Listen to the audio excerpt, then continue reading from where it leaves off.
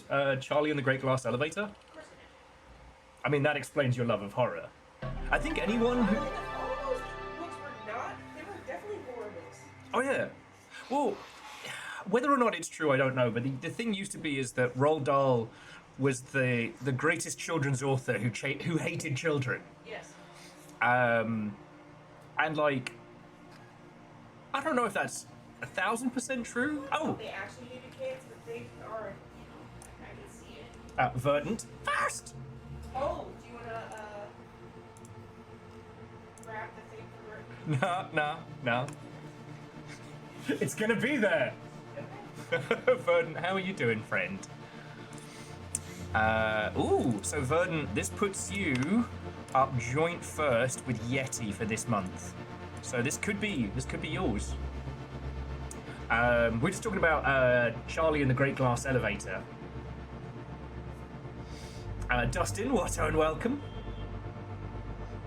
If you've never read it, it's the sequel to Charlie and the Chocolate Factory, and it's basically my first mythos horror, and contains some of the most mentally evocative nightmare fuel of all time, like flying through the inky void of space in an aforementioned glass elevator while unknowably huge cosmic horrors shift and move. It is fucked up. And Roald Dahl put that out.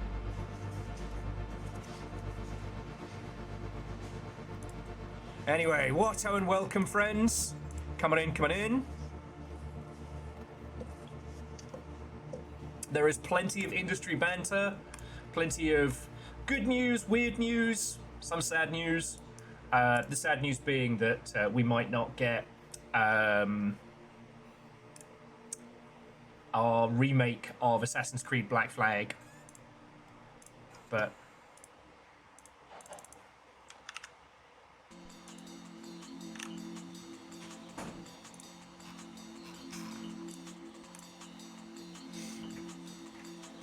and Dice, Watto, and welcome. Oh, Dice, how have your streams been going? Sorry, I was talking about your streams to Littlefire before we got started, and I realised I actually haven't caught one in a while. I hope they've been going well. Well, Dustin, Puzzle Sickos is tomorrow. Littlefire did make a very, very good point that as much as I want to get fucking crunk and take on alternate history Enigma machines, maybe don't do two hardcore language potentially based puzzle games at once. I'm like, yeah, you're right.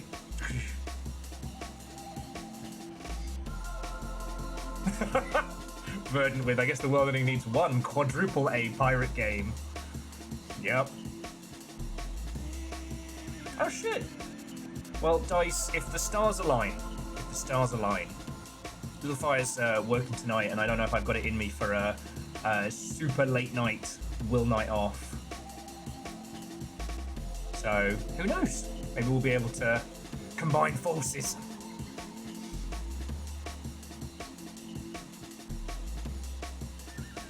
What? No. Sorry, alright. Hang on, let me tell Longship we're live. Let's get everybody together, because, Dustin, that's fucking rad. I didn't know DJ Coiler worked over at Inkle, because Star St. Germain, our homie, worked on Highland Song. So, I mean, if they told me and I forgot, then now I feel like a complete arse.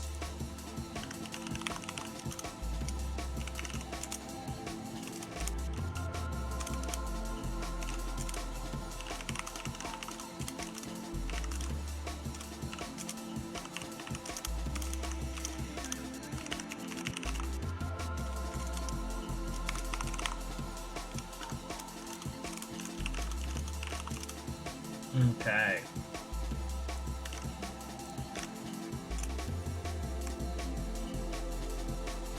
Boosh.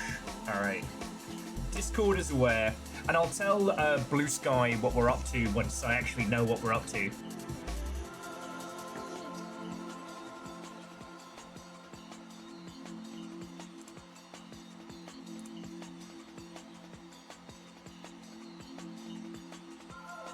Oh yeah, shit, I didn't see DJ Coil's response.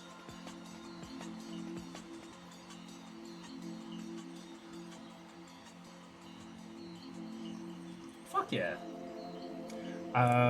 So yeah, let's let everybody get in before I start talking about that game and what's been going in.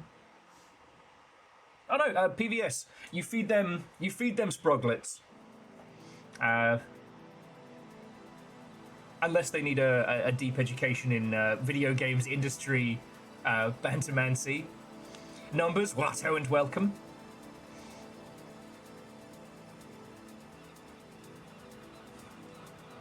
Reactor online, sensors online, weapons online, all systems nominal. Somehow, the internet returned, and so did my sub Viking 64 hug. Martin, heckin' thank you. How are you doing? I don't know how many months 78 months is. Yep. What I meant to say was years, but I'm sticking by what I said.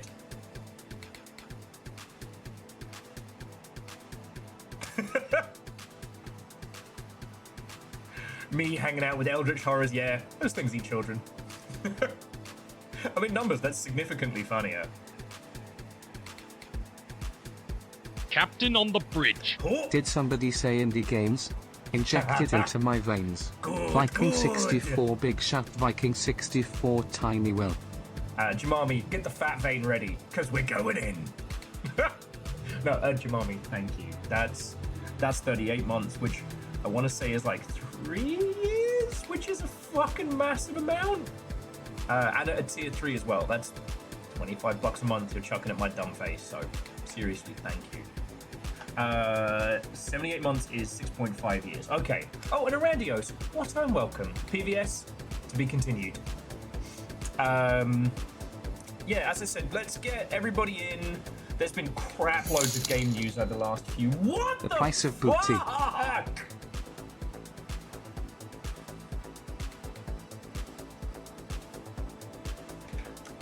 Jeff, what the fuck? What? I said I was gonna pay you back.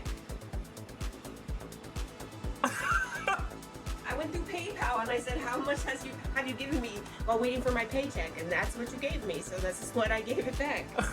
Well, it's roundabout there. I'd probably round it up, but... What the fuck? Anyway. I start asking. The chaos is coming from inside the house. Excuse me. My dear, for you, I will put out for significantly less. Why do I get top tier, like, gold platinum status? Okay, Google, how do I hollow foil my buttocks? What the fuck? I mean, the Yaldum is now yours. That's not going anywhere. As much as I am fearful to ask, what is your Jarl's decree? My God. He is for you to drop it low. I could try, but it's going to sound like someone snapping a bundle of breadsticks. Use stuff that's already been used. Say everyone has to say one nice thing about him, and you Fuck can't off. say nice thing. Do. Don't be sarcastic. Give me a legit nice thing. Fucking hell.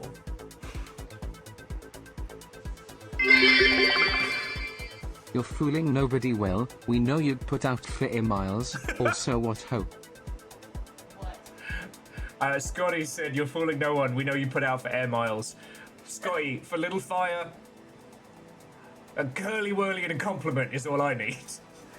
And we're all out of curly whirlies.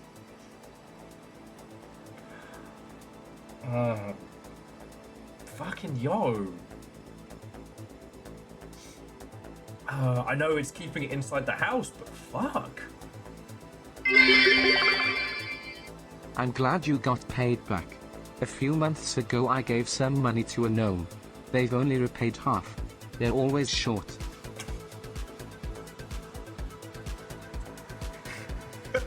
Ruben, thank you. That's very good. That's very good. Fucking thank you.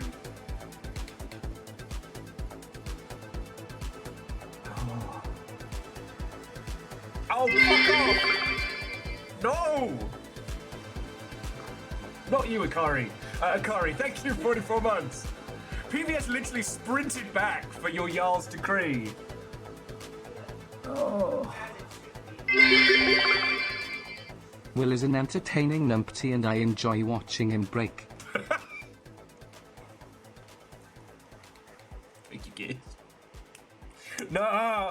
Stupid, dumb, loud, dumb face.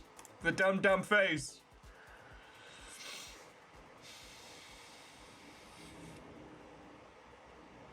Wolfgrad, not that crazy. Not that crazy. Little Fire, fucking yo. Reactor online. Sensors online. It's Weapons Sauron. Also, online. All welcome. systems nominal. That's over 2 years. God, Sauron, has it been 2 years? Was it? Oh, it must have been, Downpour. The Teenage Mutant Ninja Turtles, Oh, our 4 reptilian heroes, have overcome the arch villain Shredder. that darn Otaku. Ah, that darn Otaku. Oh, sorry. There's a whole fucking train and everything. I'm not prepared. I was ready. I had so many conversation things to talk about. I'm not ready for this.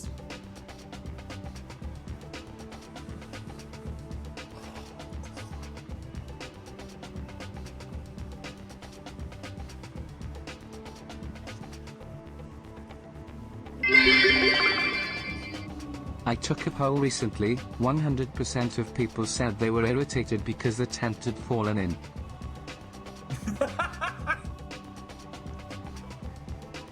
Okay, PVS, that is fucking brilliant. That is some top tier on stage banter.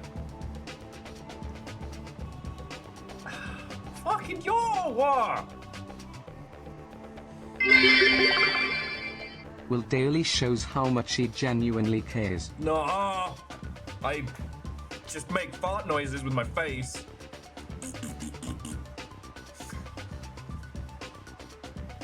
Shut up.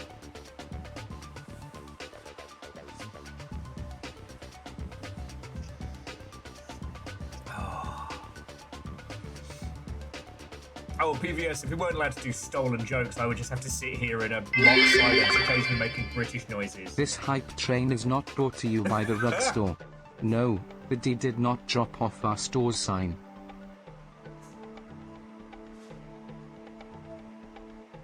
The rugged store? You could... Spelling jokes.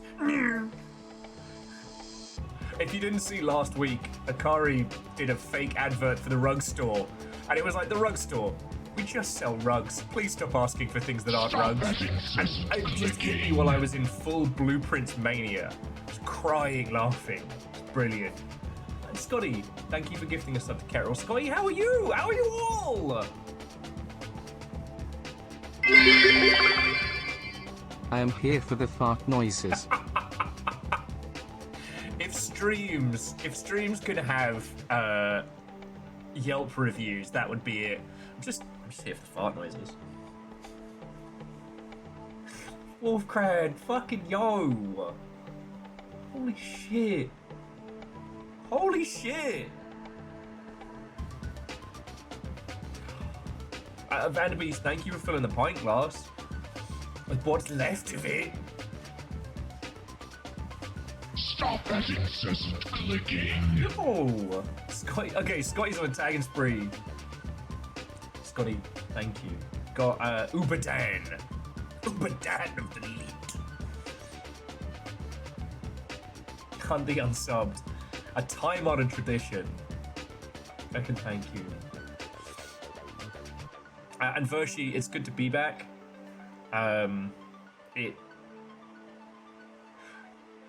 It was very quickly apparent how little activities we have in this household that aren't Gundams that require the internet.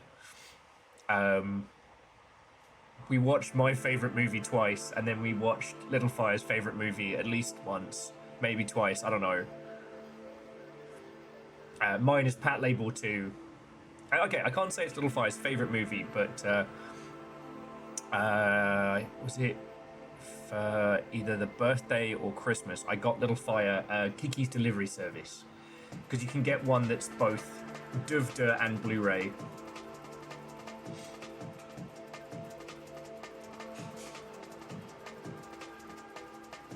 Like, I know it's nothing wild to say that boy howdy does having the internet go out remind you how important Stop physical that media is. incessant Oh, clicking. fuck off! At least he's not y'all. Y'all pee pee poo poo man. I want to point out again, the pee pee poo poo man is an active account. He came by and was like, yeah, are you guys good? Like...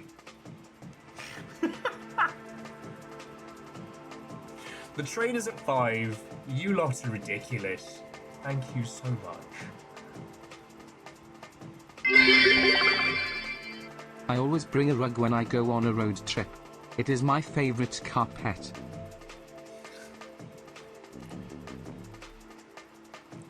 That is brilliant and terrible in equal measure. Thank you. Seriously, thank you all. Sorry, you know I get stressy spaghetti when we have technical problems and I can't do this. It's a hell of a welcome back, everybody. Thank you. Oh, and Jamami, I 1000% agree. Kiki's delivery service gets better the older you get, the more times you watch it. I used to say that Valley of the Wind was my favorite of the Ghibli set, but I'm definitely switching over.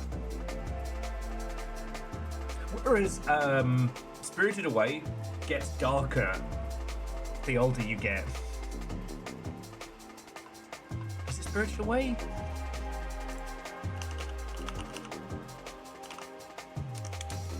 Yeah, Spirited Away gets darker the older you get.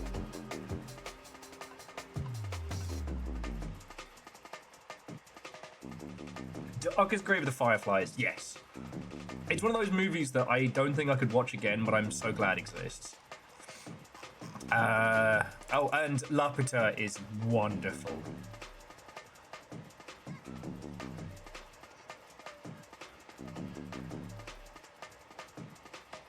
Oh, Porco Rosso is just fucking brilliant. And seeing the Porco Rosso reference in Kiki's, which I hadn't noticed in the past, was real cool.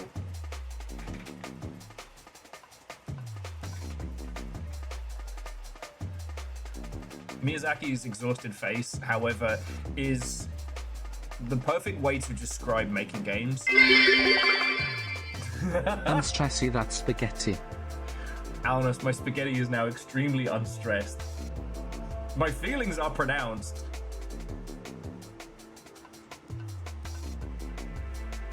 My feelings are very pronounced. Thank you all.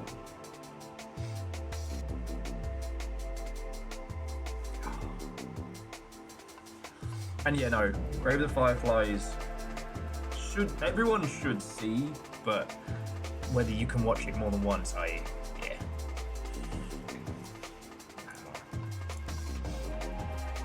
Oh, fucking hell. But yeah, I put on Pat Label too. I splashed the cash last year and got the OG Manga Entertainment version, which... More feelings. No! How do you even... Thank you. Thank you! What the fuck? So we're at 6 now. Okay.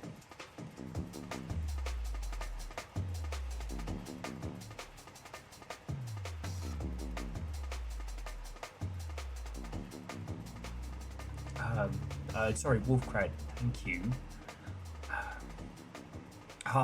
That is absolutely the correct way to do it. 5 squads from snails. I was joking with Little Fire that you lot have been going very easy on me with those. I should have shushed. We'll wait for the train to conclude, and I'll see how much I owe you all. Seriously, all of you, thank you. A 6 train is no fucking small feat. And you've actually knocked one whole blip off of Little Fire, which when you consider how much of a single drop that was, is a huge feat. Fucking thank you. It's been a very hard couple of days, but we're through it, and now you lot have decided... That blip was an arrow to the knee. Oh.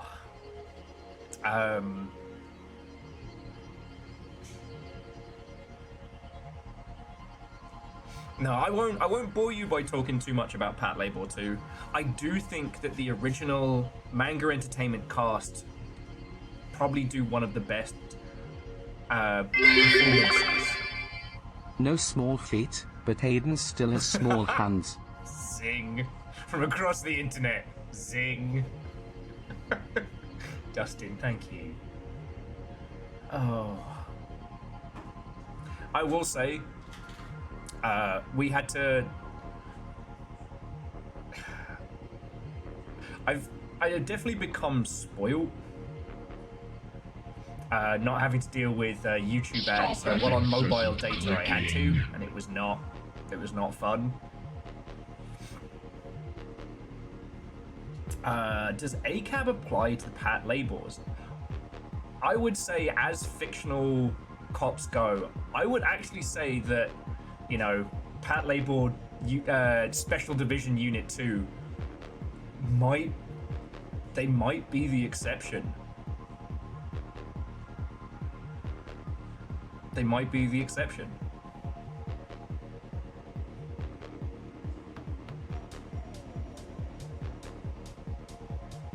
But again, like, I've watched Pat Label 2 so many times.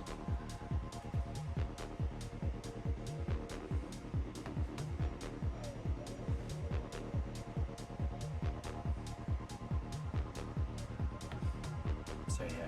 Sorry, Dustin, Vanderbeast, all of you, thank you.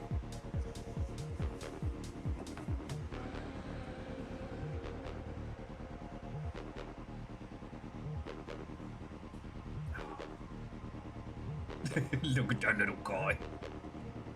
Okay. Sorry. Been a bit of a mess last couple of days. You're still going? I was gonna say I've been a little bit of a mess the last couple of days, so I'm definitely an easy target. I'm sort of like, all right, they're coming down. I can do this.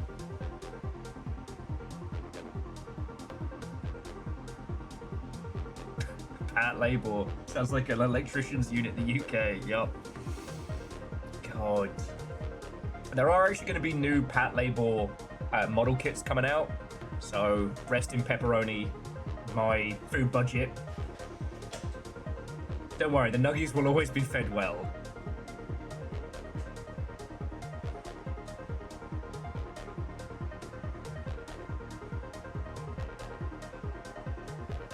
Postman Pat Labor Union.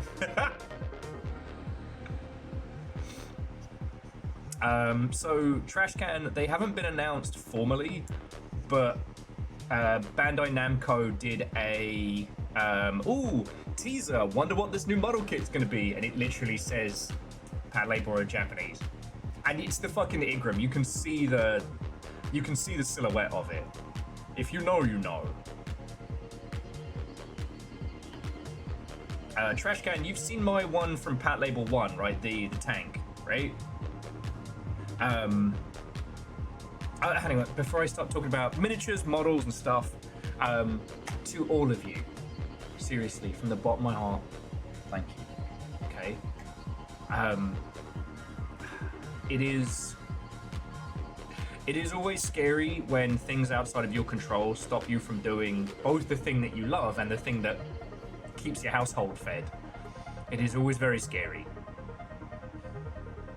So all of you, thank you. And Little Fire, you didn't need to pay me back all that. It wasn't like... Thank you.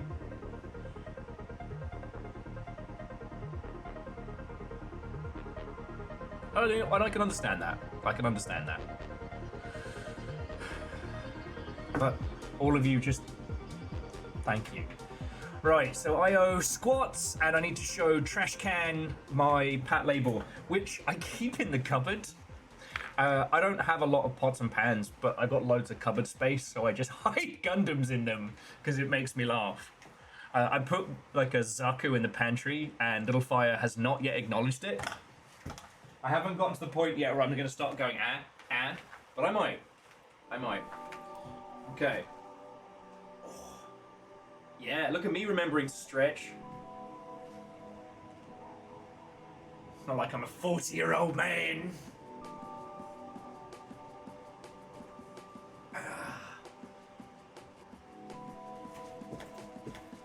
Okay. I'm gonna start with squats, and then we'll go from there.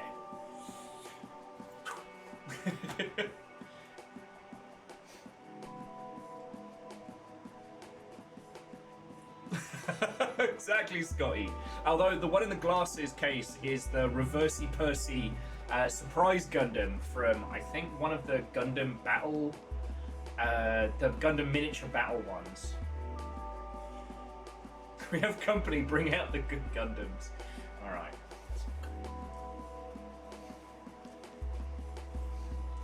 That's 3. That's 4. And that's 5. Yeah, back of the net.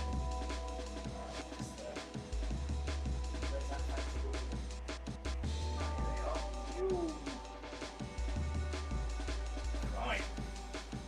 So yeah, this was technically a Longshipian gift.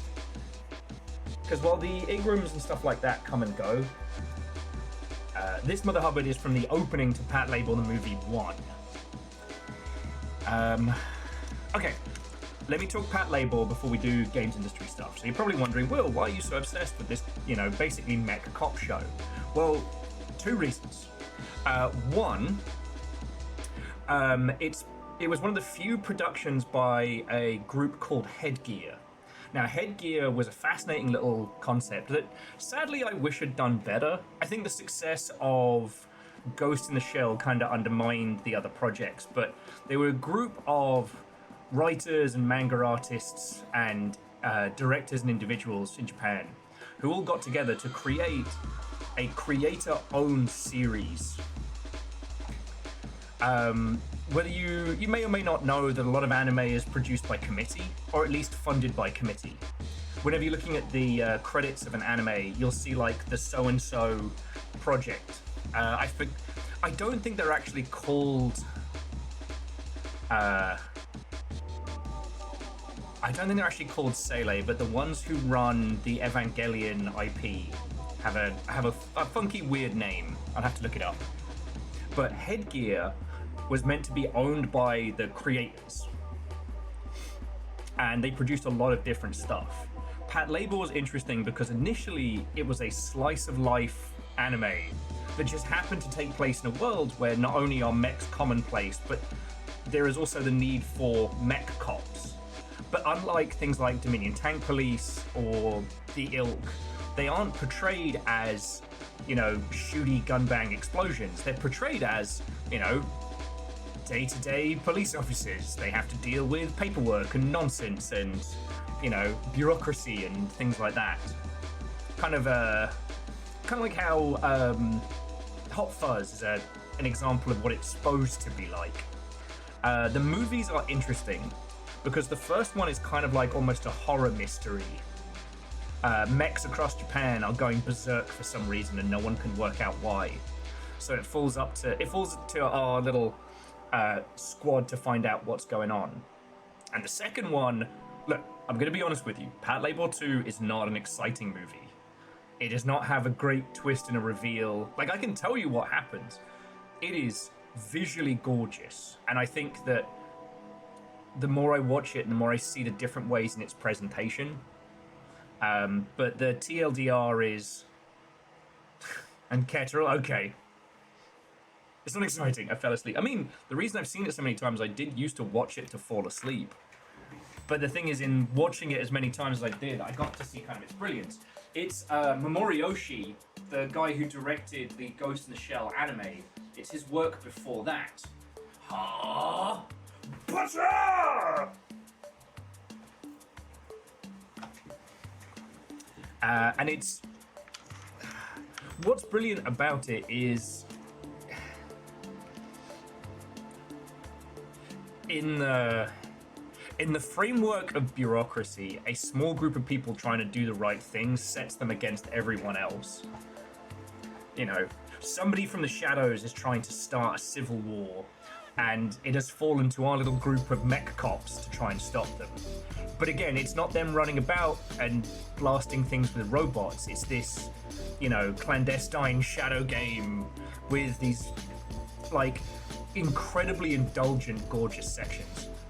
If you've seen Ghost in the Shell, you'll know that famous segment when the Major is on like a little barge taxi going through the city, and she sees another person that looks exactly like her.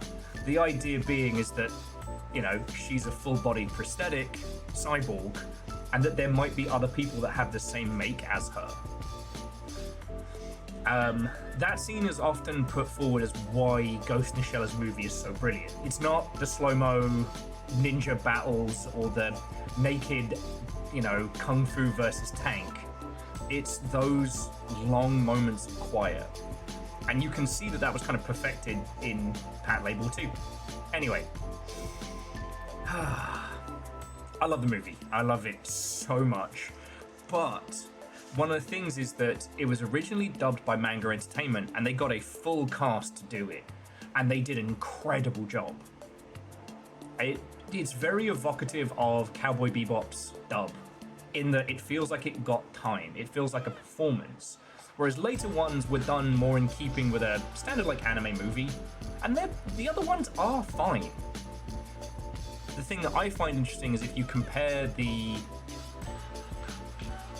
OG Japanese dubs, there's a few like hangovers that they had. I.e., one of the main pilots from the original show, her voice actress plays the character as very young, very kind of, you know, very young and very naive. Whereas in the movies, the voice actress they have to play her for the English language stuff, at least in the manga dub, plays her as a fucking grown-up. But yes, she loves her robot and talks to it, but, you know, she's also someone who has gone through, you know, training and academies and things like that. She's not just like a idiot child nepo baby. I'm looking at you, Shinji. No, she's actually worked to be there and is treated thusly. I don't know. One of the things that we don't talk about is how, like, different voice casts taking on the same work can have drastically different performances, and sometimes those can be fucking brilliant. I love the idiot child nepo baby arc. To be fair, Shinji didn't want to be there either. Yes.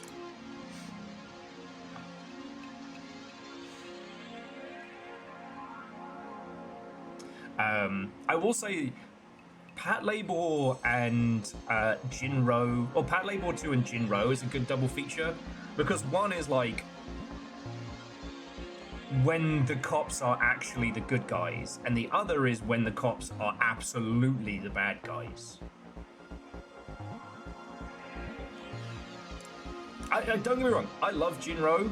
Yo, actually, did any of you see my knockoff third-party Jinro mech I got on the internet?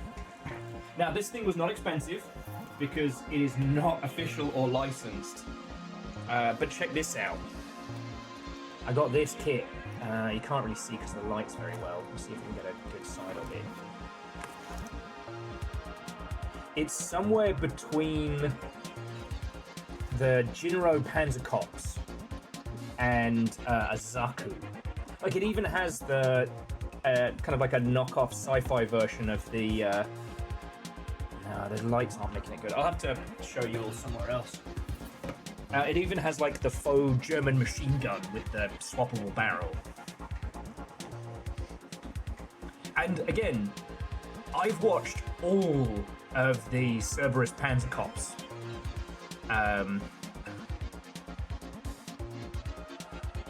You could read the instructions when they're Chinese to the Japanese with great difficulty. I'll somehow put it together and it'll come out looking like the Millennium Falcon. Now, Trashcan, Jinro is incredible. And what's incredible about it is it shows how, like, a fascist indoctrination or an ideology, like, rooted within, you know, the people who enforce it is so core. You know, ultimately, Jinro is the story of a man who cannot let go of his indoctrination, of his training. Even in the face of happiness, even in the face of making it better. The Red Spectacles.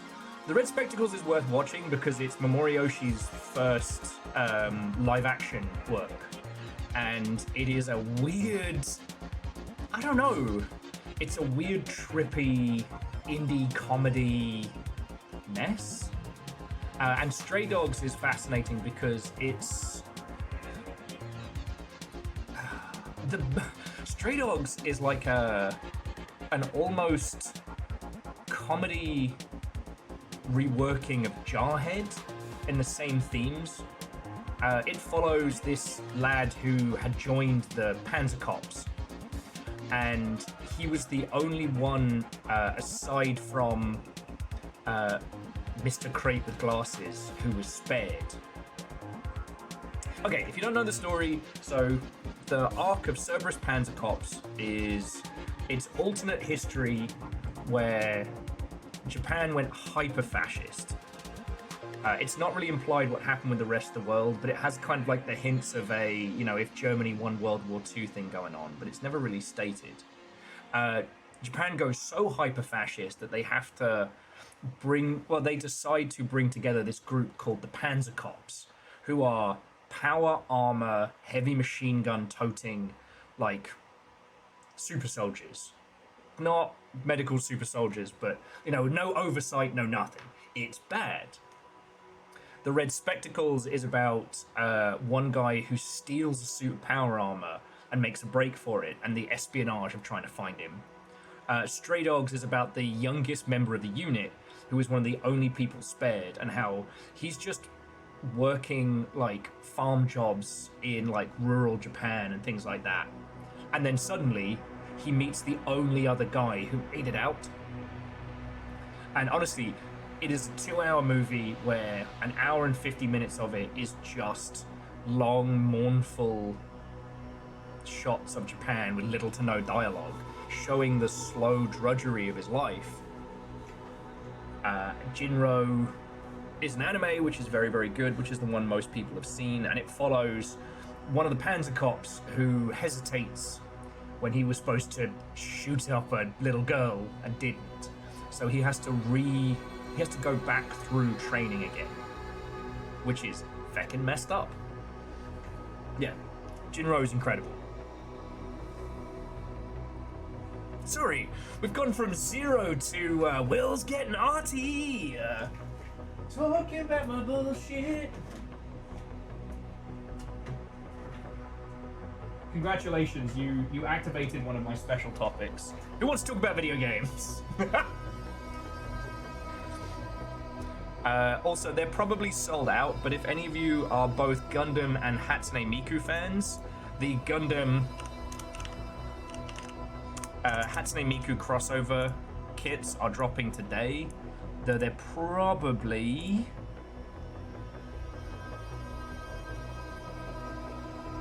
Oh, 9 p.m. Eastern. Okay. I don't know when that is. If you haven't... That's 6. Okay, so not for another 3 hours. If you haven't seen it, this is the kit that's dropping later today. I don't need it. I think the colors are really rad. But... Favor 6, indie games. Games made by independent people. Wild if true. It does need more pigtails. But it has the little pigtails shield, so... These things will probably go like fucking hotcakes. Loads of people bought the pop-up stands that was like this, but it's actually just a plastic cutout, thinking it was a kit. So... Oh, hang on. Oh, I didn't show you the... there's a Saku of it as well.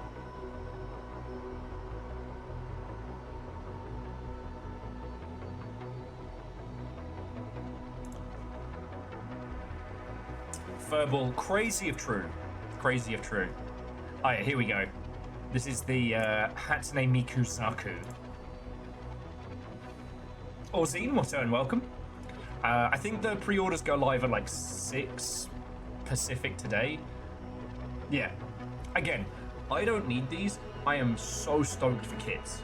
Like, I'm a happy little nonsense merchant. I still have kits from the original No More Gundam Kits Brain health day to day? Okay. Well, Orzine, I've had my bad brain days the last couple days, so I'm back and fighting fit in the noggin.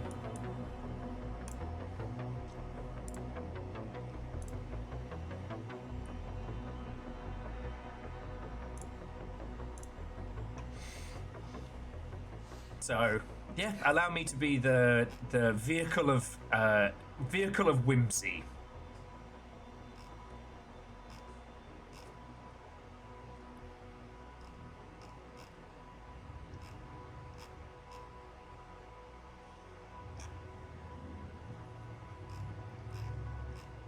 Okay.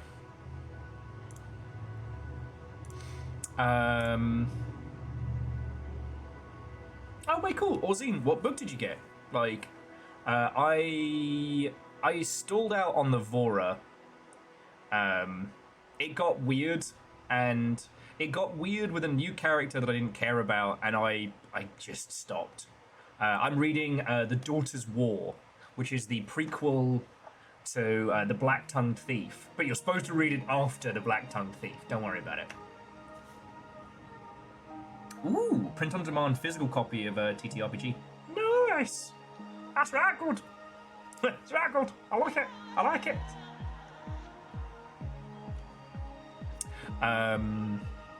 There's been a ton of game news if you'll want to get into the paint on that one.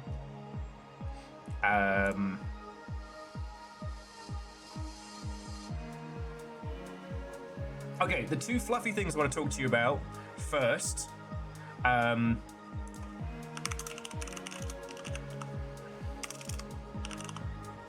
The Killing Stone now has a release date.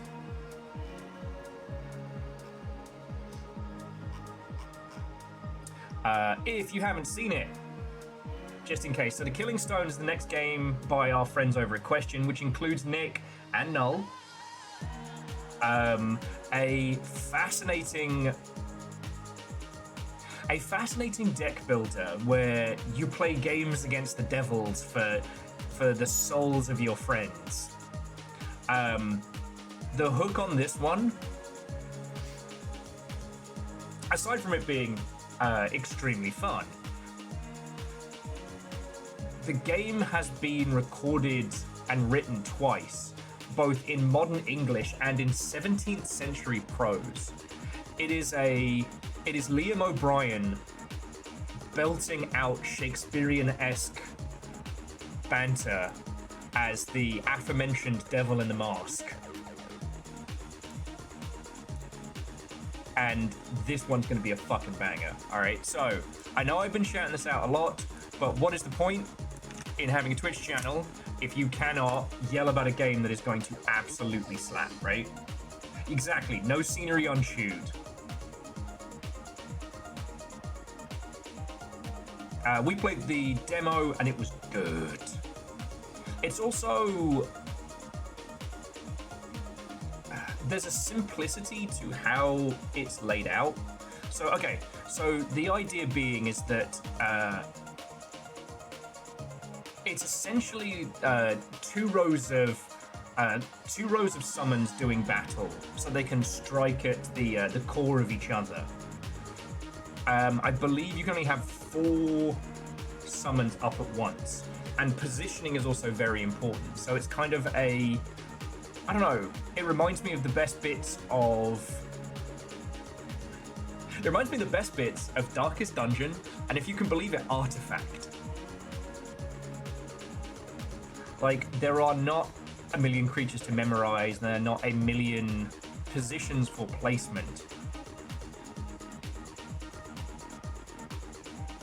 It feels poignant. Slightly more squishy at the beginning than Inscription, but definitely in the same vein. I.e., you don't have to build a 60-card deck and memorize all the colors and different abilities and back and forth to understand how to play it and do good. You know what I mean? But also there is, I don't know, those of you who play a lot of these kinds of games, I would love to know what you think. Hell, I'd love Ket's thoughts on this one, you know? Well, Ket, Numbers, Fred, like, those of you that really know how to sling some cards around. I'm interested in it because I think it's going to be a fucking great story. For those who don't know, like, they did do the Blackout Club, which is the one I've talked about the most. And DJ Coil, Watto and welcome. Happy game you are credited in release day, which I didn't know about until Dustin told me. But yeah, if you haven't seen it, they are the team behind the Magic Circle, which is one of the greatest video games about video games ever made.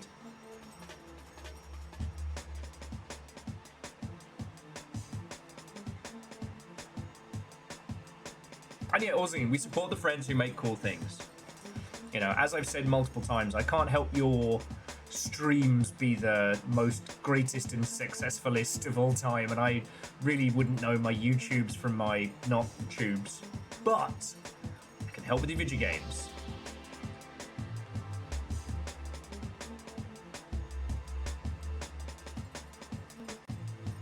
Yeah, so Harmonious, the narrative hook is that your mentor has passed away, and in her will, she has left you this box. And it's the very same game that she had mastered, and apparently had lost her soul at in some way, shape, or form. And whatever Faustian bargain she struck with the devil has not only affected her, even after death, but also the people in her care.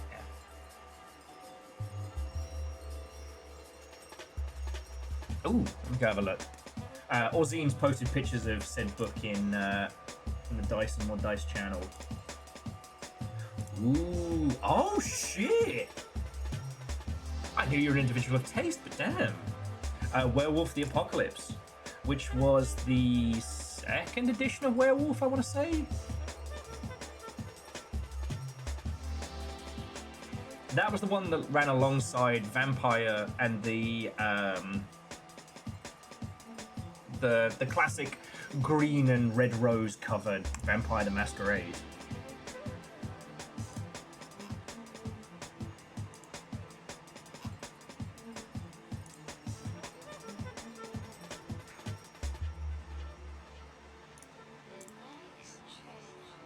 So that was the 20th anniversary edition of the classic one. Okay, thank you, Wazine.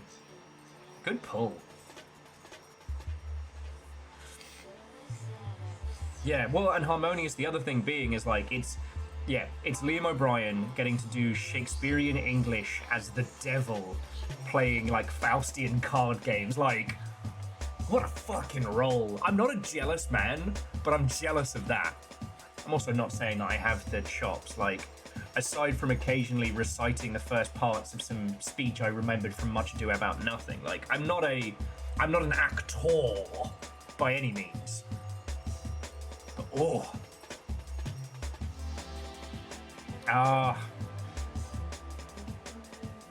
Ozine said they'd love to get Mage the Ascension. Yeah. That was one I couldn't save from that bin of books I found across the road a few years back. I managed to save a few and they all got rehomed, but...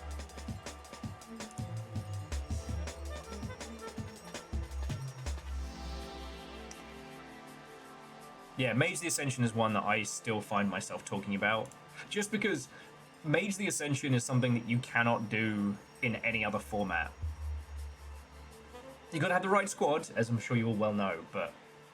sorry, if you never played it, so Mage the Ascension, unlike Vampire the Masquerade and things like that, they weren't...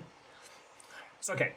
A million years ago, White Wolf hit it big with Vampire the Masquerade, a tabletop RPG, predominantly a D10 system, where you are a bunch of vampires. It focused on that kind of post-Anne Rice, like, cool gothic style that was very in vogue at the time. It was interesting, it was camp when it needed to be, it was horrifying when it was supposed to be. It was very, very cool. Its success led them to create a whole bunch of other books based on other systems. So like Orzine picked up Werewolf the Apocalypse, a very kind of punk, nature against the machine kind of setup. You're essentially transforming werewolf eco warriors.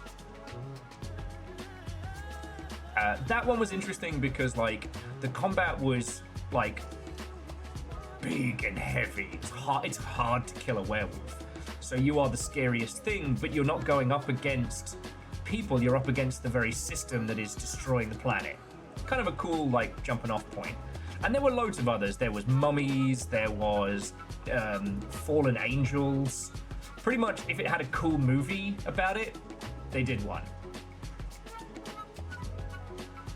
Yeah, Orzine, you are eco-warriors who are against industrialization and entropy. You are fighting the destruction of the natural world. That's really fucking cool. And you're a bunch of fucking werewolves, so you get to do cool werewolf shit. The idea being is that you choose how you transform, but the closer you become to the beast, the less control you have. It's also worth noting that these systems didn't fit together. So if you're playing vampire and you fought a werewolf, you were fighting an NPC of that. Same with in werewolf if you were fighting a vampire. Later editions did try and match them together, and that's a whole nother conversation. But throughout all of those different systems, there were a few that really stood out. Loads of people liked Changeling because of its weird Fey, but not necessarily based on one property look at the Fey world. My personal favorite is Mage the Ascension, because, yes, you are playing as a bunch of human mages. One, it's pulling its inspiration from a bunch of different places, including the Matrix. The secret anti-magic government agencies trying to shut you down. But what makes it so special is that in Mage, you can do fucking anything. You do not pull spells from a spell list. Rather, you have knowledge and groundings that you can use in any which way you want. The DM may say that's a bit outside of your power level, but you're allowed to do anything. It's the consequences that make it fascinating. So, you can master in fire magic, sure, but also in time, in space, in, I'd have to look up the actual elements. So you could then mix fire magic and time magic to do some funky shit. But the crux of the system was that the more mages don't create something out of nothing. They understand that the fabric of reality is spongy, springy, and you can push on it and make weird stuff happen. But if you push too hard, it snaps back. And that is, magic being seen by non-mages, fucking with reality in ways that can't be explained away, etc.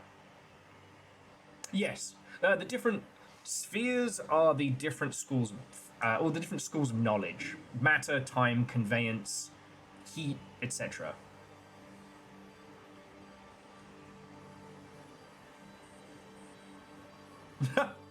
Moose, have you been listening in on my conversations? Because I told Little Fire that I wasn't going to rant about Alan Turing today on stream because I get fighty.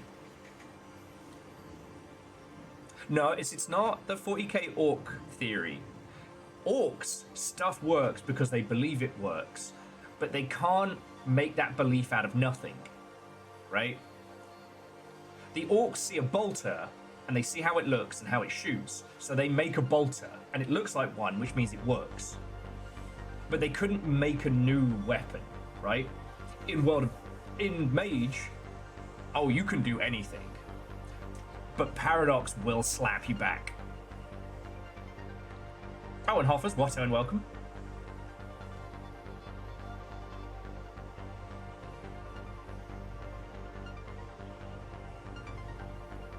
So yeah, you have your Men in Black style operation who believe in the status quo of science, whereas you are fucking with saying you're testing yourself by not talking about Turing. Absolutely. All right, I'll give you my TLDR.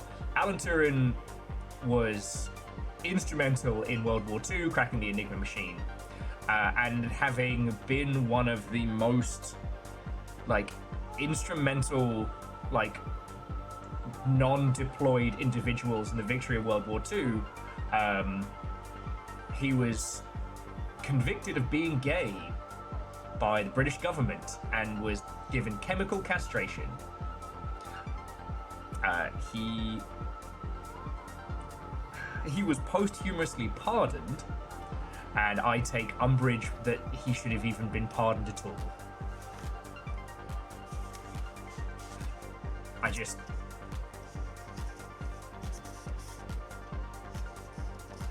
There are... Yeah. Yep, you know what? Not ranting. Not ranting. Not ranting. Oh yeah, honest. Absolutely. Absolutely. And they ruined him. When he was no longer of use.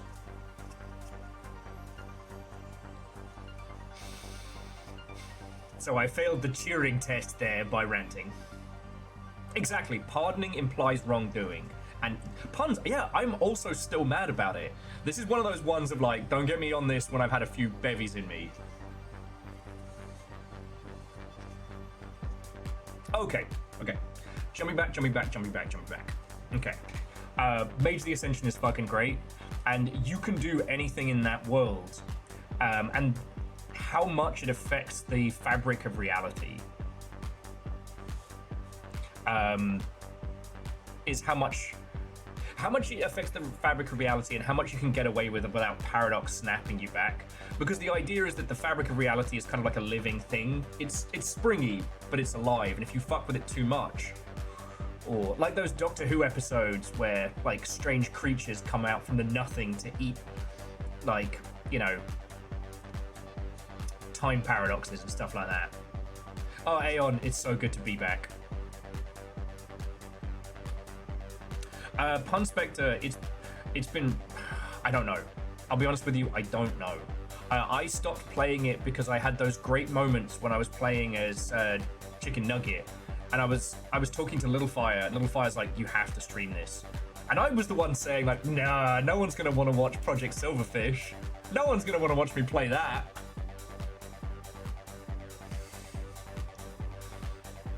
Also, limiting my play to now only being on stream has stopped me burning out on it, which has been really good.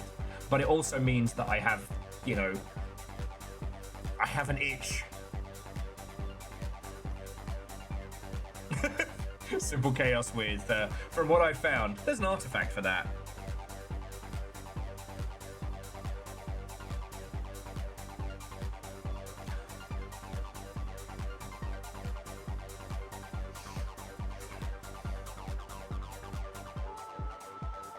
I can't. There's nothing I can say. It's not bad. There's nothing I can say. Moving on! That's why I can't play poker. Right, that whole expression right there.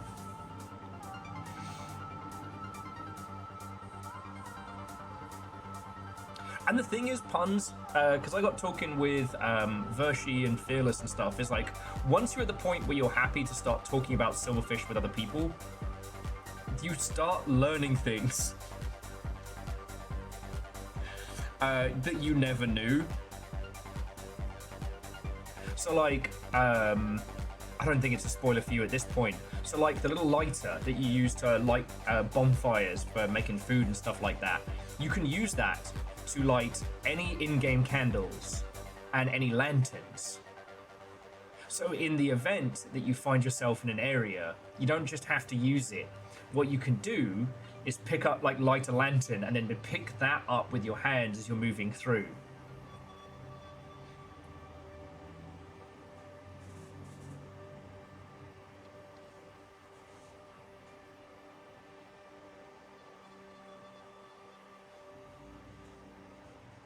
Yeah, puns, I always forget that I have flares. But also, whilst the lighter can set cardboard boxes on fire, some of them, which can be easier when you're trying to get through stuff. Oh yeah, no, puns, it helps with the EMP areas. There was one EMP area that I went through, and I just had to go with my lighter out, and it was so fucking scary.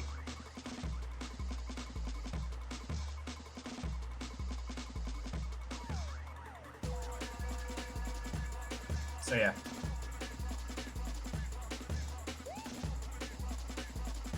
Oh yeah, Orzine, plenty of tunnels like that.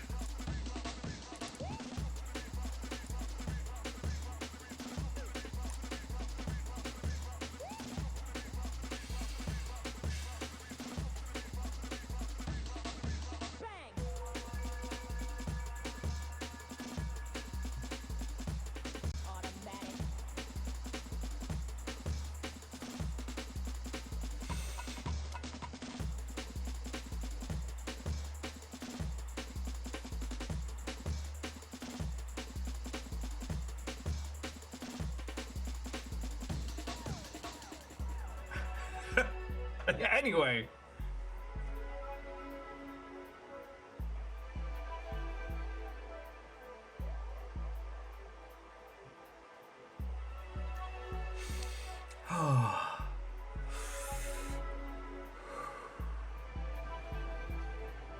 Okay.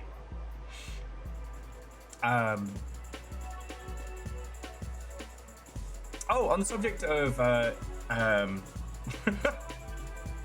on the subject of things that I am a huge fan of, so I don't know when we get on our next update for Project Silverfish, but what I will say, it has been confirmed that we're getting more DLC for Lunacid, so we will get to return to that.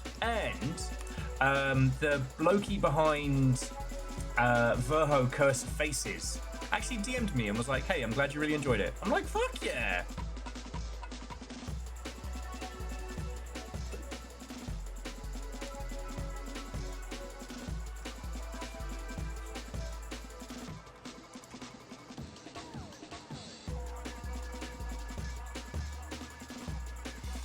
Okay.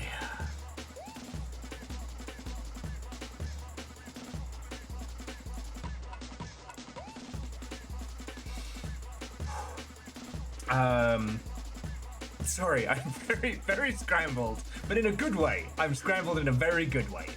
Okay. So, there has been a lot of game news last couple days. From good morning, Scrambled. Hey, legend. What's and welcome. There's been lots of game news from some sad, some good, some fucking stupid. Like, okay, I feel like we had this conversation once a year. Maybe, I feel you lot get it, but I wish it was absorbed by the greater video games world. You can't charge for mods, and you have no legal protection for fan games. Like, I thought those were core tenets that people understood. When it comes to fan games, until it is done and until it is out in the world, don't tell people. Keep your head down and your mouth shut. If you know about a fan game, tell people quietly. With mods, you cannot charge for mods. Now, in this day and age, you can have a Patreon, or you can have like an open donation link where people can give you money because as a thank you, or as a if potentially like an early access. You can't charge for mods. And over the weekend, one guy lost his shit because Cyberpunk were like, hey, you can't paywall a mod behind your Patreon. That's the same as charging for it. And he was like, oh, I can't believe CD Projekt Red, being these like evil corpo bastards. It's like, my brother in video games. Do you shut up? It was also pointed out the same guy who was complaining about this makes upwards of like 20 grand a month.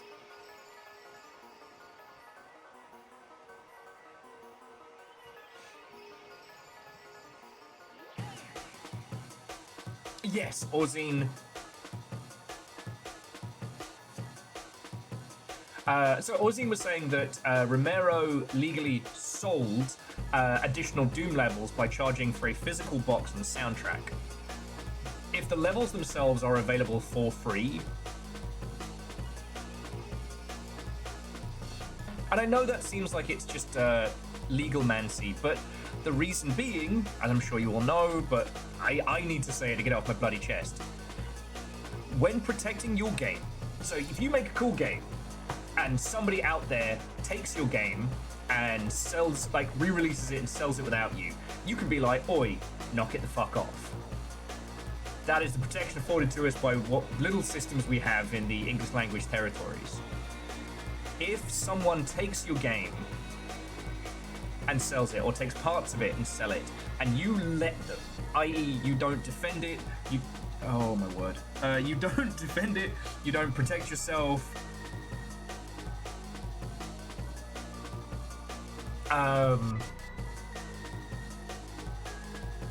then the people who took it can claim that you don't care. Other people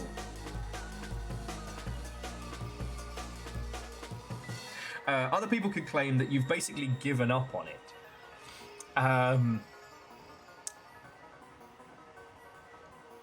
You have to protect your game, your IP.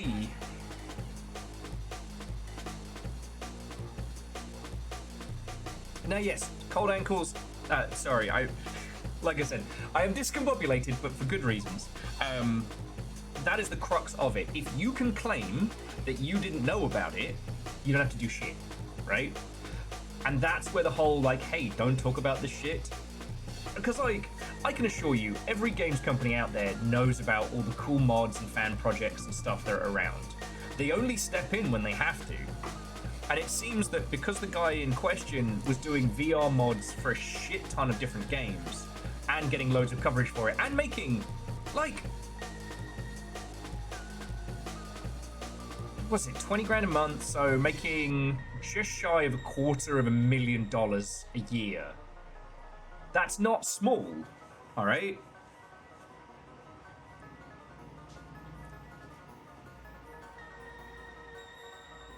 Yeah, Hoffa's, I used to have beef with Kotaku back when they were a lot better, because they were always guilty about being like, hey, check out this Nintendo IP-based fan game. And then 2 weeks later, oh, can you believe they got a cease and desist?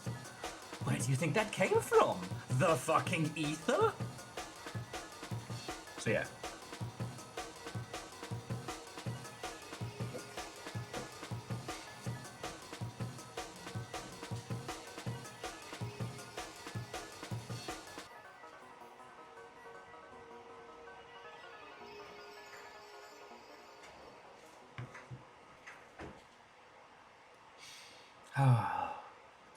So yeah.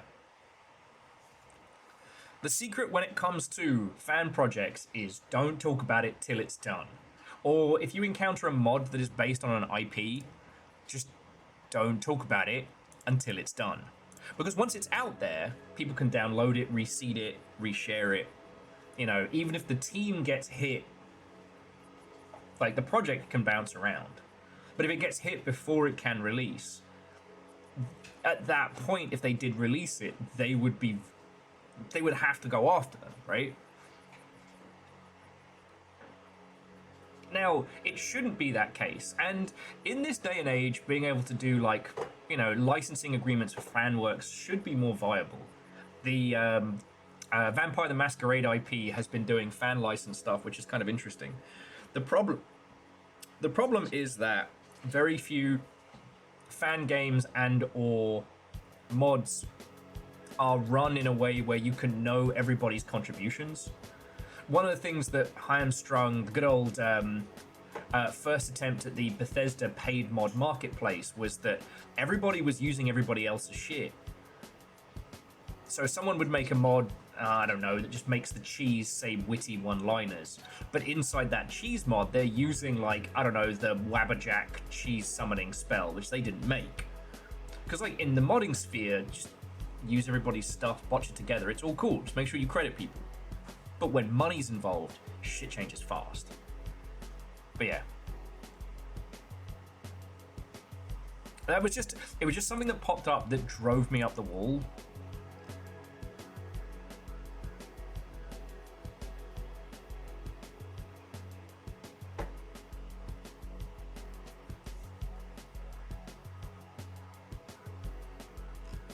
Like, you can't charge for mods because you don't own the IP. Same thing.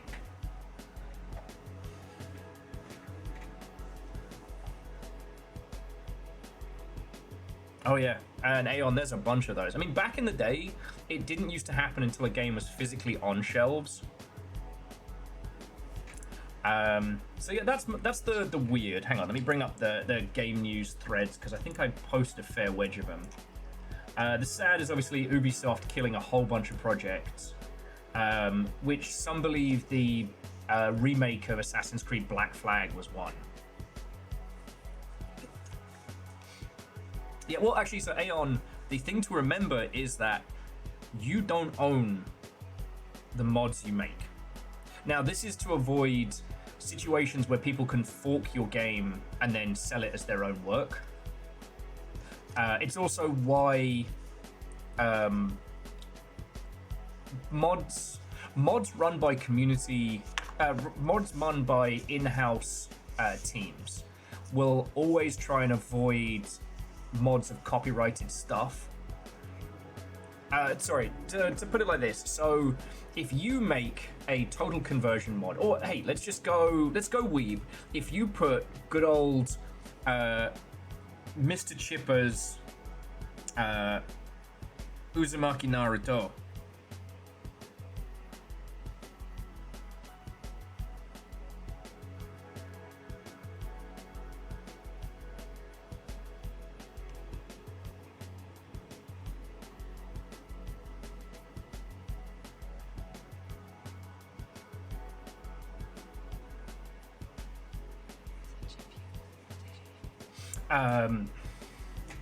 Sorry. Everything is happening so much. I had a little heart stop moment there, but we're all good. We're all good. Hang on. I had so many thoughts all stuck in my head all at once. Sorry, it was an email about the apartment. It seems that someone is very, very confused. And I will have to go and talk to them tomorrow. Okay. So, in most licensing agreements, when you start playing a game, it says that the things that you create in the game you don't own. Now, I know this is very corpo, and I know this sounds very kind of, I don't know, counterintuitive, but basically, if you draw a drawing, if you make a character, if you create something inside a game, you don't own it, because that would allow you to sell your works from inside the game. And then things get messy. Bless you. With mods, it comes into the same area. So like if you create a mod that puts something in game or modifies the game itself, you don't own that. Because if you did, again, you'd be able to basically just fork a game, slice it off, sell it as your own. And again, the reason why you can't put other people's stuff in a mod and then mod it into the game is that you don't own that character. So if you take good old Uzumaki Naruto and you put him into, I don't know, fucking Hitman, IO Interactive does not own the rights to our little ginger, spiky-haired bastard.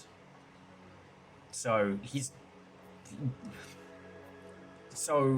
if it were allowed, if IO Interactive was aware of the mod that put somebody else's IP into their game, then that other IP could come after IO Interactive. That's where it all gets all super messy. Again, so a lot of the modding scene and a lot of things that get added to games basically operate on this, so long as we don't know about it, we don't have to do shit about it. And I think people forget that. And there's a lot of decorum that seems to have been forgotten on the internet. When it comes to ROMs and emulation, for example, like, that all sits in a weird little gray area, and everybody loves to say that, like, oh, well, you're allowed to do X, Y, and Z. Maybe. Sure, I guess we could make a case. But are you going to go up against Nintendo's lawyers? You know? Because they'll do it. Like, The other thing being is that most of these companies don't want to have to go down that route. And it's dependent on how loud you are and how much success financially you receive through it, you know? Like, Nintendo won't go after you for having a couple of, like, Pokemon-looking emotes on your channel. But if your entire branding is Pikachu, and you make it big on Twitch, they are coming after you. Because at that point, your viewership plus, like, your digital footprint is large enough that no one at Nintendo will be able to say, like, no, we don't know they exist. You know what I mean? Anyway, you'll know this. On some good news, it does look like, one, Marathon's going to be shipping in a couple months. It looks really fucking cool. It has a huge voice cast.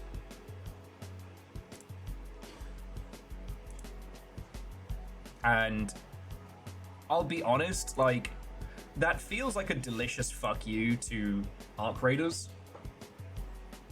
Like, I mean, it's all people you know. Ben Starr, Neil, the whole of, what is it, the Pixel Pack and what have you are in there.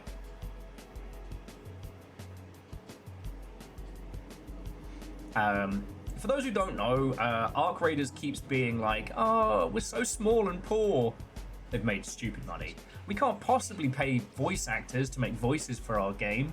Oh, we're so whittle. Fuck off. Look at what they need to mimic a fraction of our power. Yes.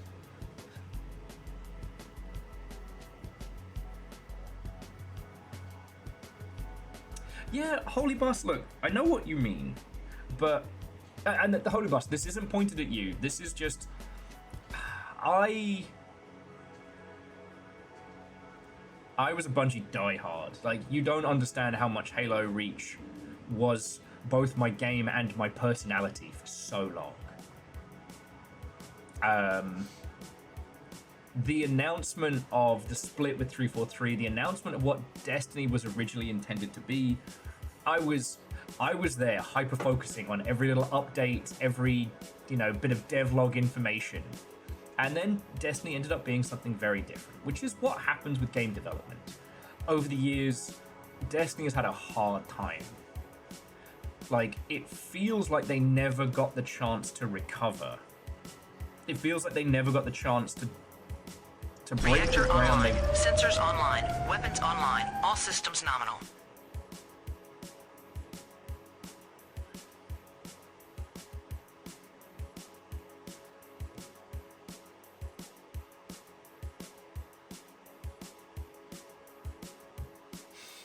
Virals, happy birthday, mate. Watto and welcome. How are you doing? Sorry, as I said, everything happened so much.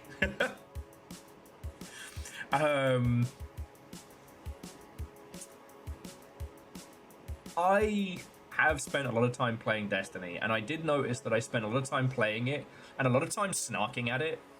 And, like, was I just trying to be too cool for school? Was I just harboring an old grudge? I don't know. But I like games that are interesting and different, and Marathon looks interesting and different. I think that come close to launch time, I might see about setting up a team for that day, maybe spending an day streaming it. I think it's gonna be one of those days where everyone's gonna be on it. So I don't see it being like Night Rain. I don't see it being a thing that I'll stream every week for a few months. But, God, just the art style alone. Like, okay, you'll have seen Marathon's art style, right? Let me bring this up. Like,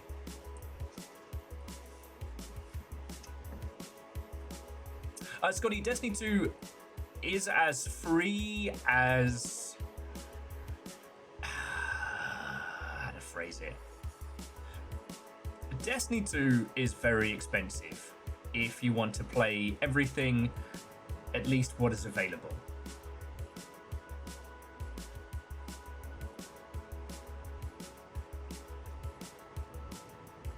Yeah, Owen Fearless, like, I will be very fascinated to see what you think of this.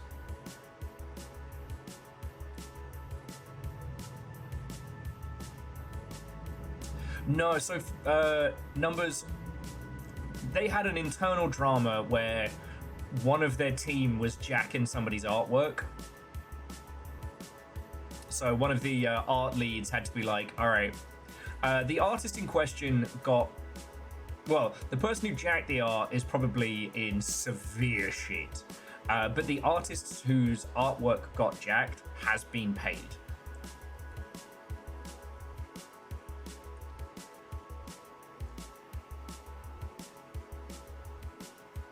So yeah.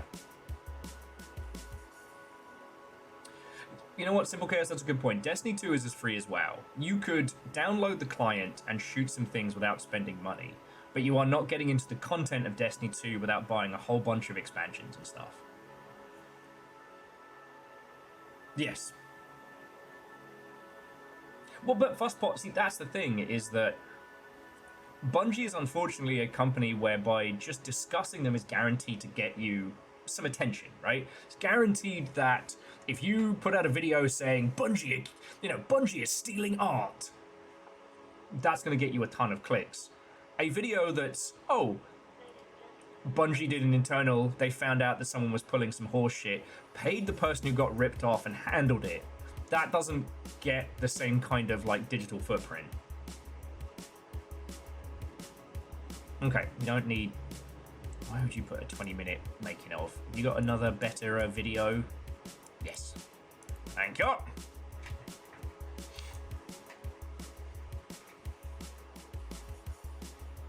Now, there was an accusation that the story-based live-action video that they did for Marathon was AI, which it isn't.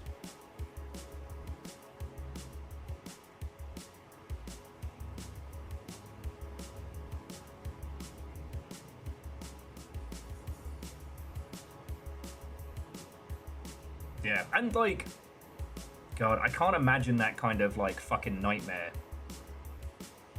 Like, Bungie's in a bad place right now.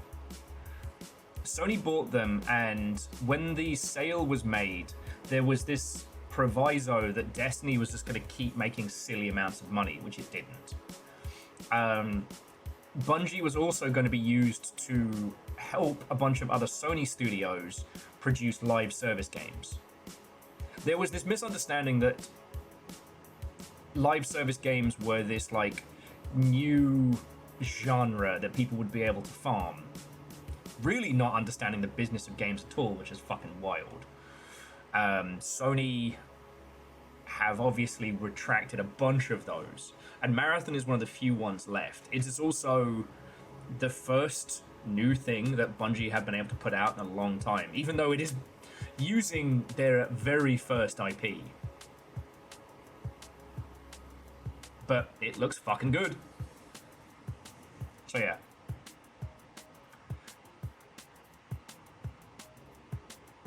Sorry, but the thing I was thinking about was like, I imagine coming to work, being on either like the community or the PR team, and someone's like, hey, we've got a mess. And like, what happened? It's like, fucking Davey Dickhead and the art team jacked a bunch of art and didn't tell anybody, and now we've got to deal with it. Like, can you imagine that mess?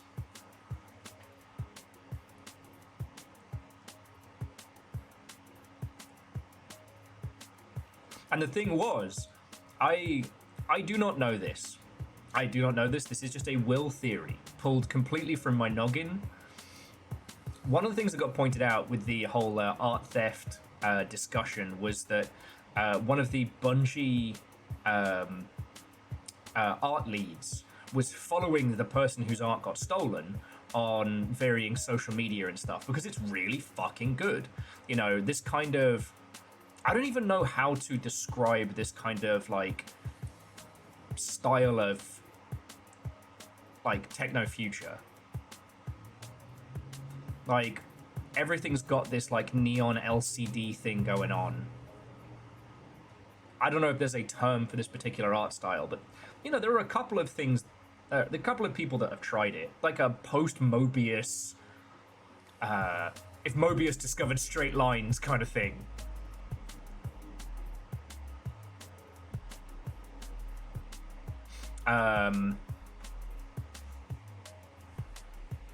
Okay, no, we're not watching the 20-minute video again.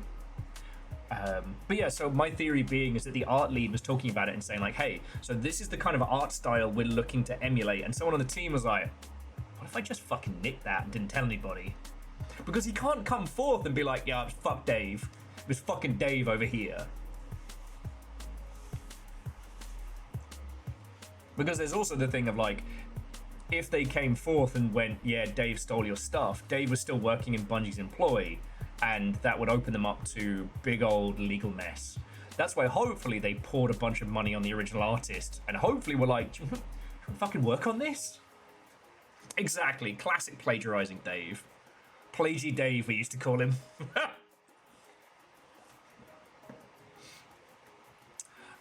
All right, God, there's been so much game news. I'm trying to. It's weird the ones that I'm all about talking. We talked about Ubisoft and fucking mass layouts and shit. We talked about Killing Stone, yay. Steam now has a feature where you can gift people the rest of a bundle to complete them. There can't be this many Daves. When we played DayZ, our squad was called the Enfield Daves because there were two things we had shitloads of: Enfield rifles and blokes named Dave. Oh, the fucking Razor interview. Holy shit. AI psychosis is so real. Do you want to talk about this?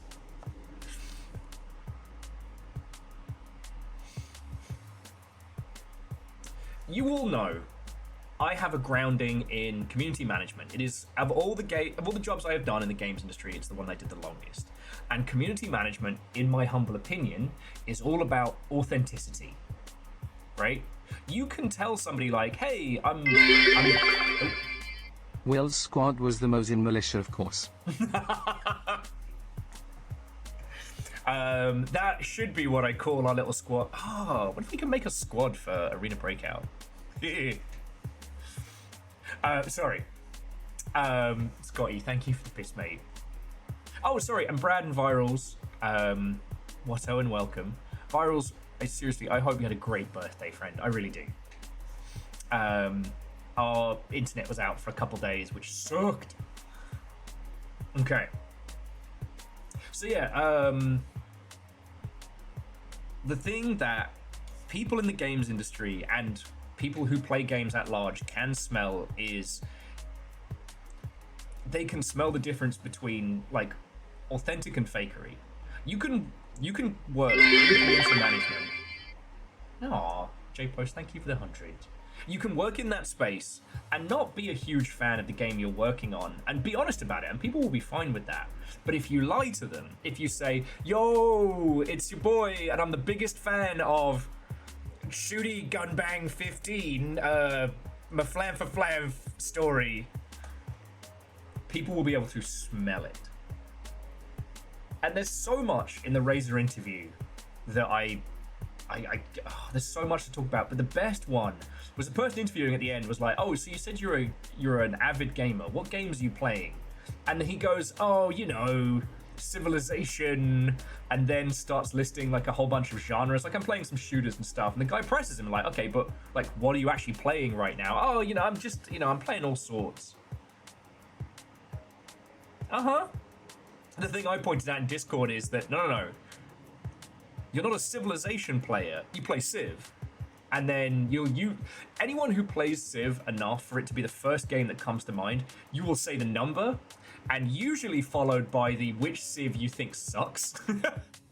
You know, I play Civ 5, because Civ 6 just isn't it. Oh, I'm really into Civ 6 because, Civ 4 was just trash. Oh, I play Alpha Centauri. Everything else is garbage.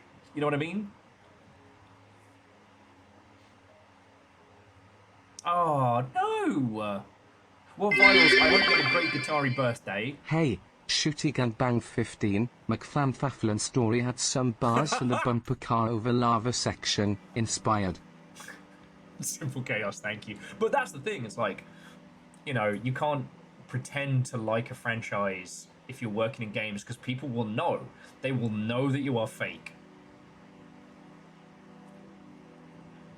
No, yeah, Chaunerus, that kind of thing is what he should have said if he was being truthful, but he could have at least been like, you know, I've been working on this thing, I've had no time to play video games. Just be fucking honest. Okay, if you didn't see it, at CES, there was a podcast recorded interview with the CEO of Razer, and it is fucking wild. And what was so funny about it, I posted this in Discord, is that the games industry website, gamesindustry.biz, cherry-picked quotes to make it seem sane. With the article being, Razer boss says consumers are sick of AI slop, but they want tools that help developers make great games. No, he didn't. He said a bunch of incoherent, like, AI psychosis riddled fuckery that made no sense. They're selling holographic anime waifus. And when pressed of like, oh, so when are these going to be available? Turns out they're not actually ready in any way, shape, or form. It's just a stage demo, but they were pretending like they're going to be ready in a few months, but they're not. And it's powered by Twitter, or I think it's called Grok, Twitter's, like, racist, fucking terrible piece of shit that has produced awful images of real people and children. But you want to put that in a holographic waifu. And then he rambles incoherently about how people would love to have, like, you know, known video game characters on their desks and stuff. And it's like, oh, well, have you, like, licensed any of those? Sorry, what's that? License? What's that? And, like, okay, I shit on Kotaku a lot. They are guilty of a great many crimes, and I have nothing but empathy for the people who are stuck working there because of what they have had to become. You know, hate the game, not the player in this count. But on this count, they were fucking spot on, because while GI.biz was all like, man, Razer sure do know what they're talking about. Kotaku were like, Razer CEO can't get out of his own way in awful interview on AI, and it's wild. It's wild.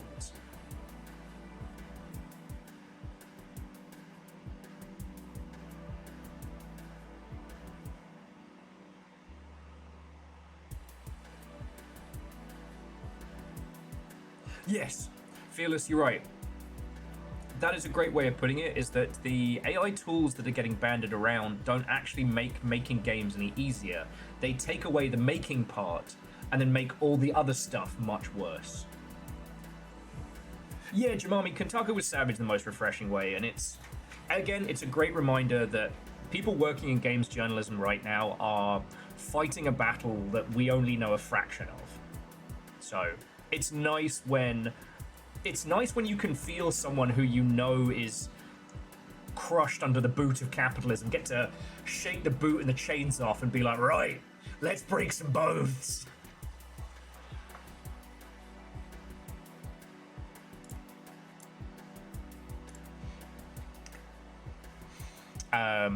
But no, it was absolutely fascinating. Now, it is a little terrifying that within the C-suite, like, you can see, because, like, we used to joke with, like, you know, the NFT bros and the madness of it, but the metaverse was a theoretical goldmine. Now, it didn't exist, but it was a theoretical goldmine. There is no goldmine here, but the tool, if used or not, causes a level of psychosis that has been documented, because you're just being told that you're right and wonderful and special by a machine without any substance, without any information, right?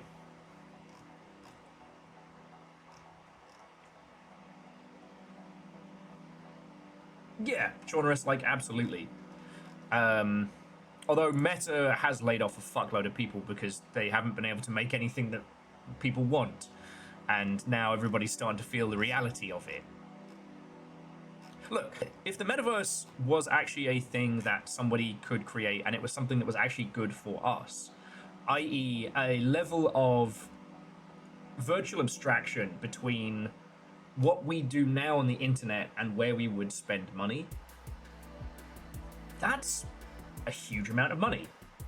However, every possible instance is something that is more difficult and worse than what we are already doing. You know?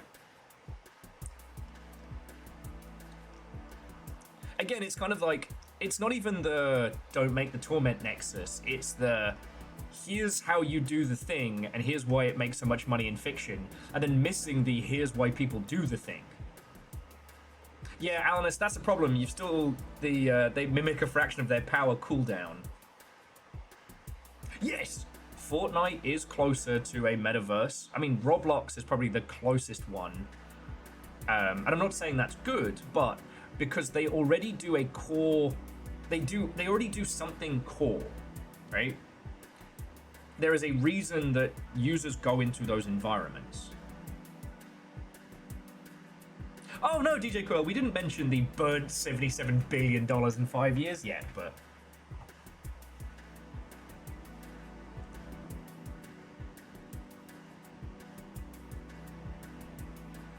Yeah, well, so Genres, I know you and I have talked about this, we probably talked about this on there, but, like, all of the big revolutions that we've had in consumer technology over the last few years have been the removal of barriers, not the introduction, right? Like these little fuckers. You can now access all of the internet in your hand. This thing is fucking insane when you stop and think about it. We literally have Star Trek tricorders, but better.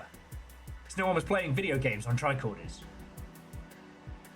Like, the barrier to entry for the internet was having a computer. That was removed. That made shitloads of money. As my friend would say, is like, it wasn't the price point that made Netflix so good. It was the removal of barriers. You just get Netflix and you see what's on Netflix and you watch Netflix. Done. Brilliant. YouTube, don't worry about video hosting. Just put it on there. Don't worry about it. Another barrier removed. I personally think that augmented stuff would be the next thing, right? If you can remove the screen, if you can remove the need to have the physical device and look at it, then you've removed the next barrier. If I could be chatting here with my fucking, as Shaunus was saying, with my little Mass Effect style Omni tool, and I can be like, oh shit, I didn't buy the guinea pig's food, and then just go, done. That has streamlined how I am spending money. That is an area of commerce. You know what I mean?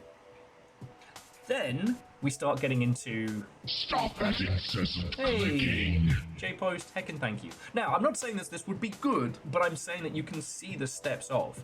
Because at that point, we can then add essentially like an internet overlay to our day-to-day. You don't check your phone to see if a restaurant has good reviews.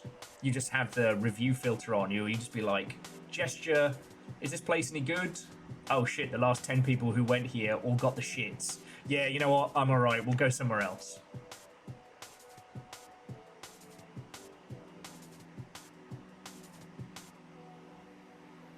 Yes. Say Simple Chaos, having the initial hook for those digital third spaces be that it's a place you want to spend time is fucking cool. Yeah, I feel as those were the Apple, like the goggles that show your eyes.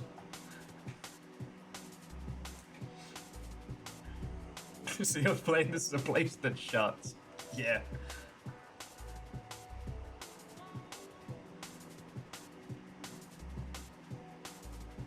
Yes, Alnis. It's despite the level of surveillance that we already put on ourselves by having mobile devices, like camera glasses would then be another level.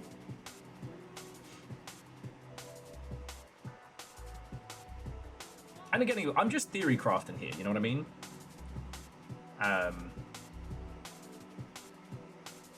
I'm just theory crafting. But to my understanding, those things currently just hook up with what you already have.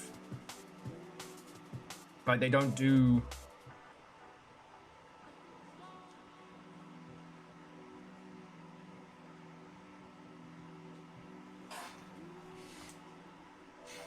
Bless you.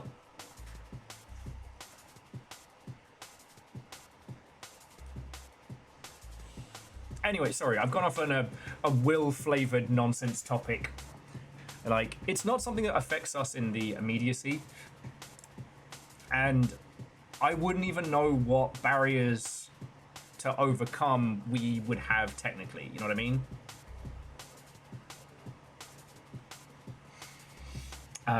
So let's see, what else was in the game news while I was away? Oh, one guy who worked at the Pokemon company was filming everybody in toilets. A bloke in Bellevue was just putting spy cameras in toilets everywhere he went. Got rumbled by the cops because he used his credit card in a Starbucks. Was it Mr. Mime? It fucking is in my head now. No, Alnus, you're not being a downer. Like, that is a genuine thing, you know? You know, we put a microphone and a camera in everyone's hands. I wonder if that had been the initial pitch of, you know, the mobile phone space, I wonder if people would have leapt to it, you know. But that's another story, you know.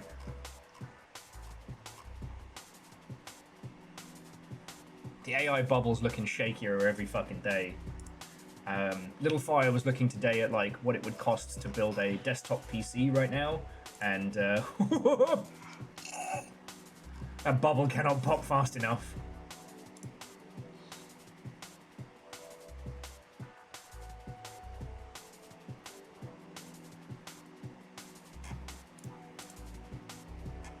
Oh, yeah, no, Aeon, I totally understood how beamforming communication systems work. I was just waiting for you to bring it up. I don't fucking know.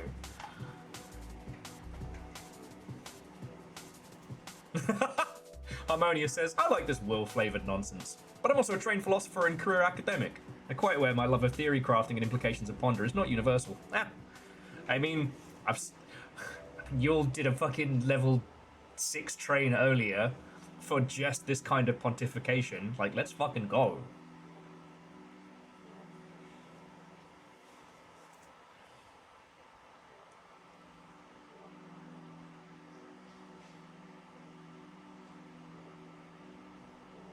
Honestly, I thought at one point, like, Niantic might be the ones to break ground on visual goggles. Just because, like, a Pokemon Go HUD is something that people would go batshit for. You know what I mean? It's kind of wild that the iPhone initially was this pitch of, like, you can have, you know, you can have your iTunes library and your phone in one device, and it also looks at the internet. Zubat shit, even. Yeah. But that's the thing with, like, if you've ever hung out with tech bros, it's very culty. It's very culty. And the problem is that smart people are often the dumbest. Because when they were talking about the metaverse and stuff like that, like, you could see them all, you know, huddled around the water cooler talking in, like, theories, but missing the wood for the trees, right? Like, user adoption of technology is usually based on something that people want or making something easier. Like, they were crafting, in theory, stuff for a mystical idea, but with no path on how to get there, you know? They were essentially trying to sell us in-game microtransactions before the concept of a video game had been invented. You know?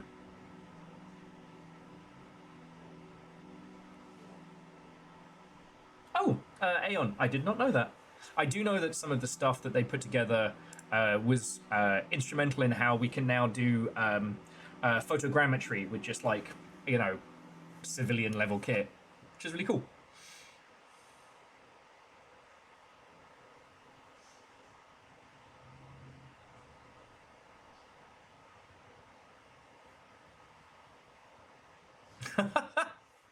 The best mark is the smart ones. They'll con themselves.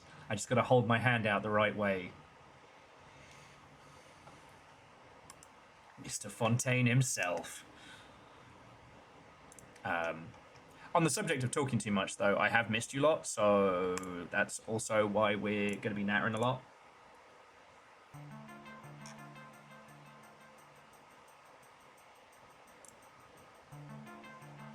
Yeah, Lyoshi. Oh, and this is the thing. It's like the disconnection between the tech industry and consumers has grown to be almost like separate nations now. It's an insane world. And the thing was, I only ever dabbled in it. DLC without a game. Will, you bad-mouthing Star Citizen? At least Star Citizen had the balls to sell us an idea we wanted. Like, look, I know folks who worked at Cloud Imperium. It is a hard fucking place to work. And I am not saying that Star Citizen is a great project or a good project. But I'll say this. They know how to sell shit. And they're good at selling shit. You know, the fake Top Gear for spaceships they made was perfect. The commercials they made for fake spaceships were perfect. They sold people an idea, but they sold them an idea they wanted.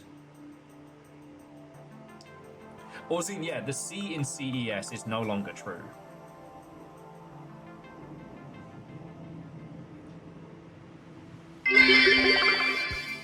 This fake ad is brought to you by the Rug Store. We refuse to add a D to the start of our sign. The Rug Stored. Akari, thank you for the bits. Spelling jokes are always going to go over my head. You can throw as many spelling jokes at dyslexic as you want. It's going to be like, oh yeah. And Scotty's saying 2027 is when the prices will drop. Anyone that can't make money from AI investments is bankrupt. All the contracts have dissolved, and at that point they're just selling surplus stock RAM. That sounds right. The Rug Store. I've got dinosaur stickers.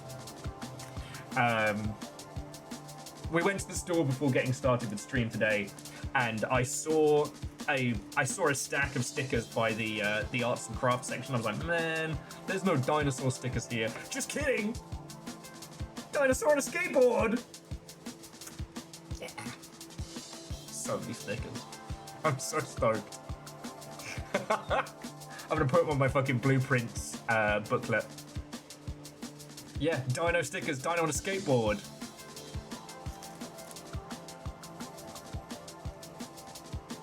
Yeah. And yes, I understand the T-Rex is on like a little mini scooter, but you know, he's got tiny arms. It's hard for him to balance.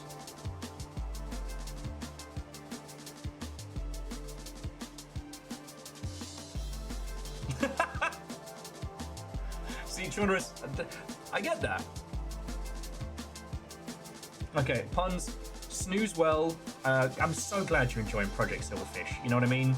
It really does feel like when you recommend somebody a book and they get super into it. It really feels like that.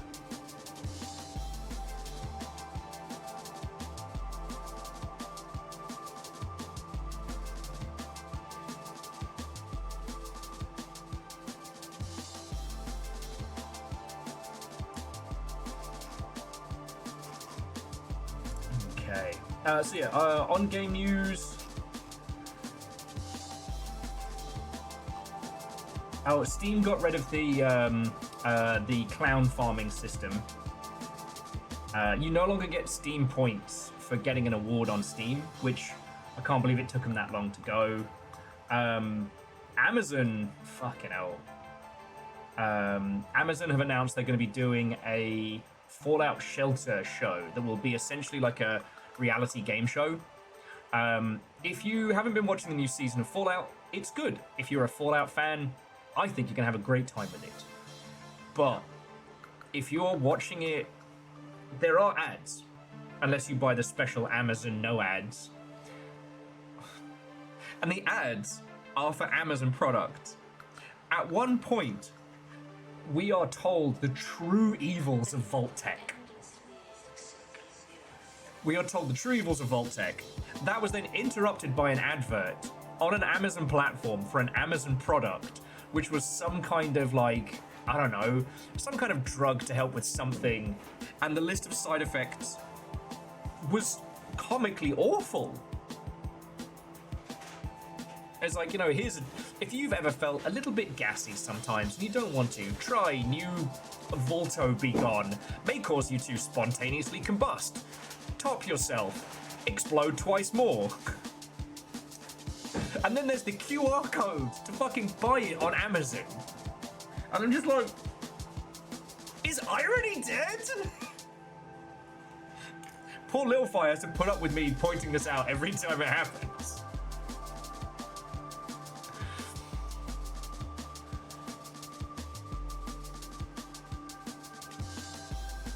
May cause implosive diarrhea. Exactly. So yeah, the fact that they're making a Torment Nexus show from the video game. Please don't fucking make these 112 Torment Nexuses.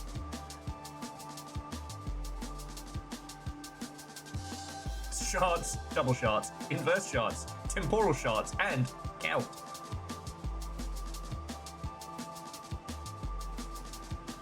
That's so weird.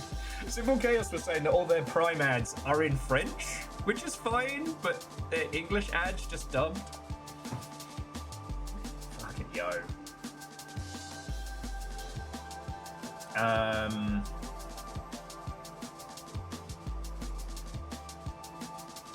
Let's see what else is going. I guess from the end of last week, the Saudi investment fund is moving a bunch of cash into its subsidiary Savvy. There's a myriad of reasons why that could be, but they're basically going to make Savvy Games Group their just pure games group, possibly to try and confuse people and avoid accusations of sports washing. You would have to know more about global investment than I to really decipher why that is. But everyone's pissed at Fatal Fury for putting AI-generated shit in the Guru King of the Guru Mark of the Wolves follow-up, which will be at Evo because the Saudi investment fund also owns Evo now. Roblox had a Bruno Mars concert, which I know doesn't seem like a thing, but it wasn't Roblox. It was one of the mini games. Well, it's one of the created games inside Roblox. That whole platform is frighteningly massive and is not slowing down. Talked about Fallout. Oh, one of the boilers exploded at Rockstar North.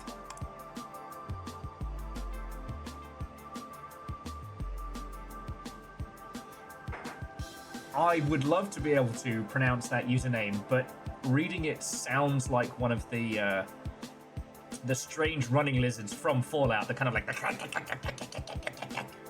But thank you for the follow all the same. We're talking about games industry news. Hello. I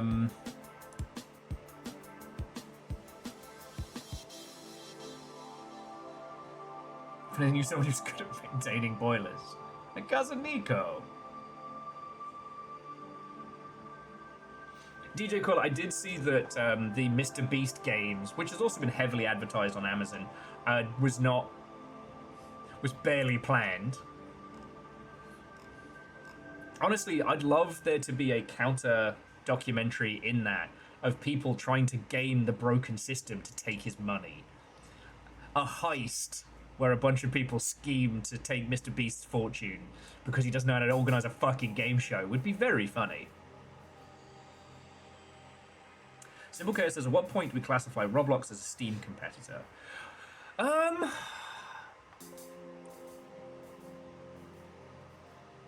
I think we need to stop thinking of Roblox as a game for sure. It is something wholeheartedly else. We can't compare it to Steam, but it's in that world. Oh, the criminal herself.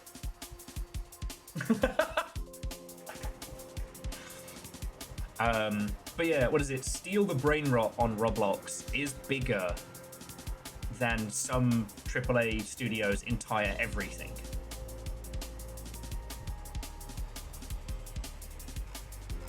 Let's see if there's anything else in the game news front that I didn't talk about. Oh shit! Hero of the People, Dave Oshry, the gentleman who founded New Blood, said the quiet part out loud that Scotty says hi. All of the free games being given away on Epic cause a huge spike in sales on Steam. That giving away your game free on Epic will cause more people to buy it on a different platform. So if Epic offered to give you cash for your game, say yes. Because they'll give you money for it, and then you get sales. Scotty says, I'd love to see the actual numbers on that. Well, we only have what Oshry shared with us. And he was talking about Blood West was free on the Epic Game Store over the holidays and sold 200% more on Steam that same day. Now, what's interesting is actually, so New Blood's company tagline is "We hate money," and Oshry is the same kind of disaster that I am, just wildly more successful. So while I wouldn't say he's a homie, I would say that I desperately, I would do the kind of shit that he does, roles reversed. Now, one of the interesting things is this, that, so New Blood is published on Steam. Blood West is on Steam. All right, if you haven't seen it, because if you haven't seen it, I played the absolute fuck out of Blood West, and it was phenomenal. I streamed it for a day. I got too into it to be good at streaming it. I cannot recommend this hard enough. Also, while I don't have the music playing just in case of DMCAs and whatnot, it is voiced by the same guy who does our good boy Garrett the Thief from Thief. You play a cowboy back from the dead, out for revenge. Yeah, Stephen Russell! And it's really good. Got a nice low poly art style with this like gothic cowboy versus like creatures and zombies, but it is played far more like an immersive sim. You've got to be quiet, you've got to count your bullets.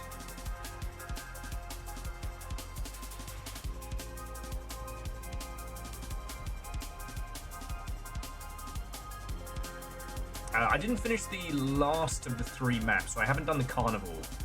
But I did the first area, which was very good, and then I did the Bayou Swamps, which has like a fucking kaiju monster and shit in it. It was so good. Oh yeah, no, sorry, it's Stephen motherfucking Russell. It is a very, very good game. What's really cool about New Blood is that if you buy this on Steam, obviously Steam takes their cut, and whatever agreement the devs have with New Blood Entertainment, New Blood take their cut, the devs take theirs. Like, in an ideal world, the way a publisher works is that you go over to them and you say, hey, I want to make cool, immersive sim, undead cowboy game. And they go, brilliant. How much money do you need to make that? And you say a number and they go, bet. They give you the money to make it, you make it, and then once it's released, you split the profits. What that split is, I mean, varies from contract to contract and the ilk. What New Blood said was, hey, if you want to launch this on the Epic Store, which is currently offering a much better cut to developers, you can just have all of the profits from that. Don't even worry about it. So if you buy this on the Epic Games Store, the dev gets 100% the cut. And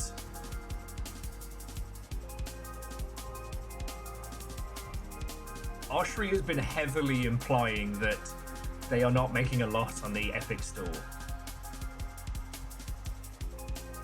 And Fearless, like I said, I'd like to know once you've had the chance to play more of it, but I'd love to know more about your experiences with Thief VR, because I think you're the only person I know who's had a proper crack at it. So yeah. I guess it's that thing of currently.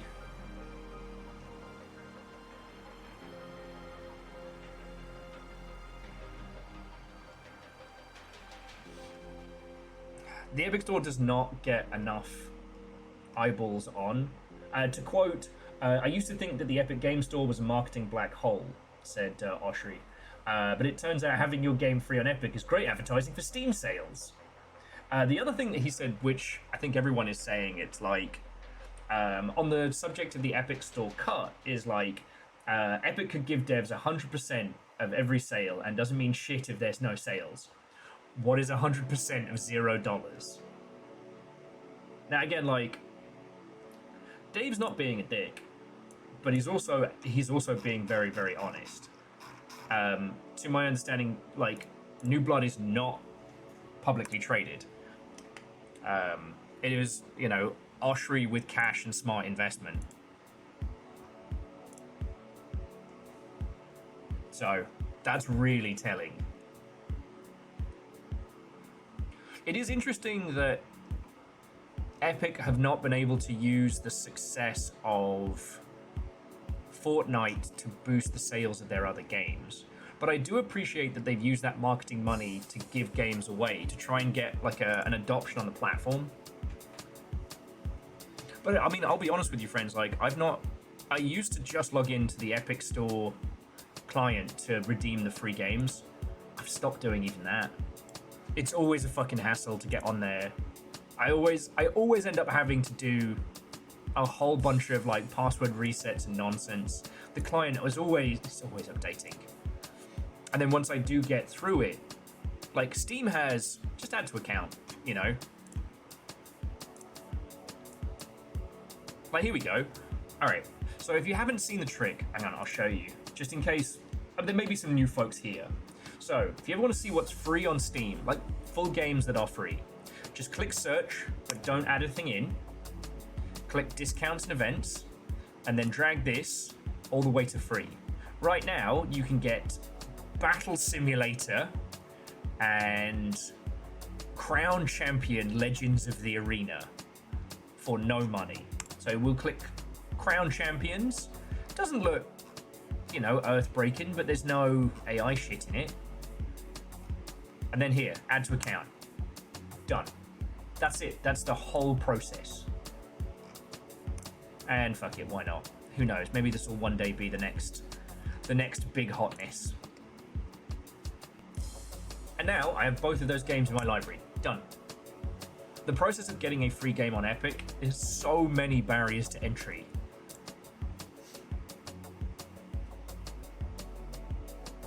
Exactly, Chaunerus. You got to go through the entire checkout system and then get, you know, yeah. Free stuff is supposed to be the thing that lures people in, not the thing that they have to work for. And I know that sounds simple, but, you know, we live in a digital age, and our time is precious. Yeah. And honest, that's the thing. Steam's whole modus operandi is just out there. It's not a secret, hidden thing. You could just use Steam and go, oh, we'll steal that. Oh, we could do this better. You know? The thing is, Steam don't improve their platform quickly. Now, I'll take Steam staying exactly the fucking same over, you know, the enshittification. But, you know? Okay. Is there any game industry stuff I've missed? Any games news you want to chat about? I haven't seen anything else massive.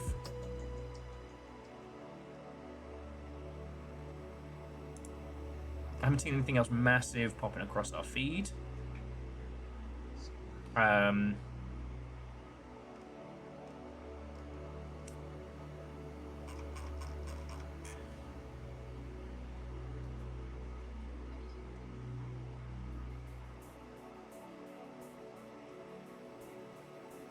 Oh yeah, no. So Scotty, Steam are not a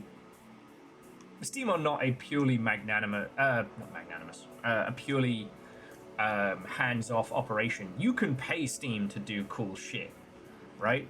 You can contact them to do cool shit as well, but like, all right, there's no promotional stuff going on right now.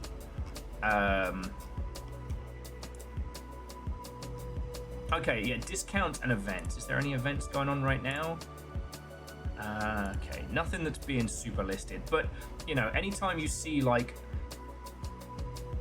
anytime you see one of those big takeovers with like Borderlands, so you'd have Borderlands 4 right here, and then all the background art around Steam would be Borderlands themed. That kind of takeover is something that I can't remember if Gearbox is self-publishing right now or what have you, but that's something that is paid for, or a big deal is struck with Steam. If you're big enough, you can just talk to them, which is still cool. You know, I used to go to the Steam parties at PAX. Things like that, you know?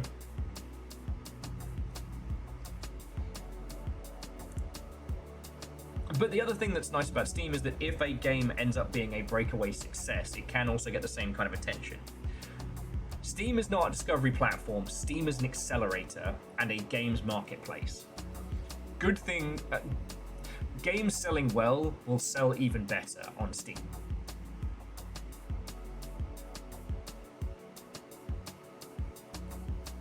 Yes, what hard? Sometimes.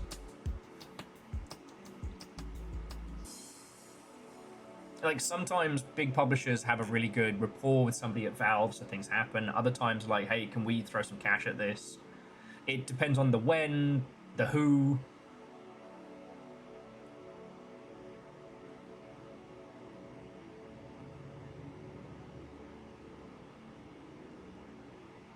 Well, so Minnesota's a myth. The tech side of Valve, they don't take stuff out unless they really have to.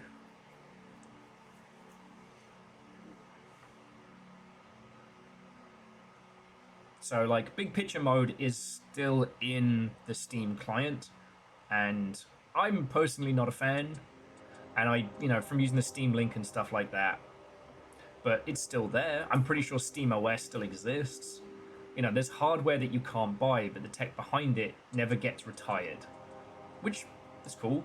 And yeah, Phyllis, it doesn't help that Tim Sweeney keeps running his mouth on Twitter and saying things that infuriate consumers because he knows better. You know, his most recent one was saying that Steam should ditch the AI tags. Because, like, people would care less about it if they didn't have to read about it. And Reflective, what and welcome. Tim Sweeney sells Steam a lot better than he does Epic. Yup. Now, personally, I also don't think that Valve is being, like, the cool homies about AI-generated assets. I think the reason it's there is because as it stands legally, you don't own AI-generated assets, even if they're in your game. Like, and so Valve have to have a way of tracking that in case of legal fuckery.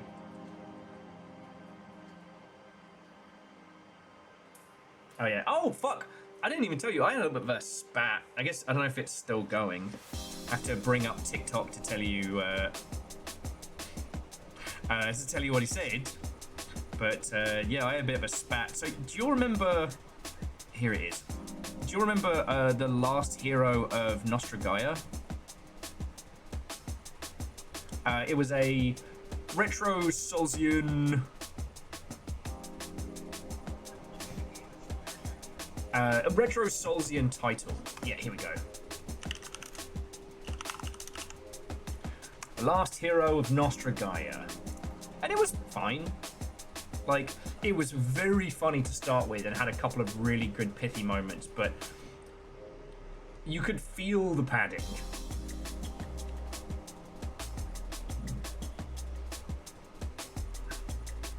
Yes.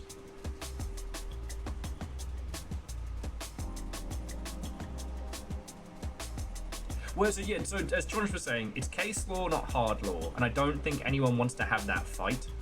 But yeah, basically it's thanks to a monkey who took a photo, and it was decided that the monkey could not claim the photo as his own because it had no idea what it was doing. There has to be like a human intent. Generated images have no human intent. They are not things that people create, so they can't be copywritten, they can't be grabbed. Aeon, retro Solzian cozy horror immersive sim. Ah yes, the brain breaker. Okay, so the game on screen, this is the last hero of Nostra Gaia. You are a stick character who appears in the city of Nostra Gaia, a lost video game world, with a narrator that's angry that you're here because you're not a real character. As you play through the title, you essentially restore high fidelity to the world. There's loads of cute little things about it. The antagonistic narrator was very funny, having kind of like, you know, in those bits in the Stanley Parable when the narrator is just out to get you?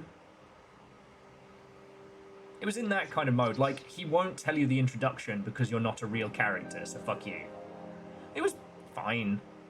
One of the cool features it had was that you don't, while you can level up items a little bit, ultimately to unlock them is to remember their history and where they came from in the game and things like that, which is really cool. The next game is called Killjoy, and the pitch is, what if the Pyrovision from TF2 was a game? And it is full of AI assets, so make sure to add and avoid that game. But what was really fascinating was, look, it's been a hard couple days, and I mean, I'll show you it just so you know what to fucking. Oh wow, it's not even the same studio, so I guess it's one of the guys just striking out. Yeah, here we go. Killjoy. Oh, it's a okay. I won't play too much of the trailer. But most of the assets are handmade, but there are a scattering handful that were AI generated. Background skybox, distant castles, even a few small entities, things like that. So yeah, no clear disclosure on what's actually being used, what's actually being generated, just kind of like a, oh, whatever. So, alright, it was a bit aggressive for me to say that I'm not touching this until the AI Slop is gone from this title. That was combative of me. And the response was, from the creator, everything in this video was made by hand. And I was like, well, actually, to quote your own Steam page, and I said the same thing back. And what I fucking got? Oh yeah, no, I thought you meant the logo. Some people think it's generated, you know, because they're hysterical about AI. It gets better. I've been developing games for 20 years, and I can assure you, whether it's an asset made by hand, an asset I purchase on the Unity store, or yes, in rare cases, an asset that's generated by model, nothing gets into this game without careful thought and intention. So you carefully thought that you wanted to add AI shit to your game, and you thought, this is a great idea. Yeah, no, he's showing his whole fucking ass. Actually, make sure I screen cap this one.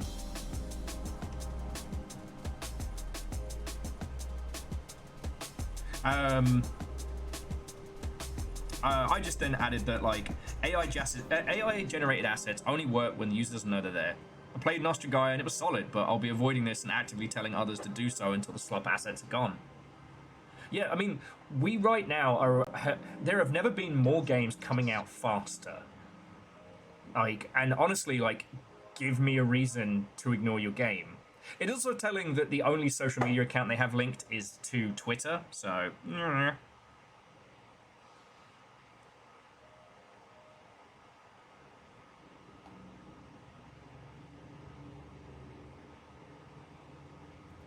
It is funny that the people who are like, AI doesn't matter, are, such great industry analysts as, and I shit you not, Dino Fart Roblox. What was the other great name? There's Dino Fart Roblox.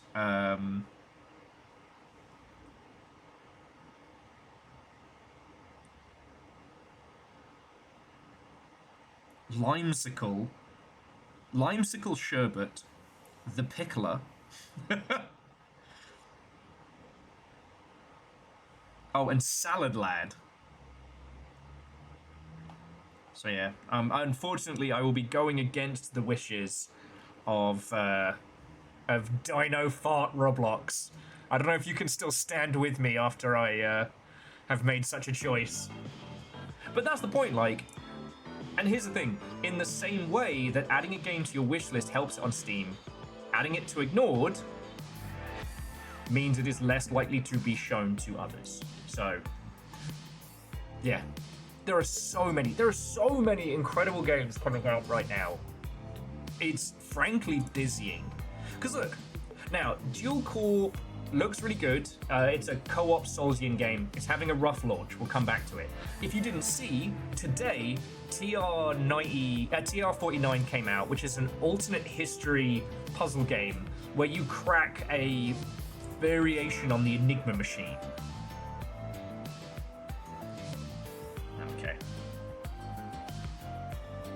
Oh, and sorry, I panic looked at my phone earlier. One of the people downstairs was sending me more stuff about this place, even though it's all been sorted and approved. They So probably have a bunch of, maybe they have new people in training. it looks like that. I don't know who Derek is, but I think Derek's several steps behind. Derek just stresses me out right now.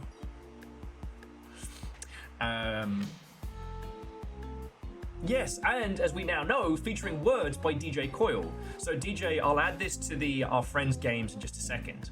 Now, I'm not going to be playing this today because I can only do one big puzzle game at a time. But this is the same people that did, like, I almost said Heaven's Gate.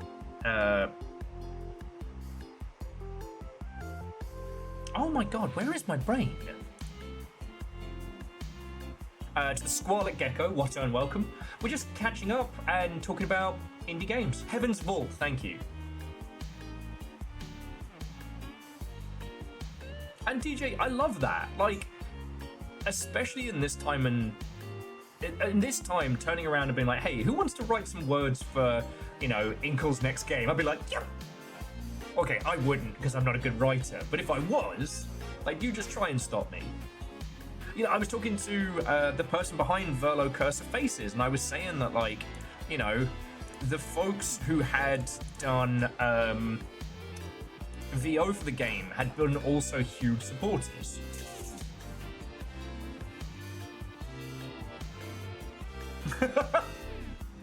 Yeah, Chaunerus, you know what? It's fine. I'll just take a week off of Blueprints. We'll finish this in a day. It'll be so easy. You know, like how Outer Wilds was just going to take one stream. Just one stream.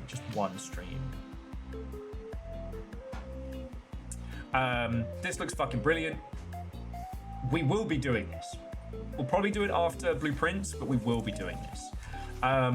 Mio Memories in Orbit. This was one of the absolute standout bangers from Summer Games Fest, and it will not take you long to realize why. Supposedly it's only 6 hours long. Why must you turn this into a house of lies? 6 of your hours or 6 of my hours? Well, Jamami, I made the fucking mistake of checking how long to beat for how long Outer Wilds would take.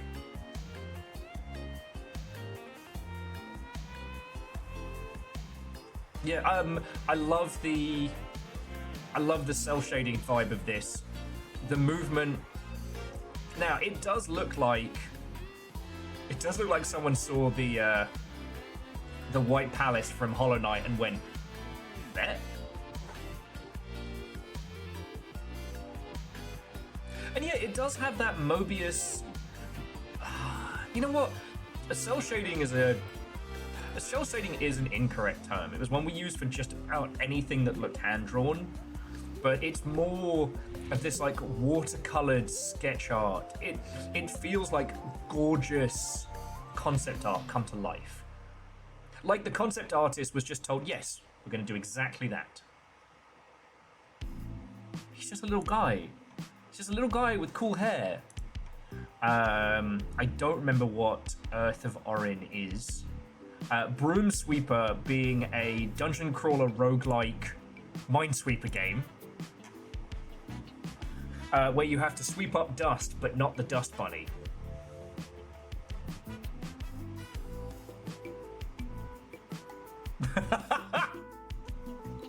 Sorry, Shaunish was saying part of this is that, you know, with the stream getting to be 4 hours of gameplay ends up being a very long stream given Will's 2.5 hours of talking.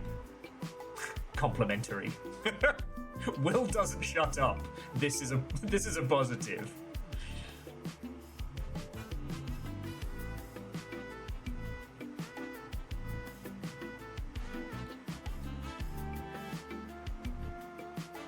But yeah, no, Minesweeper didn't hit me like a lot of other games, but if you are into it, this will consume your life. Kin and Quarry is another one that I won't be streaming, but I think this is going to be my next incremental game.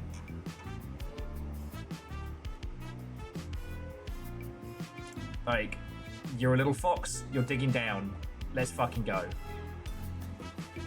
Incremental games and hardcore shooters are kind of my downtime games, just because they don't make for great watching and they're not good for conversation, but I love them.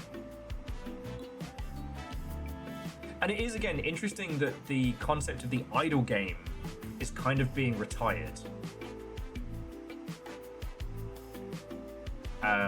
I haven't had the chance to research why people are putting idle game away. This seems satisfactory. What you did there, I saw it. One Turn Kill looks fascinating. It is a pixel art TCG where it all goes down in one turn, if I remember correctly. Okay, don't need... There we go.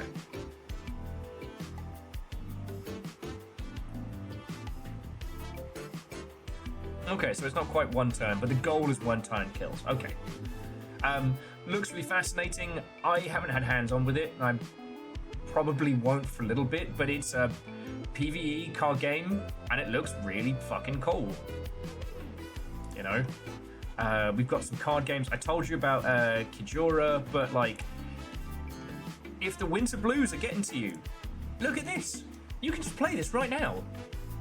And why go over the usual wish list, other than because it's fucking cool, and I actually haven't decided what we're playing today yet, but it is going to be indie. I'm actually tempted to go back and play some more for her Curse of Faces, but just because the dev said nice things about me playing it. But this is just like a summer mystery with friends. Like a Kids in Peril, but more in the vein of, like, you know, rural anime than anything else. It looks really good. So when somebody like Mr. What was it, Dinosaur Fart Roblox is like, whoa, it's like, fine, like, okay, you decided to put AI in your game, now I don't have to worry about your game. I have so many other games I can be spending my time, my effort, and my fucking money on. You don't care about that? Cool. I don't care about you or your game now, so...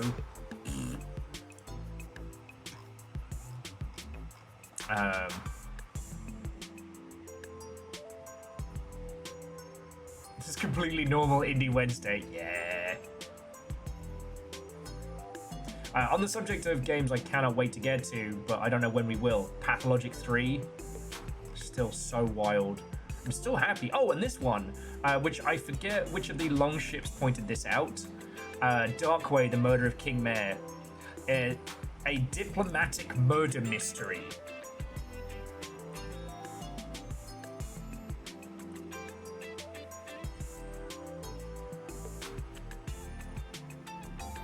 What's this? Yet another gorgeous art style? You fucking better believe it!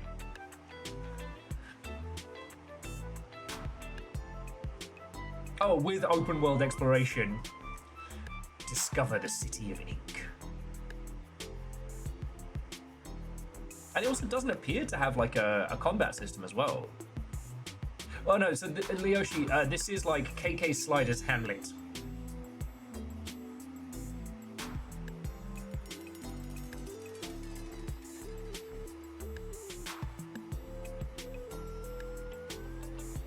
Like, look how fucking cool this is.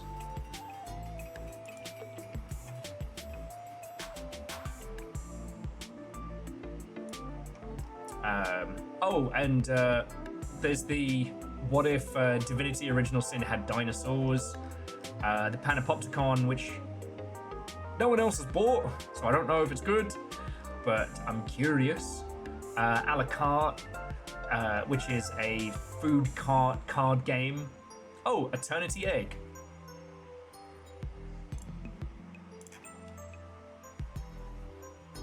Look at this.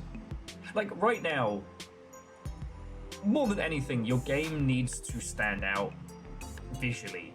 This is the time to not go soft. Like, you want to make a PS1 style retro platformer, you make it look like this thing fit on a disc. They should make their own assets. Positive, exactly. And look, there's nothing wrong with buying assets on the Unity store. Well, I mean, you should probably be getting off Unity because that ship hasn't sunk as far as it's going to sink just yet. But like, as somebody who really enjoyed Nights into Dreams and Pandemonium and things like that, well, I guess so. But feels like it evokes that. Especially those early 3D attempts on like 16-bit hardware that people were doing.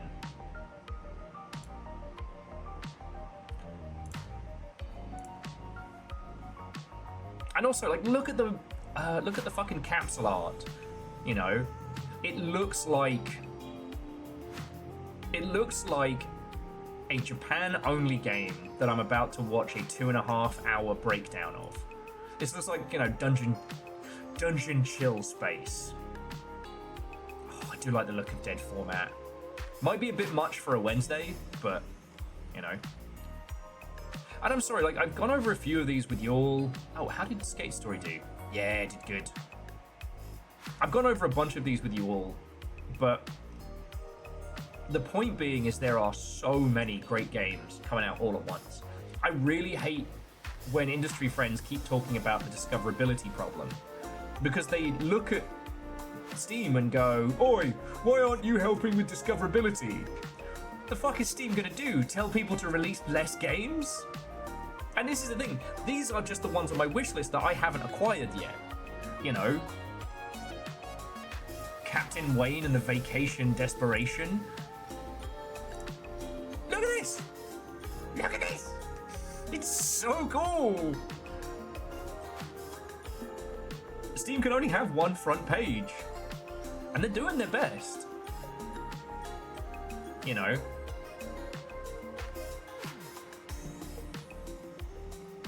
The thing being is, like, there's a part of me that really would love...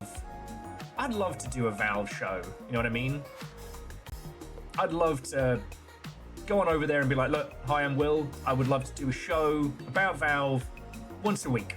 We'll just do a little show, chat from the office, jobs are good."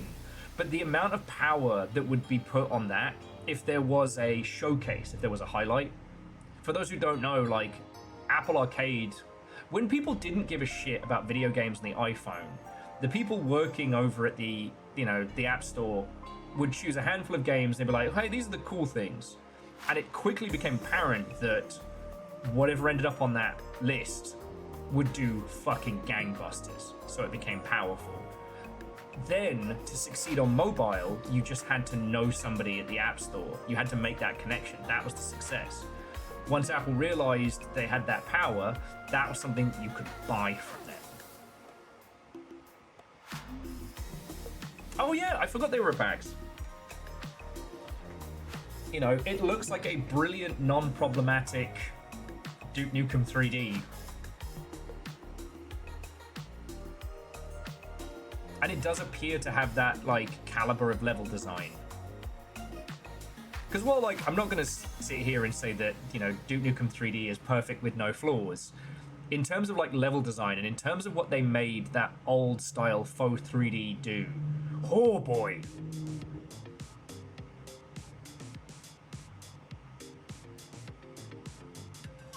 Ah, well, Alanus, if you pick it up, let me know what you think. Verdon, who's Steve Jobs?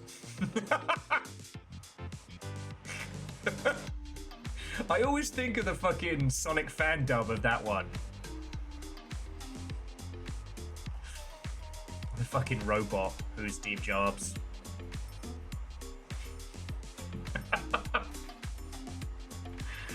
But yeah, this is something that dropped. I was a little worried because the visual style of the character was very similar to Pizza Tower, but just as a pirate. Even though the game was very, very different, like the assets that were going out, I was worried it was going to get lost, but it seems to be doing good. Viral says, I discovered this band with a song called Steve Jobs is Dead and I'm Not. Ha! That's very good. I have been listening to Malort and Savior's The Day It Finally Happens. For no reason. For no reason. It was half an hour last night. Half an hour last night where I knew hope. And it's okay. Yesterday wasn't the day it finally happened. But when it does, I'll be ready. God, we are going to party. Those of you who don't drink alcohol will need to think of a non-alcoholic equivalent beverage that you will make that day. Sorry. Obviously, I'm not talking about anything or anyone specific. Miyakini Sakura, what and welcome. The indie games go great. I haven't even picked what we're playing yet. How are you? Oh, Moose. Oh.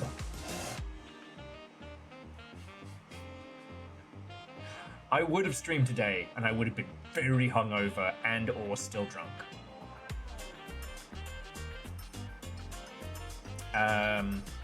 Oh yeah, here's another one. Repel the Rifts. This team made their own take on Into the Rift, but as a tower defense.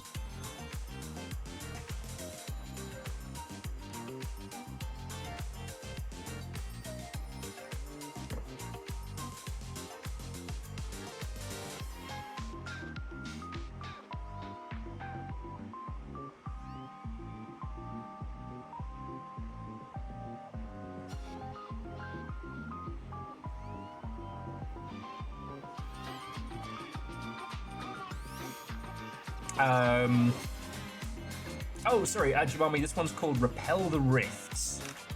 There you go.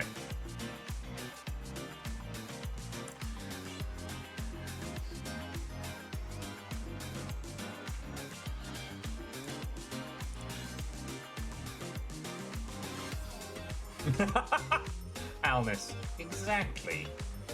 Remember, friends, nothing in ASCII, but...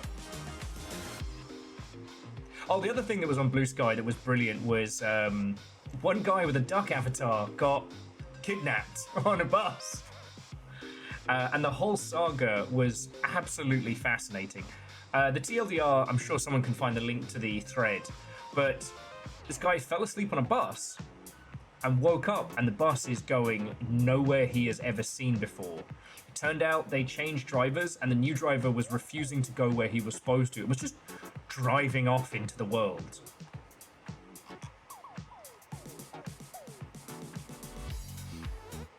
And yeah, sorry I'm scrolling down the wish list. It's just, again, these are all titles that I haven't even picked up. One thing I did notice, which was a little sad, was that Possessors has not done well. Possessors came out like midway through last year.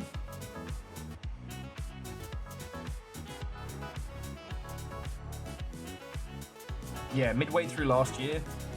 And it's currently only sitting at like 280 reviews on Steam.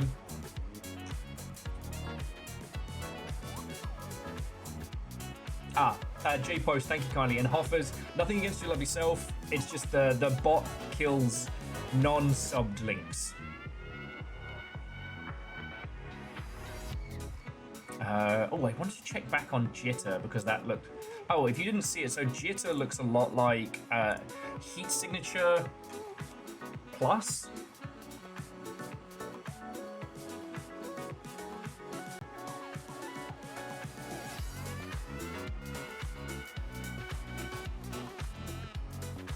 With this one, I want to wait until it's closer to like done before we get into it.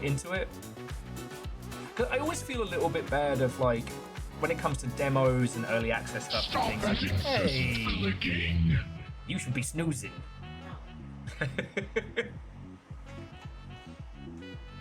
Hey, this is my cave. Okay. Okay, here's that. Oh, you know, Heat Signature was great, and it has that kind of vibe. More the ship stuff. The ship management is closer to FTL, but the world. And a little fire. Thank you for gifting Hoff as a sub. But yeah, if you get bored, that whole thread is such a wild ride. Because apparently, like, the guy, you know, barely spoke English, spoke French, was very angry at the world.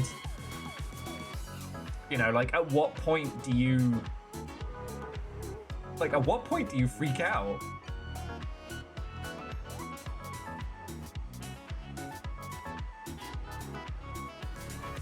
And feel like that's understandable. I really appreciate that.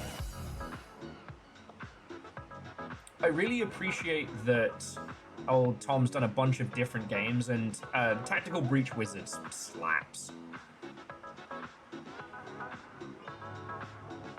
Oh, Idea Fix one is one I think I've been saving. Ah, yes. This is gonna be one for like either for YouTube only or for like a long ship after dark. This one's called Idea Fix, and it says it's just an incremental physics-based game about pushing levers and coming to terms with obsession. Simulation, relaxing, atmospheric, psychological horror. Sorry, what? We'll definitely spend some time on that. And again, like, this is just the ones I haven't personally picked up. Hard Void's gonna be rad. I'm waiting for that one to just be good. Mind Scorn is definitely horror. Silly Poly Beast seems to have done good. Yep, 1,600 reviews.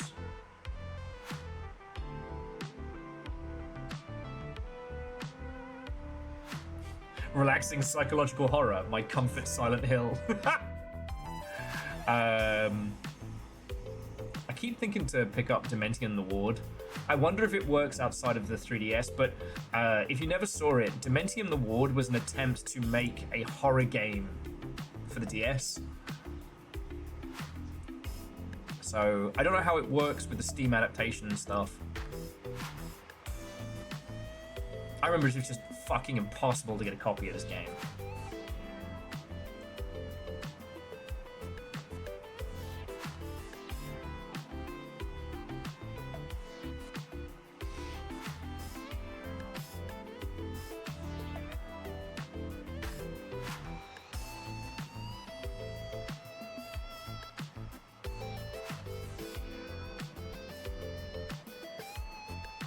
Oh yes, and I forgot, it does in some sections it does the Doom thing of you can either have your torch up or you can have your weapon up. Which is evil, but I mean it works. What else is on the grand list? Mimesis, I'm gonna do when I can get a squad together. God, we haven't even gone back to Pacific Drive.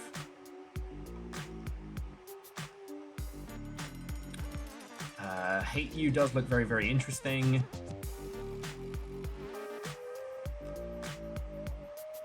Barrel Roll being a fucking roguelike deck building western, where it's the bullets you're loading into your gun are essentially your quote unquote deck.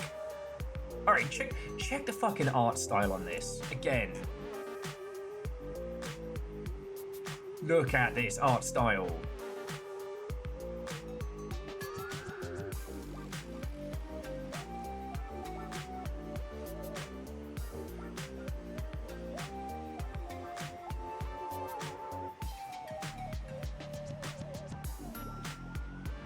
sorry, robot cowboy roguelike deck building. You can say a lot of things about the Longship. I don't bring you boring games. Pale Coins looked interesting. Yeah, see, Simple Chaos, I got you. God, we haven't even touched Isopod yet. So Isopod is from the same people who made Webbed. And instead of being a spider, you're a little roly-poly, or... It's always fascinating whenever I bring this game up, because you learn that every different... There are so many different names for these little bugs. We actually called them Henrys where I'm from. Fuck knows why.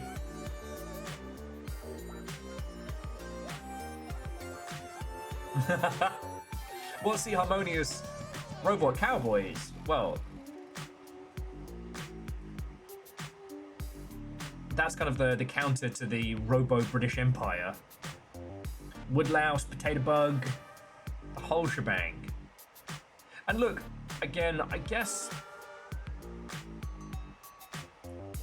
I'm not just bringing these games up to prove my point, right? But right now, these aren't even just the games that I have. We can go into those in a second. These are the ones just in my wish list. Now, I will admit, I use my wish list kind of partially as an outsourced memory, as much as here are all the games that I will show you in the future. You know.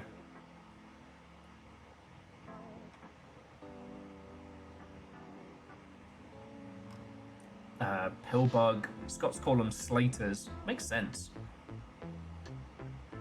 Oh, Sunken Engine dropped. Alright, look at this thing.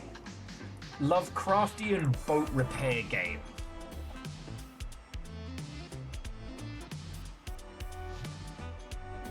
Edwin, you will receive no such help here, and you know that. And what's really fascinating is since Dredge did so well, there's now like a visual shorthand for doing Eldritch Horror with boats.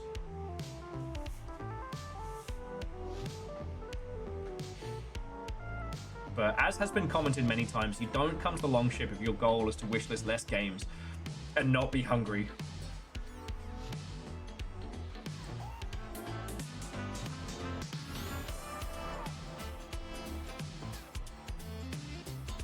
Because I forget which day it was, but I made roasted pineapple pork ribs.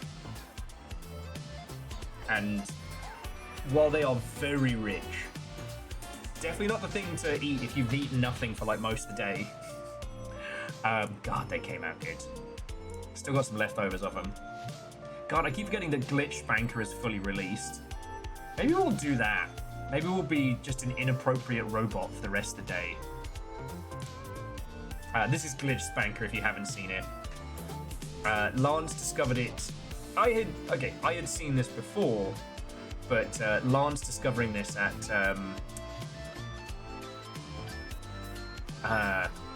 PAX gave me life.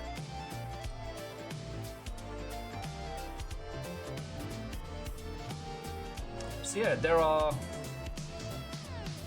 vicious, sentient furniture hidden throughout your these environments, and the only way to find out which one is which is to give them a little spank with your magic wand.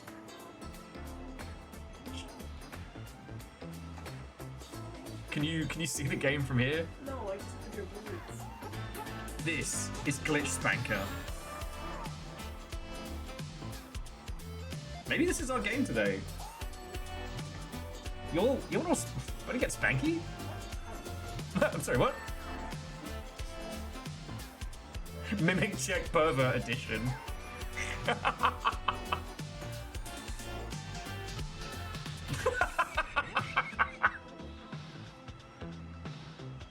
I'm not usually a fan of my full name, but J-Post, I can hear the inflection in you typing.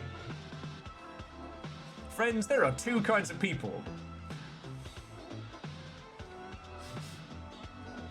You should call them.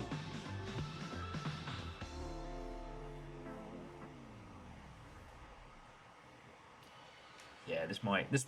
All right, this is a contender for today. I'm gonna put this over here. Because as Jonas was saying, like, we've been talking for nearly 3 hours, and I'm having a fucking great time. I could quite happily keep nattering. But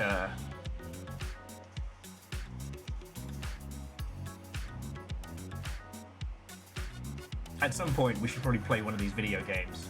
Oh shit, did I tell you all, I guess, those of you who are programmers by trade, did I tell you about this one, the farmer was replaced?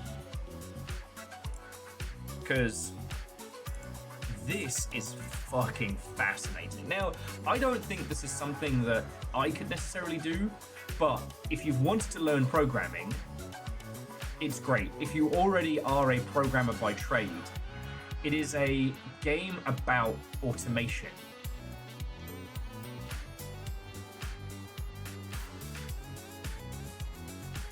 Where your goal is essentially to successfully farm your crops as best as possible. With the limited amount of space that you have.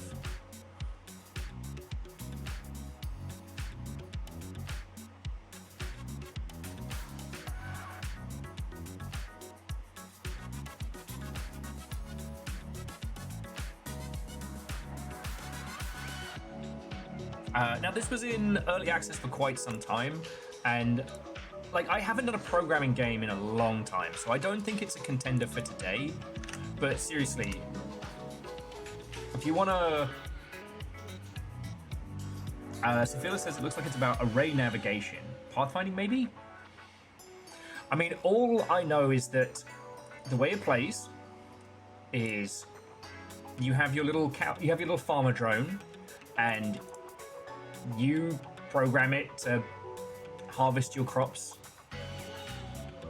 So here it's like, while true, if get ground type equals ground's grassland, if can harvest, then harvest, else plant.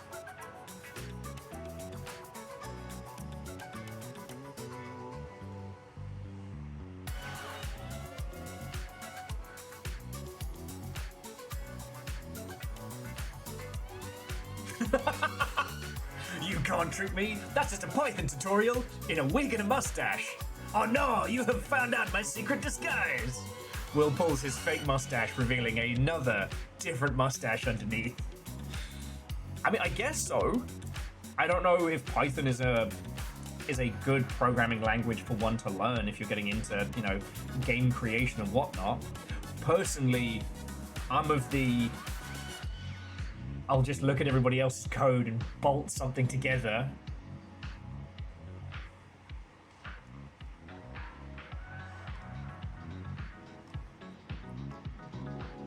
I mean, you'll know about Little Rocket Lab now, which is cool. Dying Breed's been slowly turning itself around, which I'm really looking forward to. Unfortunately, that was the mustache I threw away, so.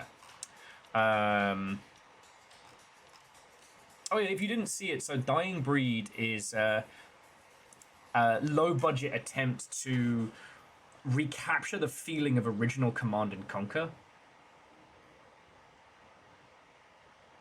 Okay, and DJ Coil's saying the Python's very approachable and a good way to learn coding concepts. Red. Like, I just learned C++ like a million years ago, and how much of that has even stayed with me, I don't know. I haven't tried. But yeah, so this is aiming to be classic Command & Conquer, complete with over-the-top live-action cutscenes.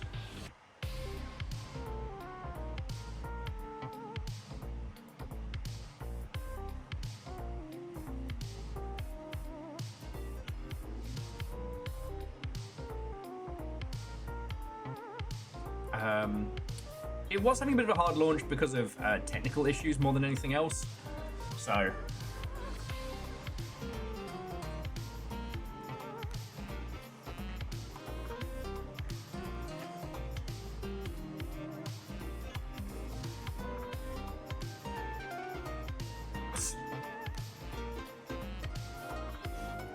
also, that bloke does look slightly like Caffeine, which always catches me off guard, as Caffeine is a massive Command & Conquer fan.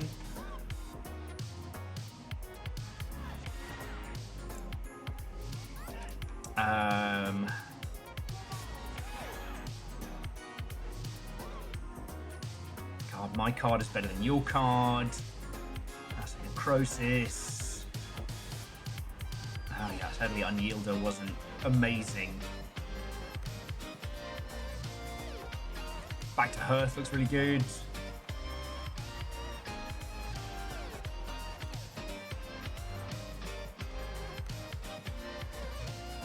The thing is that because I don't play as many horror games for you lot as I do other stuff, a lot of these are very much in the like, wait, is that something that's going to be gloriously fecked up? Yes, it is. Okay. C++ was my grade in high school. Look at you now.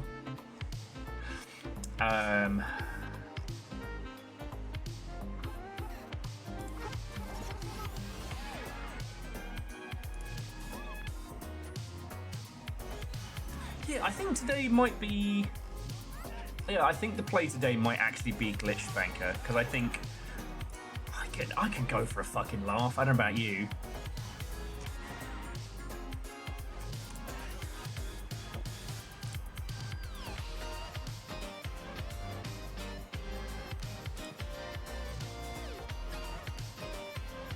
Yeah, I think that's the play. Because there's so many things on the grand wish list. Annoyingly, depending on how you receive certain games, sometimes, so like Shinobi Art of Vengeance, which I'm saving for a day off, I have actually gotten a copy of, but it still keeps it on my wish list. I will say though, I've started saying this to myself, that like, if it's a choice between bugs or enshittification, I'll take the bugs like every day. And I know that I'm usually against using enshittification when talking about game stuff because it's too much of a shorthand and it misses the nuances. It's also fucking accurate, you know?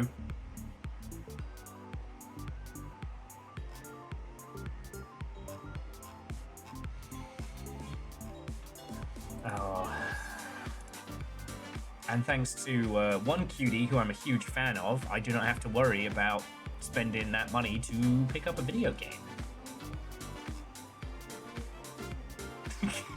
If you didn't hear, Little Fire just softly sung "Can They Fight" from behind the chair.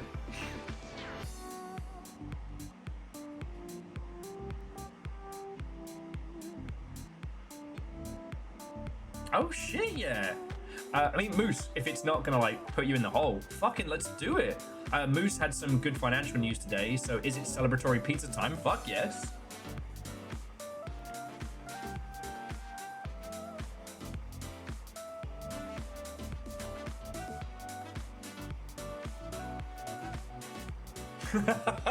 Anna says, I just like the term enshittification, not least due to the fact that it's somehow the opposite is disenshittification. Like, what are we even doing here? Wait, our routage.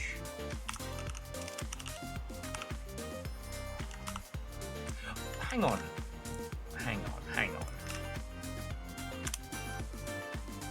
Oh yeah, Virals, I played our routage on my fucking phone for a million years.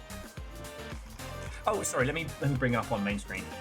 So our routage is like a cut down Ikaruga. So it's the mechanics of Ikaruga, but with this kind of like simple visual style, like this. You're still doing the swapping between, but it's red and blue instead of black and white. You're controlling it with your phone. I played the fuck out of this. Disenshittification is my favorite Magic card. Ah! Virals. I used to play this on the tube in and out of London every fucking day. It's fucking brutal. This and Space Invaders Infinity Gene.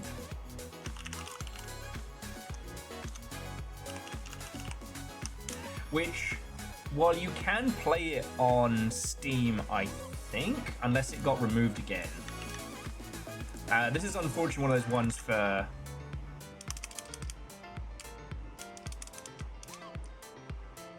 Yeah, it's not on Steam anymore. This is one of those unfortunate ones that it's just lost to time because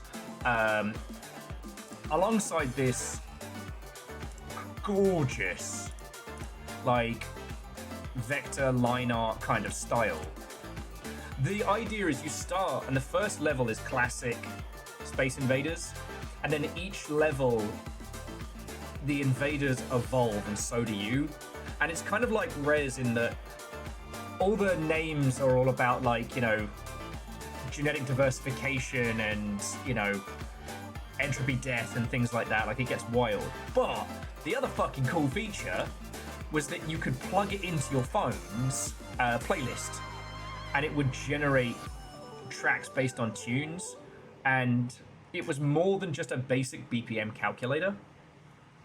No, so Scotty, it was an official licensed product, and it was fucking good. It was just, I guess, whatever licenses they had dissipated.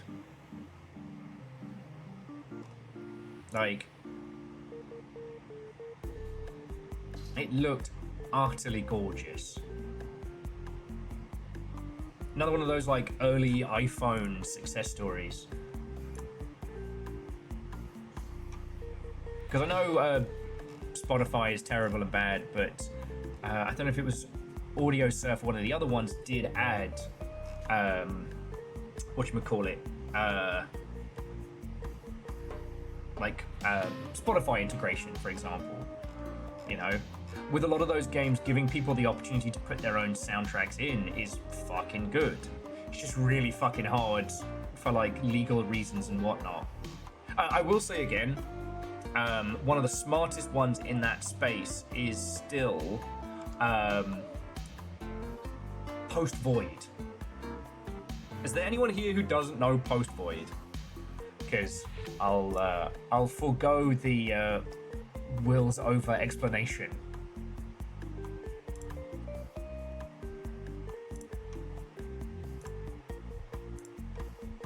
Scotty, how have I not told you about it?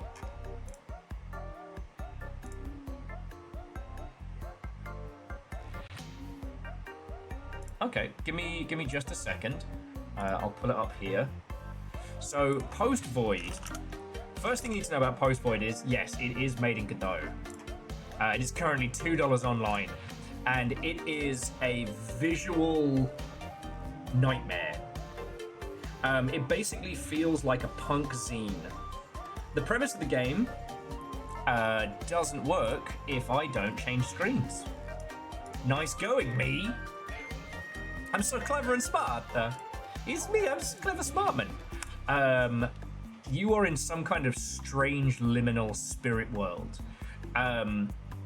Your head has been removed and you are holding it in your hand as the very essence of your soul leaks out. You must run through, blast these bad guys. For everyone you blast, refills your noggin a little bit. But anytime you take damage, the goo of your soul leaks out faster. You have to make it to the end of each section. I think there are 8 sections in total. And it is fast. This is really good if you need something as a warm-up before a shooter or something to wake you up before you get going.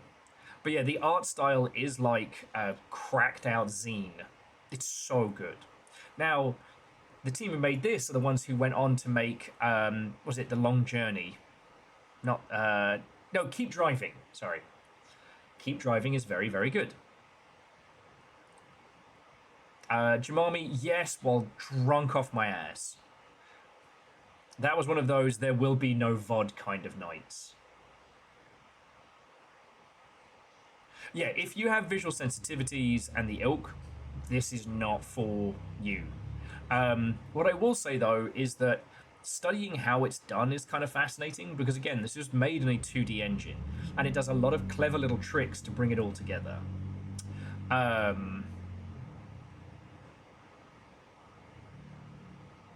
Now, the reason why I bring this up is that it has this cheeky little achievement thing, which I'm still in awe of. And again, like, I know Spotify bad.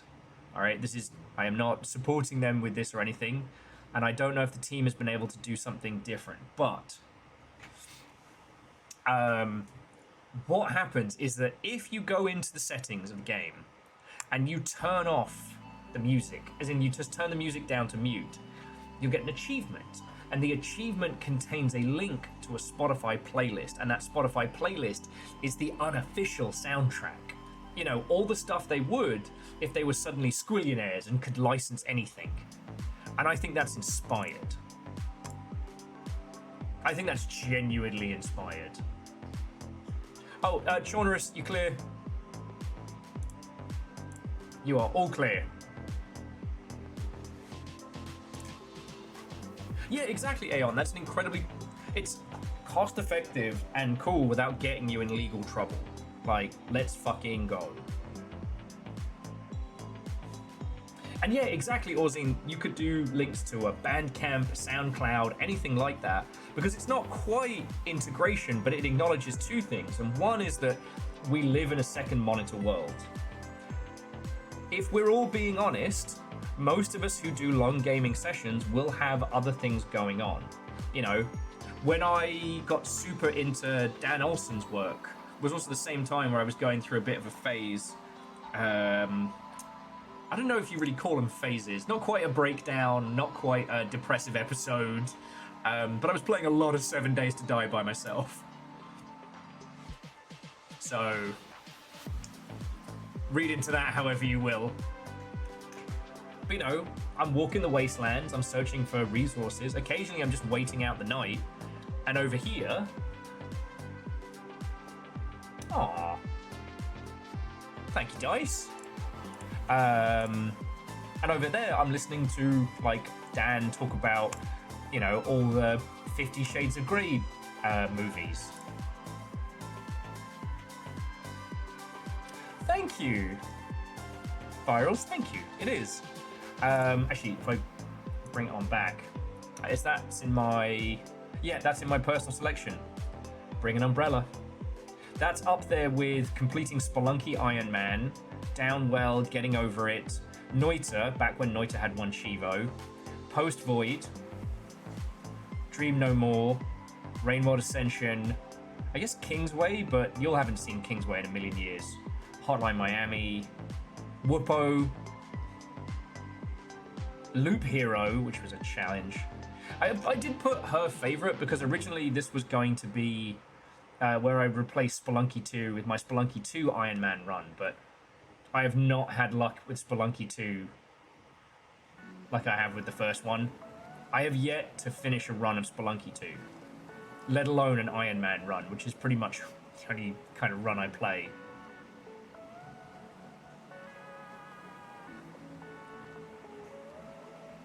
And Scotty, like, that's fine. Like, I have my playlist for Arena Breakout, except for when I get in-game. And I've actually turned off the in-game music from...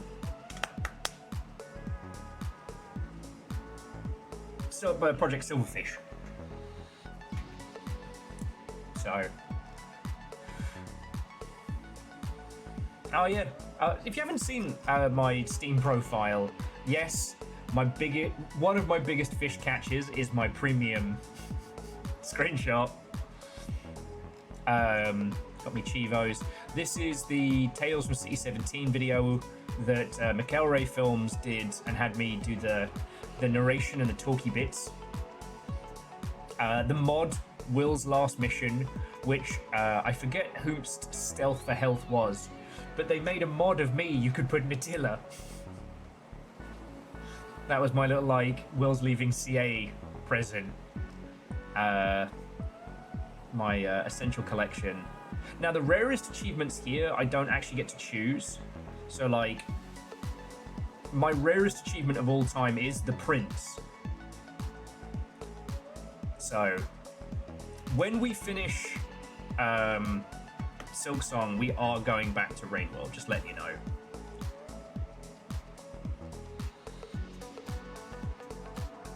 Yeah. So Virals, we had this weird one back in the CA days where the YouTube codec would break the cinematics and all of the audio. So if you were listening to a YouTube video whilst you were playing Total War, it would fuck everything. And we only found out because one of the QA testers was fucking off. Because you're supposed to listen when you're testing, right? Also, a good week. One of my rare Anacrusis. Perfect Dark in Clandestine. That was me and DJ. Another Anacrusis. A lot of Sea of Thieves Chivos, but I haven't logged back in, so I might end up getting a bunch. Miscreated, Unfortunate Spacemen. The Spinning Top. A Rocky Friendship in the King of the Castle. Another Unfortunate Spaceman. The Barry Best Ending from Anacrusis. Placid Plastic Duck Simulator. The Papomatic. I think we got that recently when we finished the latest puzzle. Weirdly, Guns of Icarus. And I have 38 completed games, which aren't always the ones I would like to, but... And obviously I've got to have Rain World and whatnot.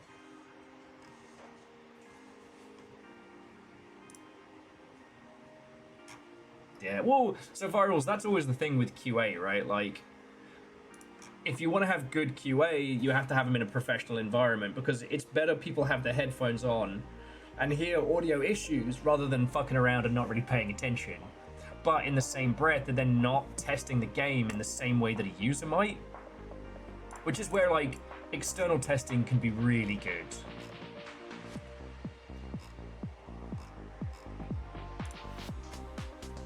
Alright, let's get this on the download real quick.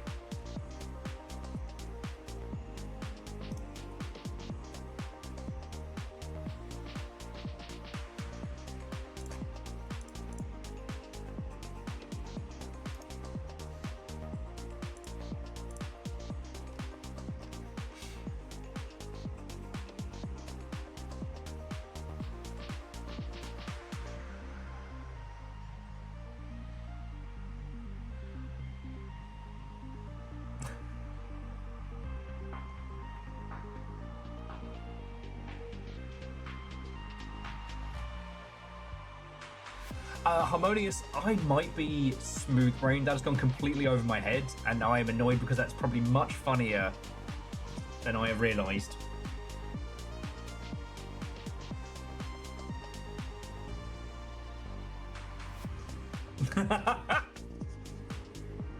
Yeah, Fearless, I was so proud of that one. There are a few things from Unfortunate Spachuman I feel guilty for. There was one point where, was it Hindle followed me into a room, like really early on in the game, and it's just me and Hindle. Everyone else is on the other side of the map, and I'm the monster, and I'm like, well, fuck, I've gotta.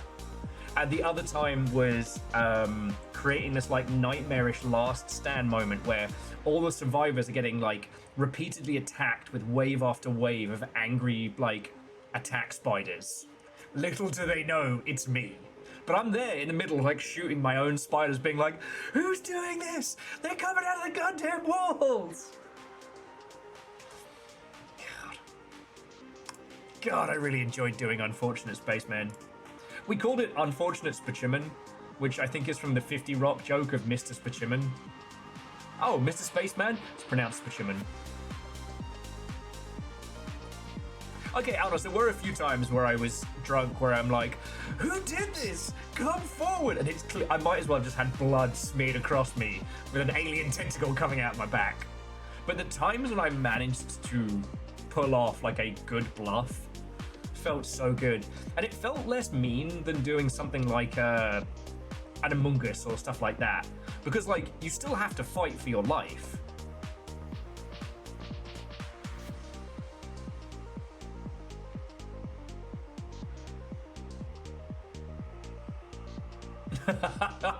Yeah, Harmonious.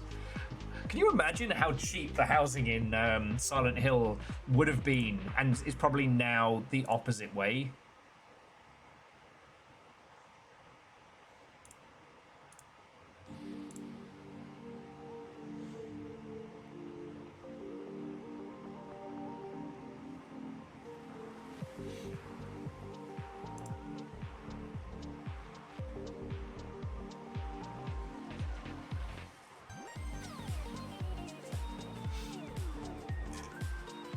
won't be laughing when an alien spiritual man fucking kills you. The pee pee poo poo man, he's here.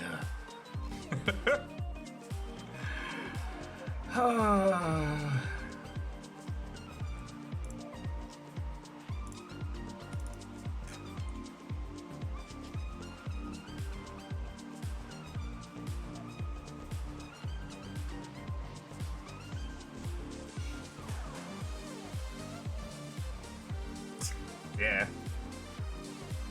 I am hoping at some point we'll get the chance to play through Silent Hill F, because I do have a copy of it. But, you know, it's on the grand list of so many games. Like, to my knowledge, Silent Hill F sold great. I'm not...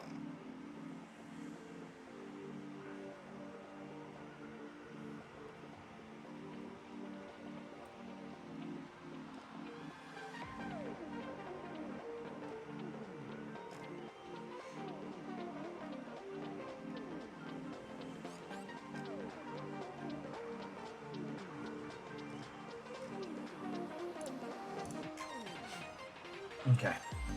Sorry, friends, I had a little bit of a 1,000-yard stare there. I do apologise. Now I'm getting to chat with everybody. I'm like, GlitchSPANKR is just installing now, so we'll have a little runabout on that one.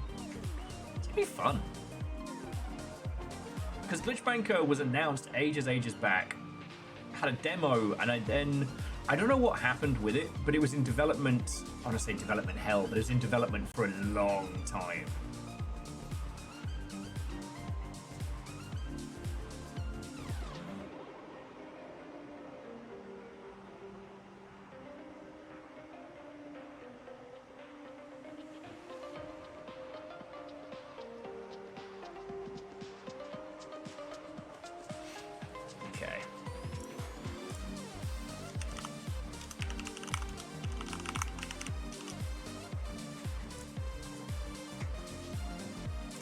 Okay.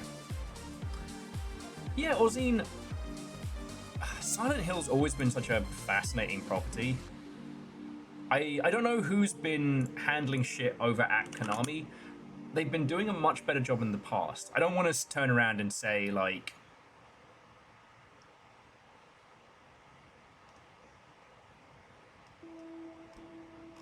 Okay, there's a tomorrow problem. Sorry, I just got a message. If it's not spam, it's the Xbox wanting me to verify my age account, because technically my Xbox account is one from the UK. That'll be fun. I mean, if it gets lost, it gets lost. Sure, there's a lot of Chivos and things on there, but, you know, these things too shall be lost. Like tears in rain.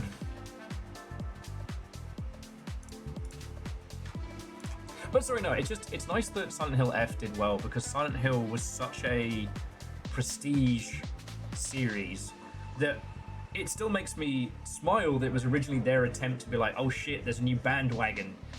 Because Konami and Capcom were kind of like fight buddies for a while, kind of like trying to one-up each other in a lot of different spaces. They had very, very similar philosophies to like games publication. Back in the day, okay, I'm sure you all know this, but I want to talk about it, so fuck it, it's my show. Back in the day, I'm also going to get a drink or a tea or something. Does anybody want a beverage? We don't have anything alcoholic right now, but, you know, got varying teas and whatnot. All these Chivos lost, like tears in rain. Time to log out. And Fearless was like, all these memories will be lost to time, like micro-budgeted indie games during a release surge on Steam. Solved my English breakfast challenge then. Is that the British challenge to remember to have some fucking breakfast? Because I'm on a level with you. Not been succeeding at that one. But I've had stress belly the last couple days, so I haven't been eating much. Oh, this new thing called water. Fascinating, fascinating.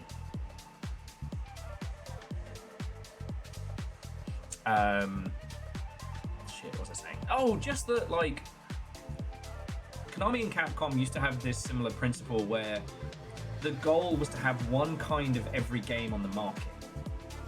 Like, I'm sure you all know this, but I love talking about it, that post the Atari crash, Japanese companies did not have the same, like, the American companies had from the Atari crash. I'm sure you know it, but like the Atari crash was a lot of toy companies moved into video games because it was seen as the kids' new hot thing, and they were just trying to pump out as many consoles, as many cartridges as possible. This led to an oversaturation and low quality point, which culminated in the disaster known as E.T. the video game. We can talk about it later or look it up. Japanese companies didn't have the same problem. And during the 80s, they were on an economic boom. So they were continuing to make games for their consoles, which did not suffer the same detonation. As the Nintendo Entertainment System and other consoles started, like, ruling. Because it's wild to think that as most of us grew up, if you were buying a console, you were buying a Japanese console, right?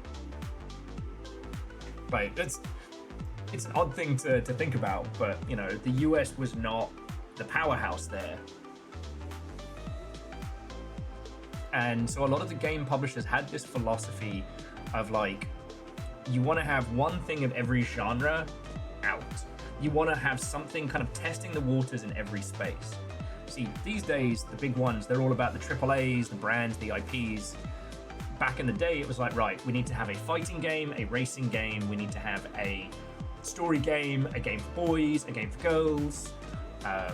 There were also things like, you know, with the way the manga industry worked in Japan, there are a lot more genres to tap into that could hit in different places, you know. I could talk about I could talk about that shit for hours. But what was really fascinating was that, like, I would personally say up until the PS2 era, like, Capcom definitely beat out Konami thanks to the success of Street Fighter. Like, no joke. But, like, they were back and forthing. Sure, Capcom had Mega Man, Konami had Castlevania. Like, the Vania of Metroidvania. I know you know this. And this back and forth led to so many fascinating things. Capcom broke ground with Resident Evil, which I had completely forgotten. But the term survival horror came from an era where Capcom would put, like, their own genre descriptors on their games. So, like, Dino Crisis was action horror and so on and so forth. But for whatever reason, all the others that Capcom tried to coin never really went anywhere. But survival horror stuck. Resident Evil was a global phenomenon, and that left Konami being like, those sons of bad words. So they looked at Alone in the Dark, the mechanical inspiration for Resident Evil, and they were like, all right, let's go more horror movie. However, they wanted to do 3D environments. The PS1 was not ready for that level of, like, size and distance and fidelity, so they crammed it full of that, like, you know, fog that's close as your nose, thus creating the iconic visuals of Silent Hill. By the time the PS2 rolled around, like, Resident Evil was fucking massive. Silent Hill had done okay, but it hadn't done Resident Evil 1 numbers for sure. It was almost a little bit of a joke for the Resident Evil fandom. Then Silent Hill 2 drops, and it is hard and it is weird. It is strange and psychological. It also did not sell as well as Resident Evil 2, but it left an impact that started things which, I mean, the rest is history. Silent Hill 3 definitely had more of an actiony focus, but maintained the fuckery. And then Silent Hill 4 The Room, I don't even know where to begin with that one. So yeah.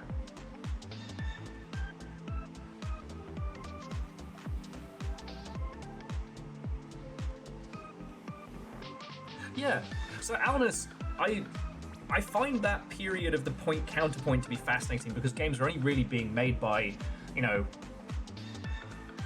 studios and publishers, there wasn't a burgeoning indie scene. Albeit there were individuals who were brought into it because of their contributions, i.e. the kid who came up with the 3D effects systems and whatnot for Star Fox. Or Lilac Wars, whatever you want to bloody call it. But yeah, the Japanese companies were in a boom and they were counterpointing each other, which was kind of fascinating. Nowadays, what we have is we have this breakaway moment that inspires genres, right? Then we have the recontextualizing of old genres to make these new and fascinating creations. It's fucking good, you know? Sure, I miss the simplicity of the point-counterpoint, like one company makes a survival horror, so two other companies make a counter survival horror. Now, if something like the survival horror genre just popped up, we'd have this zerg wave of different ideas and concepts. And I love that. It doesn't make for easy business, but it makes for great creativity. Yeah, and Scotty, it was also way more difficult. The folks who had gotten used to Resident Evil's like patter and rhythm, you know, conserve ammo, use the knife. The first time they encountered Silent Hill 2, where the first wobbly monster beats you the fuck to death, it teaches you to be afraid of that static noise.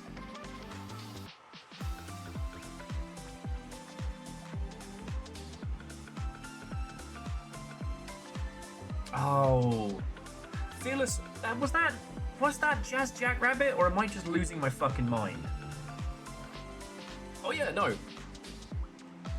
I'll rip the shit out of Cliffy B now, and like, I'm still annoyed that the mistakes he made with Lawbreakers were easily solvable ones, which annoys me. But, like, you know, yeah, Cliffy B was brought in, and, you know, he was one of the folks instrumental in making the Microsoft the powerhouse that it became in the video game space. But that's another story. Okay, friends, I am going to quickly throw in a little snack in the microwave, and might make myself a little non-alcoholic beveragino. If any of you would like a tea or a coffee, just let me know. So yeah, I mean, shit, I've only been talking for 3.5 hours.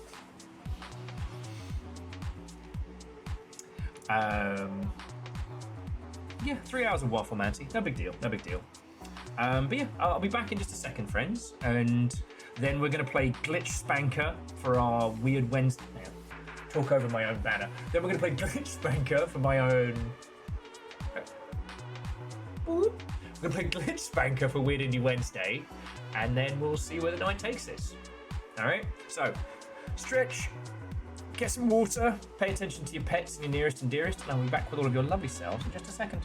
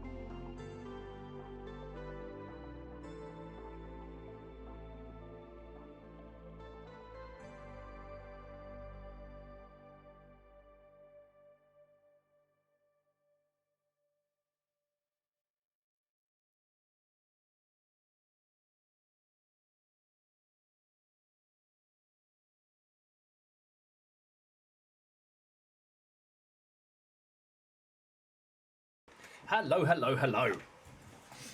Hey, Null. Watto and welcome. Happy announcement of the Killing Floor Day. Well, the Killing Floor launch day. We're just about to start GlitchSPANKR. But again,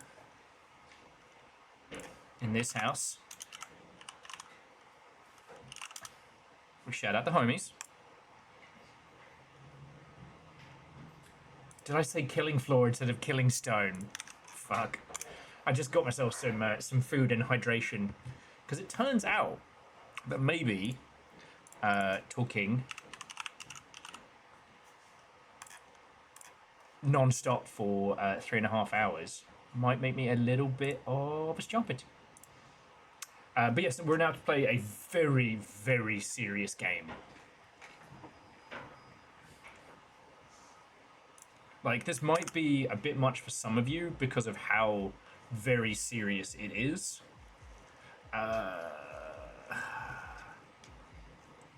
Game contains flashing lights and rapidly changing images. Other visual effects may affect people with photosensitive epilepsy. Take frequent breaks. Stop playing immediately if you experience dizziness, nausea, eye strain, or other discomfort. Well, I'm uncomfortable all the time.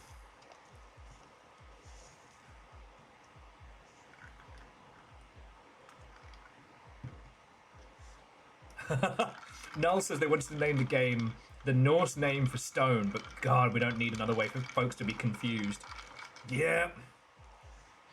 The old game naming challenge.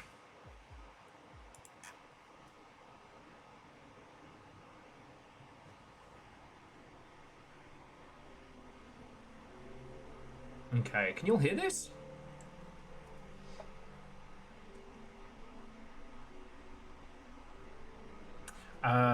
Favor6 says, well, I found a YouTube video about cancelled betas that has your LinkedIn post about CA and Epic layoffs. Oh, nice. Wait, it's not some shitey right-wing grifter, is it? It's nice to know people think of me. Actually got to write a thing up for a journo later on today. Okay, so the saga so far. As a 12-year-old gamer in the 90s, your curiosity was ignited when your mother brought home a new game that you weren't allowed to pay. Big Booty Slapper 6 beckons to you. Why is it off limits? What secrets does it hold? Isn't spanking butts a punishment? So many questions. They need to be answered. So, you waited. You waited long hours until your parents were deep asleep, and then, with the stealth of a ninja, you retrieved the game and set it up in the sanctuary of your bedroom. As the computer hummed to life, anticipation mingled with a strange sense of dread. Finally, your questions might be answered. But why do you have such a bad feeling about it?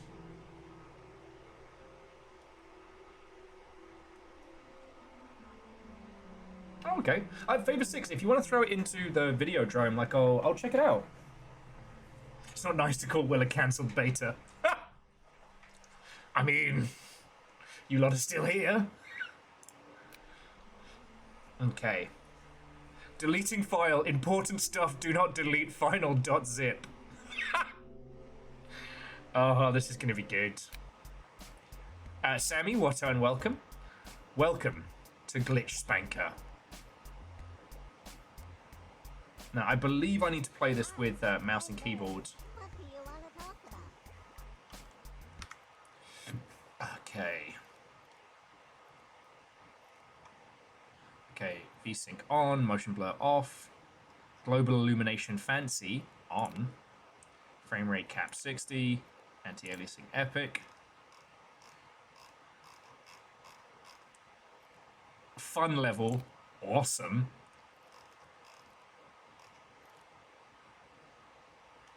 What do you mean, spunk intelligence? I am now afraid. Subtitles are on. Effects are on. Slap sounds down. Master.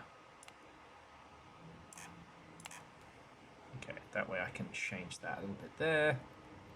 Oh, it does have keyboard It doesn't have pad controls, so let's go for that one.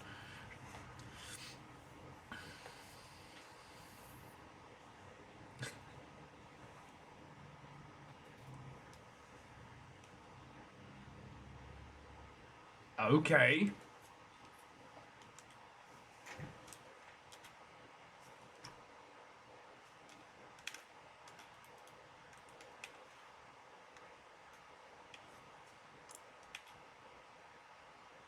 Oh, well that's fucked. I'll have to check that later. Hopefully the pad isn't bugged, because if so... Oh, so that will be very sad.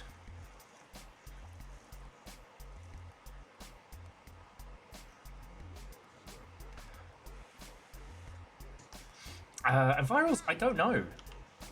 But let's have a little look around. Plumber Pal 69. It's just super classy. Fizzy Fix. Dial 0800 Late Night Chili. Instant wig. Business up front, party in the back. Call now and get a second wig for free. I could mull it.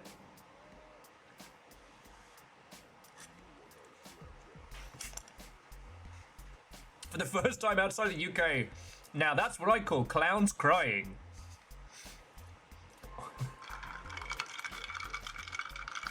Call today for a real lonely plumber. Plumber for me.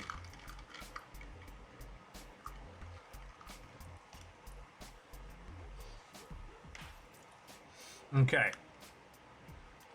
Oh my god, he's smashing. Missed. A surrealist puzzle game where you can't see the answer, or the puzzle, or anything for that matter. Oh, the Garrett Grin Stab the Night series. Frankie the Math Man. Bad at math. I'll do your math for you. Any and all math. No calculus. What if we just sit here and watch terrible in-game telly?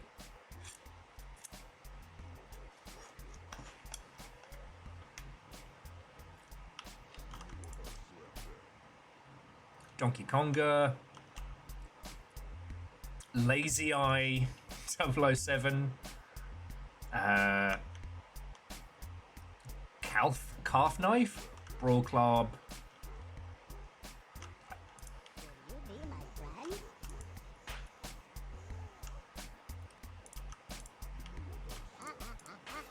Ha ha ha, indeed. Classic fart. Immoral combat. Legend of Leak. Very important. Okay.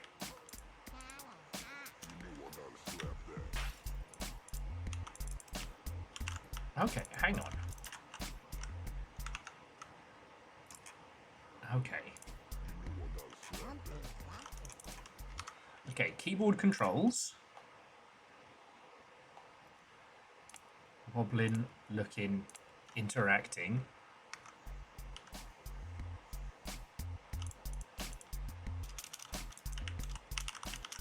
Apparently, plugging in that controller has broken it, so I've got to restart the title. We did have some problems with that controller last week. I'm just hoping it's not...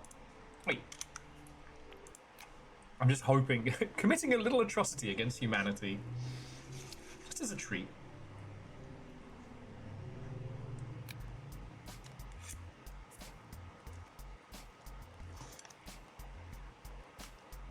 Okay, here we go. Ah, my Murby I got for my birthday. I like it. Seen a dead person before? I have. What the fuck? Did you hear that?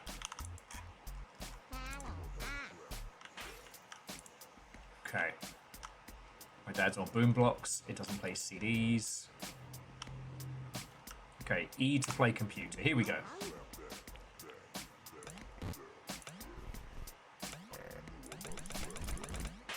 Okay. Welcome to Big Booty Slappers. Ah, damn it. Your copy of Big Booty Snapper 6 has run into a problem and needs to restart. A new app has been installed. Would you like to restart Booty Slapper 6 with the GlitchSPANKR EXE antivirus software? What if I say no? Your blue screen of death ran into a problem and needs to restart. Red screen of death has been installed. Would you like to install GlitchSPANKR to fix it? Yes or heck yes. And down here, if you can't see it, it says, for more information about this issue and possible fixes, just install the dang software already. If you try to contact tech support, I will be very angry. I mean, the company will be really, really upset, so don't even try. All right, heck yes it is. Checking disk space.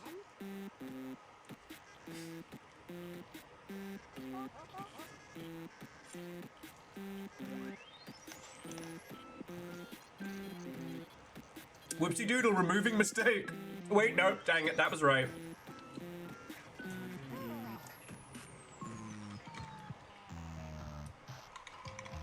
Oh God, what am I doing? All right, let me think for a second. Okay, wait, no, got it.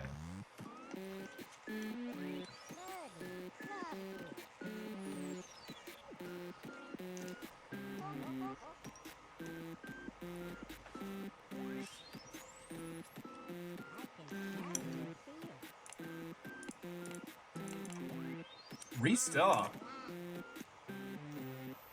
Okay. GlitchSPANKR antivirus. Enter Spank HQ. I'll SPANKR. Sign up to newsletter. Wish list on Steam.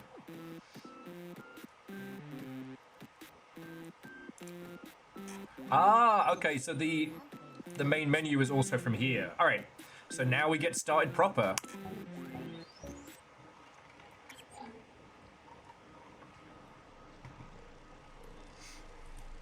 Booty partition, antivirus, multi-user, scanning user soul matrix, new user detected. You know what? I hate to be a knob, but this is already better than No Players Online, the retail version.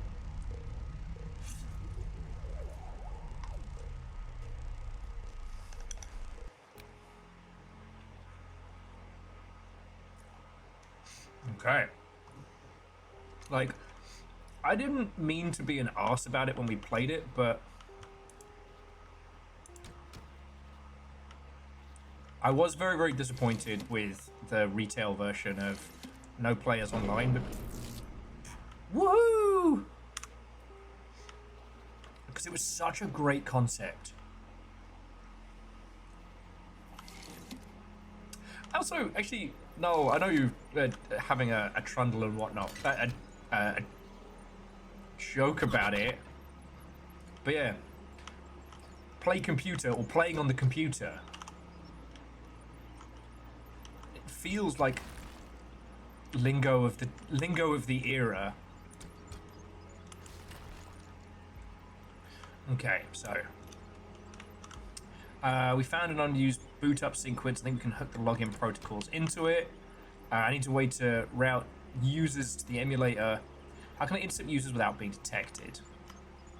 If you're reading this, the hack worked. Make your way to the HQ analyzer. Okay, let's get exploring. Oh, and do let me know how the audio is. Yeah.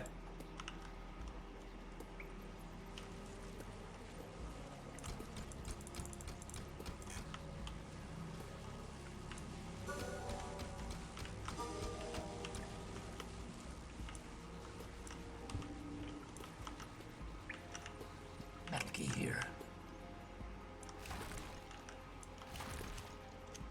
Okay. Okay, so admin maintenance is... Well, that's not working anytime soon.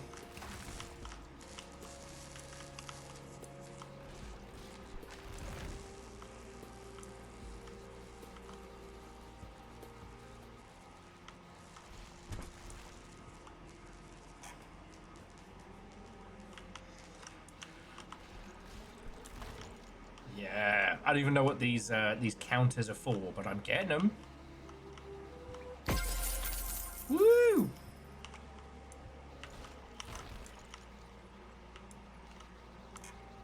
Jumami, are you saying the machine is wrong, or are you saying that it's a conspiracy? Okay. Error, unable to load initializer for Big Booty Slapper 6, EXE missing. Guess we've got to go into HQ.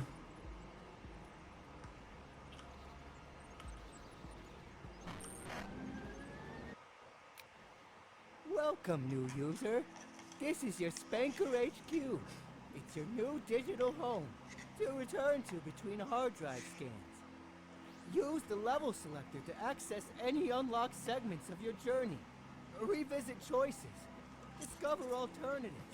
Explore and scan your entire hard drive to reveal all paths. By scanning and breaking objects, you earn Spanker shards. Digital code fragments from Big Booty Slapper 6. Use them to rebuild this space. Decorate. Expand. Unlock secrets left behind by prior users. Ownership of the HQ will now be transferred to you. Use the level selector and begin your first scan to seek out viruses. Loading the real Spanker HQ. Good luck, human. Wait.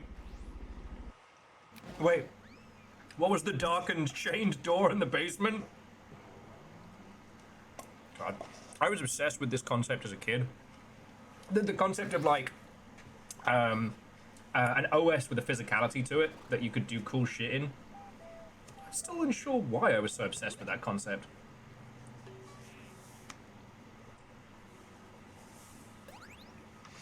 Okay. So let's see. Repair the art gallery. Repair error missing.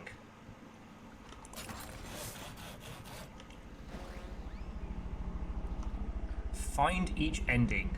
Break each chain. Enter the portal. Face ultimate pain.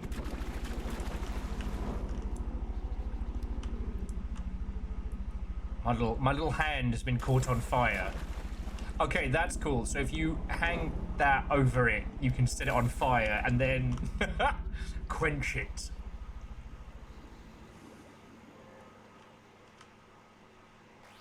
Meet all the characters to collect them all. Level selector, repair the main room. Well, I don't have enough coins for that, so...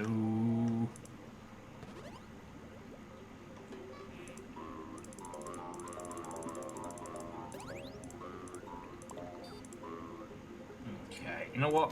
I don't think we've unlocked anything yet, so I guess we'll just give it a whirl. So, program start. Not discovered.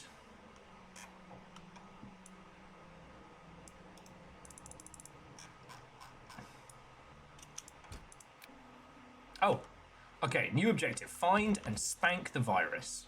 So there we go.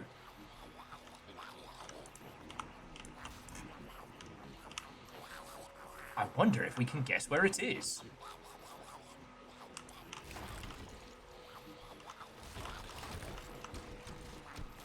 It is literally rewarding me for destroying everything else, so...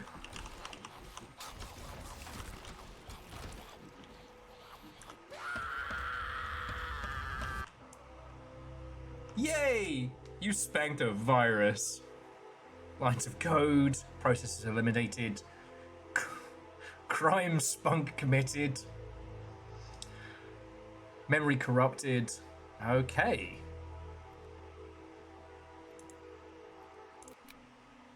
Okay. Who are you? Did you just spank me?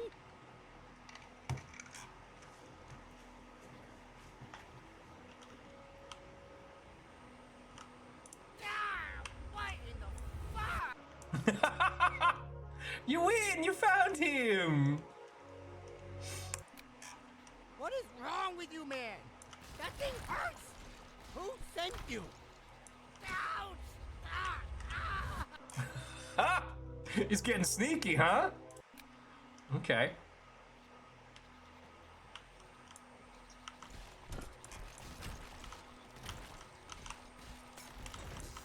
You missed me! Oh wait, no you didn't. Friends, I think we're onto a little bit of a gem here. Oh, it's you! Who would have guessed?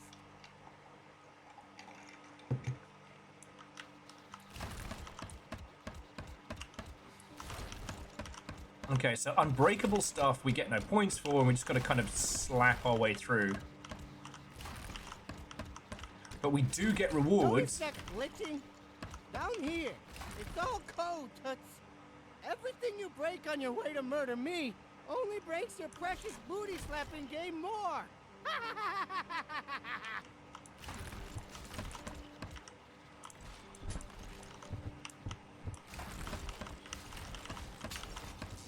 Interesting.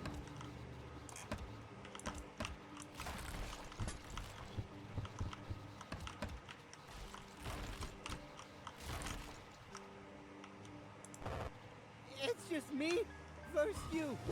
Player What the fuck? Bring it.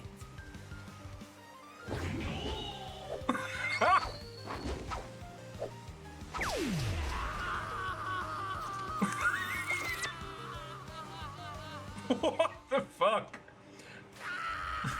This is amazing. No, I am so sorry. You'll have to message the team and be like, look, I'm really sorry.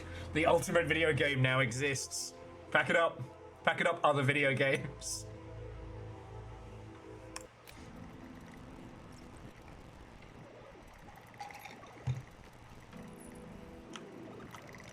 Yeah, peak. Oh.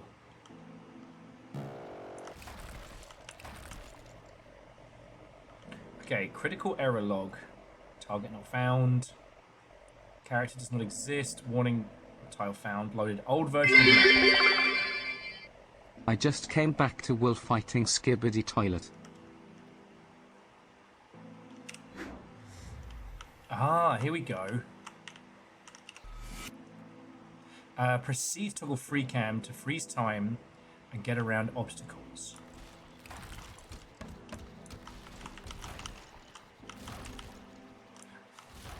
Kari, so yeah, welcome to GlitchSPANKR. This is a comedy, I guess, single player, prop hunt style game. What the? Where'd you go?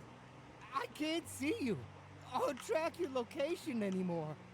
It's like you went off the map and just stopped existing. I gotta find you before I get in trouble. Okay. So we can't clip through walls, but we can fly. So we can kind of explore. This is really cool. This reminds me very much of... Oh, fuck. It was a vaporwave game based on... It was a vaporwave game based on... Ooh. Got ourselves a series of gold there.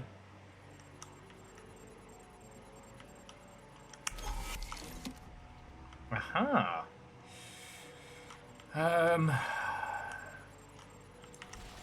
Yeah, here we go. Golden hand. Oh, it's going to annoy me for a while. I'll have a look between games, but where you initially have to use like your in-game cursor to click things, gain likes and give likes to others, but later on you have like a magical vaporwave katana that can cut down pop-ups and things like that. That was one that starts kind of like a vaporwave joke and becomes...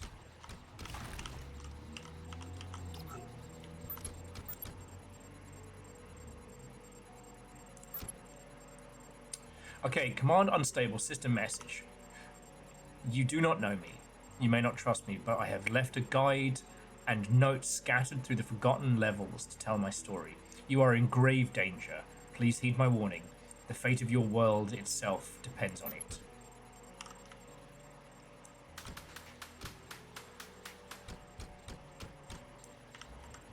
Okay. Oh, thank the programmers above. You're back. I don't know what that was all about. Oh well. Scotty, I absolutely saw the thing that told me what I needed to do to close the pop-up. I was just...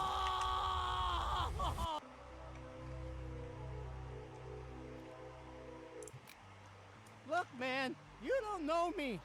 You look at me and think, Ew, that guy's freaking ugly. I gotta kill it. I understand. I do. I think the same every morning when I look in the mirror. Oh, But I promise you, I'm not all bad. Just get to know me. Maybe we stop the spanking, stop the attempted murder, see where things go. Maybe have some adventures. Maybe some romance. Fall in love. Have my first kiss. My first friend. My first consensual spank. Ahem. Yeah. So, like, go through the friend door. Let's see where things go. okay. Now can I go? All right.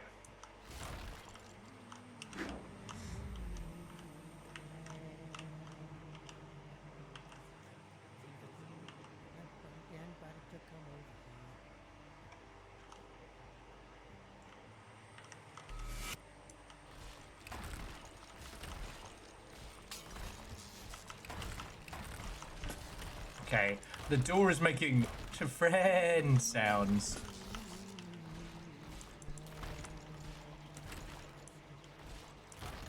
It doesn't appear to be another way to go.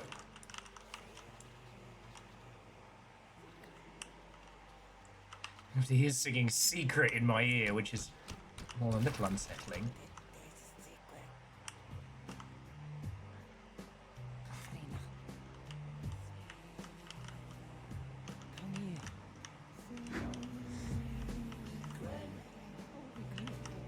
I'm a friend. You're my friend. To the end. Little Honey here is singing Secret. We have the friend song. What happens if we go down the faux door? Alright, I'm gonna see if I can make the secret do anything. Get on. Over here. Friend. Oh no, I killed Little Honey! You're my friend. Secret over this way. Secret. It's a simple chaos about that. This way. Hack to open the secret files. Fatal exception. Dabba-dubba-dubba-diddy, it's the secret. Okay, Little Honey has been saved.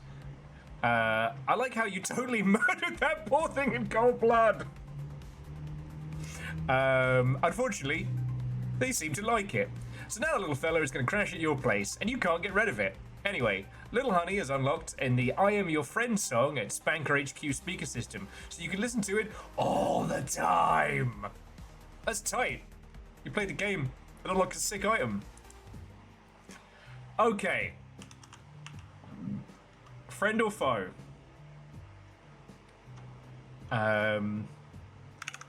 You know what? This is what polls are for.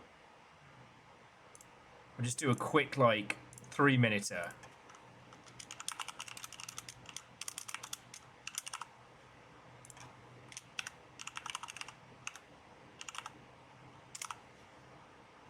Boosh. Friend or foe? You can vote. Let's fucking go.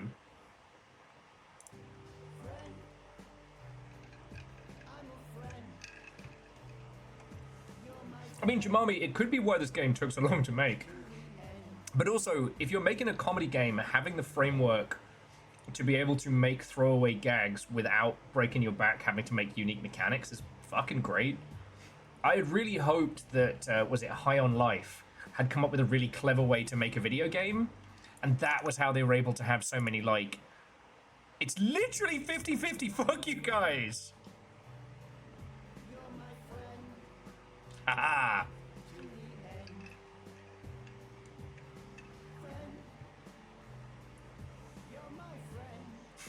Sadly, Nova ran out of characters, but also, Watto and how are you doing?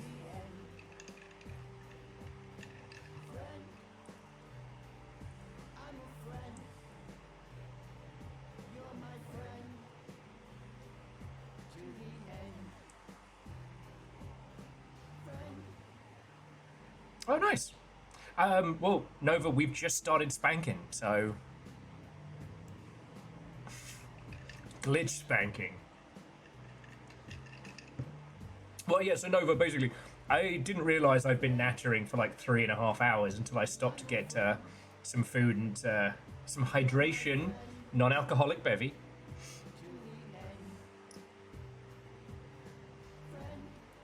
Okay, it's still neck and neck.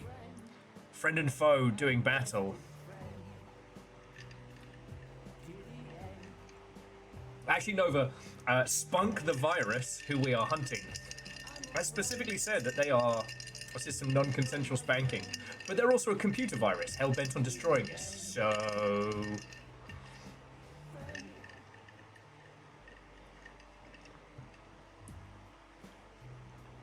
Okay, this is getting extremely funny. There's like 4 or 5 points between it. And I can't tell if you're trying to like get it perfectly 50-50.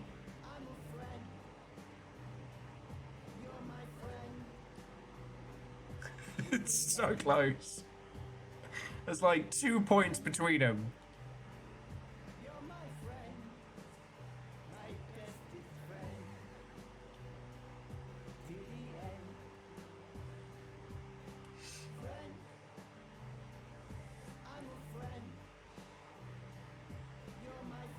You know what, Simple Chaos, if there's any group who could, it would be the Longship.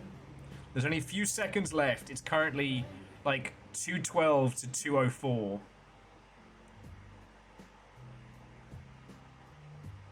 Oh!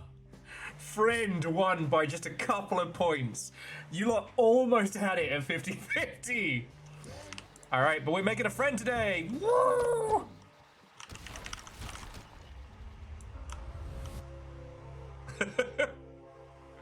Was that Little Fire? Was it you with the chaos dunk at like last minute?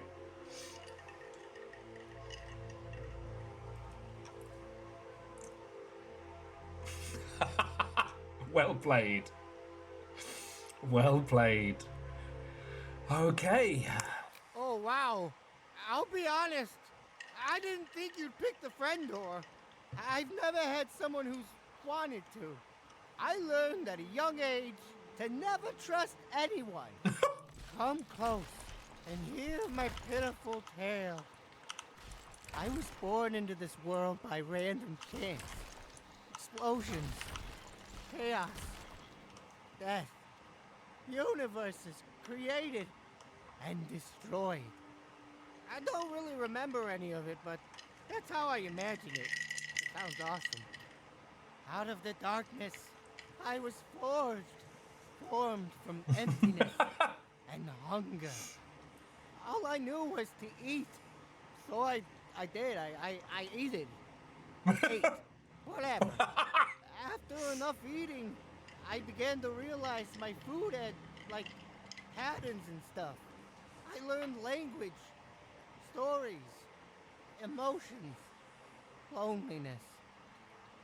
Whenever the food was all gone, I'd go to sleep and wake up somewhere else. Eventually, I realized I was in different games, eating their code. Eventually, I tried to contact the players that were playing the game that I was eating. Long story short, they hated me. They tried to delete me, purge me, use me, capture me. Thousands of people over the last few decades. Not a single one has tried to be my friend. Until you. So now I have a friend. My best friend. I have so many stories to tell you. And games to play. I'm so excited! Okay, enough of my sad, pitiful, ugly little life. Let's do something fun! What's the TikTok quote? I mean, I'm certainly your best friend. Oh. He really likes to talk. Hang on, I'm going to try and replay that one just quickly. I'll be honest. I didn't think you'd pick the friend door. I've never had someone who wanted to. I learned at a young age to never trust anyone. Come close and hear my pitiful tale. I was born into this world by See, while we were random listening to chance, him, I could have been parkouring our way over here. chaos, death. The writing is so old and faded you can Universe barely read it, but it seems to created say, "Welcome to your and first friend." destroyed. I don't really remember any of it, but that's how I imagine it. Sounds awesome.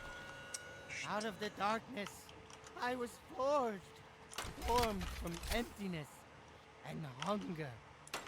All I knew was to eat, so I did. I eat it. Monologue away, buddy. Monologue away. After enough eating, I began to realize my food had, like, patterns and stuff. I learned language, stories, emotions, loneliness. Whenever the food was all gone, I'd go to sleep and wake up somewhere else. Eventually, I realized I was in different games, eating their code. Eventually, I tried to contact the players that were playing the game that I was eating.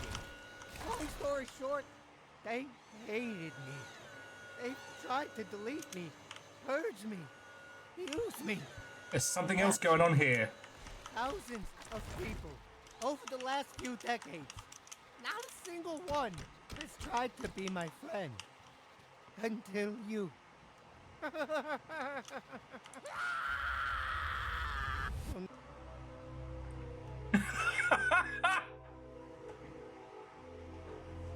I got an achievement called "Make an extreme effort to betray him." Oh, wow. I'll be honest. Make an extreme I didn't effort to think you picked a betray friend door. Spunk. I've never had someone who's wanted to. I learned at a young age to never trust Sorry, anyone. forgive the repeating Come monologue. close and hear my pitiful tale. I was born into this world by random chance. Explosions, chaos, death. Universes created and destroyed. I don't really remember any of it, but that's how I imagine it. Sounds awesome.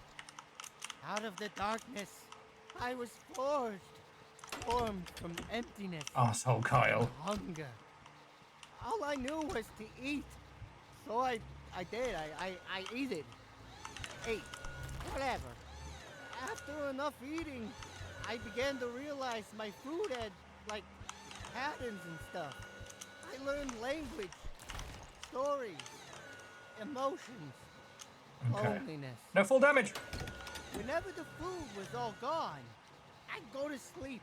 We speed spanking Wake up now. somewhere else. Damn right. Eventually, I realized Does you or someone you know currently have a 25 watch stream streak? Eventually, I tried to contact the players that were playing the game that I was eating. Long story short, they hated me. They tried to delete me, purge me, use me, capture me. Thousands of people over the last few decades. Not a single one Watch out has below. tried to be my friend. Until you. Okay, parkour. Now I have a friend. My best friend. Beware of up. I have so many stories to tell you. It's a secret. I'm so excited. Okay, enough of my sad, pitiful, ugly little life. Let's do something fun. The time spanker. Hurry. Hurry, please, Spunk. Keep all the keep talking for once. The hell is this? I'm running out of time. Oh, hey, this is nice. Yeah, I'll put it on now. Basically makes me Doctor Who. Okay, let's do something crazy. Let's try not spanking me. Try breaking everything except for me. This will be so crazy. I've never done any. Damn it. Okay, let's do something crazy. Let's try not spanking me. Try breaking everything except for me. This will be so crazy. I've never done anything like this. I'm trusting you. Okay.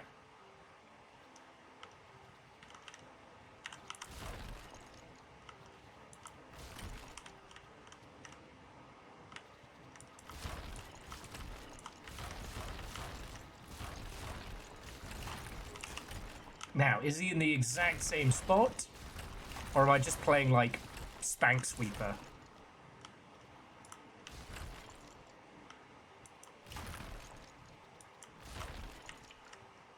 Oh, you're right. He's got a butt. That's how we can work it out. Heroes, villains, warriors, you must look for the boutte. The boutte.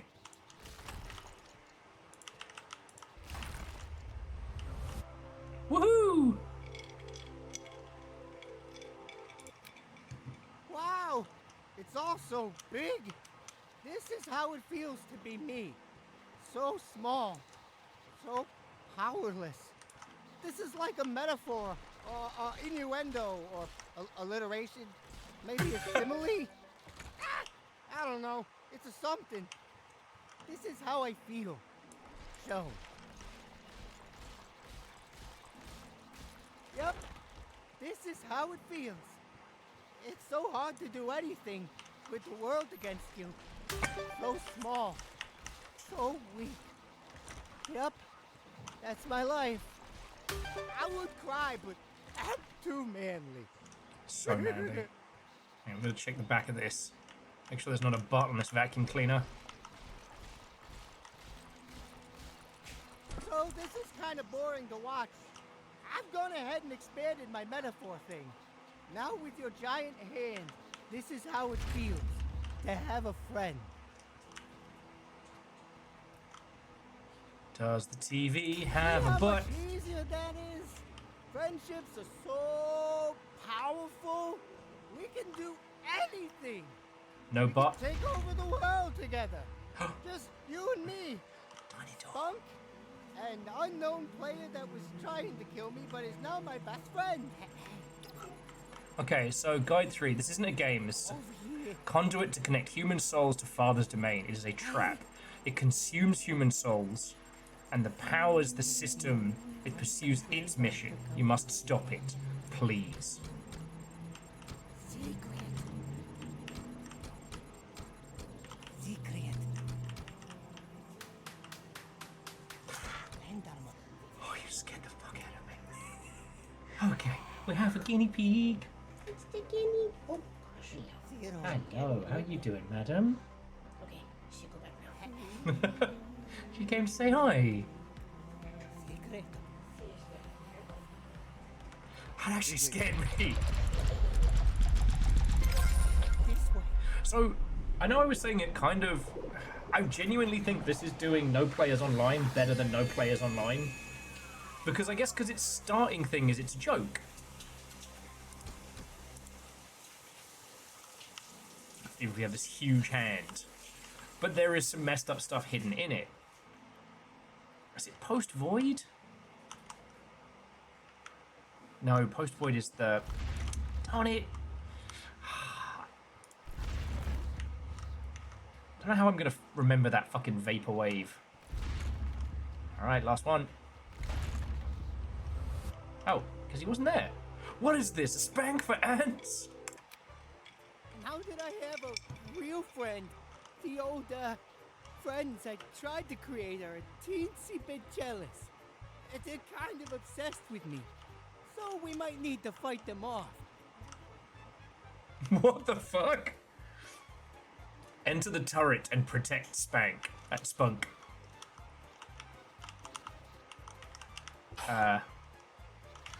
Bless you.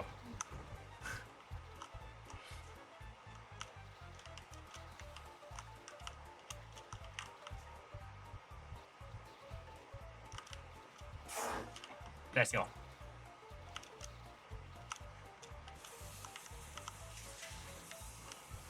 This bad boy is the crack electronic defense turret. This should help me, help us survive the upcoming waves of abominations. What the fuck? Oh God, I hear them. I feel them. Oh, here we go. Fanboys coming. Protect me, best friend.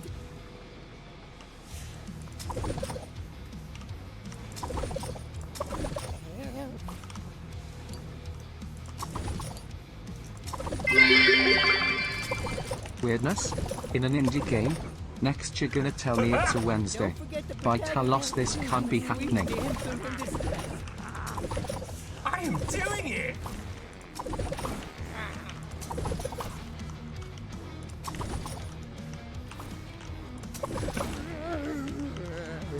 This is brilliant. Now I will say, like, Rat Squeezer is brilliant. And when that shifts to horror, holy crap. Sorry, I played the standalone version of No Players Online, and it was brilliant. You actually did it! Okay. You killed them all! Hooray! So much for your ex-friends, I guess, mate. Oh no. I smelled them. It's the Spunk Super Fans. Don't let them grope me. The Spunk Superfans.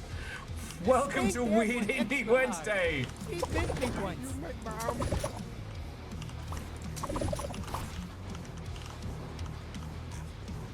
I can hear you, friend. They're getting faster. Friends to the end. It also has recoil.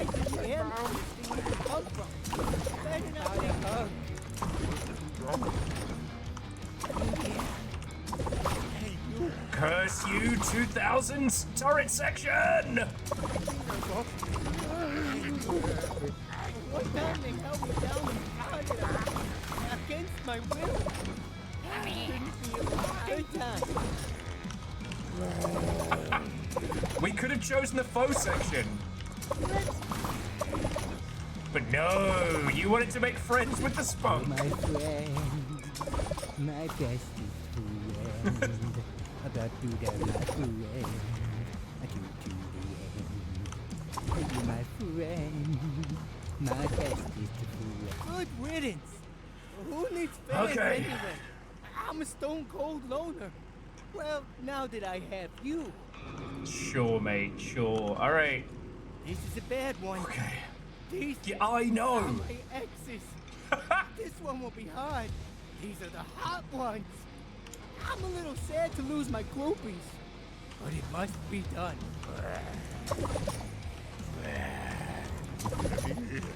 Oh, they are fast.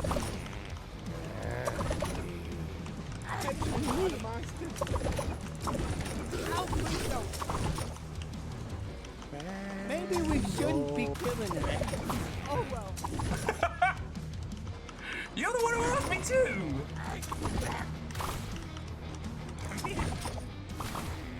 Multi-spank. Spanker Spunktrosity. And that's the thing I've said on the internet. I can't take that back. Whoops. That was a beer farm.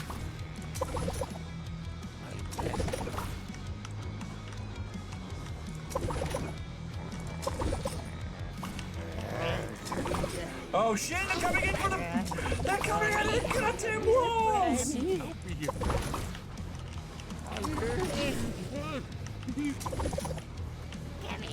I kind of feel like they look a bit like me. Come play with me. Hey, friend.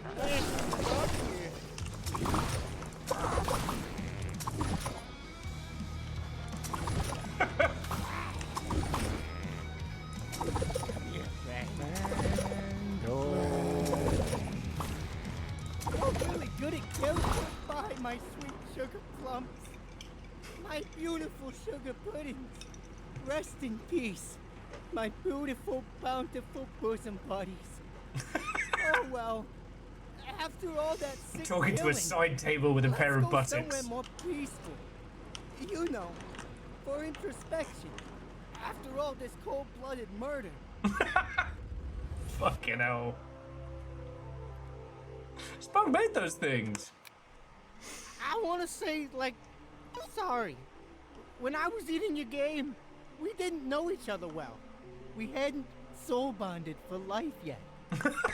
So I've been thinking, You all chose how can this. I make it up to you? Then I thunk a thought. Big Booty Slapper 6. It's It's a really freaking cool game. I can summarize some of the better moments so we can live it together. You picking up what I'm putting down? Are you smelling what I'm stinking?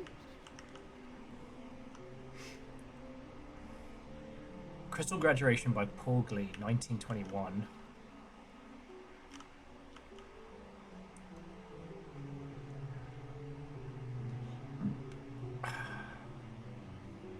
I'm not reading that one out. Are these actual works? No. Ah, this scene. What a twist. The hero finally ended their blood feud with their ex-brother from Big Booty Slappers 2. 4 games ago. After so much bad history, even they could put aside their differences to save the world. I was so inspired. What amazing writing. Yeah, eat your heart out, Spec Ops the line. We've all learned how hard we suck. One of the only remaining early concepts from Big Booty Slappers 6, the director's cut. It shows when the hero of Big Booty Slappers 6 ended the blood feud with his brother. Fucking video games. You know, if you get the chance, please play Ultra Kill, if only for the Ultra Kill museum inside Ultra Kill, which is less of like a, you know, a comedy bit, although there are some funny bits in it, but kind of like a developer voodoo doll. I bought this off an old mysterious merchant many years ago. He said, "One day Viking blonde will come, and they will destroy you. This is the only tool to cause them pain and defeat them." I got sick after eating a fortune cookie once, so I don't trust that stuff. Also, who has time to learn names?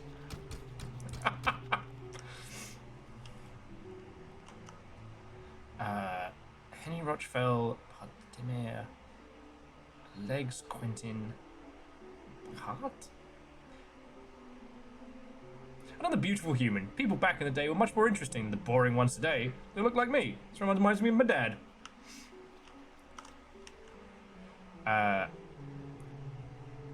The Spanker Strata, the ultimate book of playful little spanks. It holds all sorts of little spanks, spanky positions. Sounds like when spanking materials to spank with, locations to spank in, all sorts of goodies. I threw up after the first 3 pages. Humans are gross. Portrait of Kyle. No, my lack of knowledge of classical art is now showing. I didn't know Weird Al was immortal, but also kind of makes sense. Truly a masterpiece of the ages. I don't know the name of this oracle of culture, but I wish I could have met this hero. If anything, were to summarize humanity, it must be this.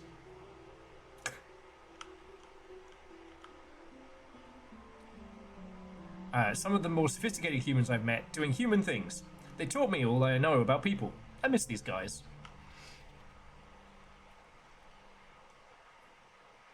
A caricature of Italian composer in England. He looks like he's saying, "Yeah!" I do that too whenever I'm spanked, so I understand. Video games are art. Black cat, unknown. This is a black cat. Neat. Ooh, I remember this one. I cried. Manly tears, though.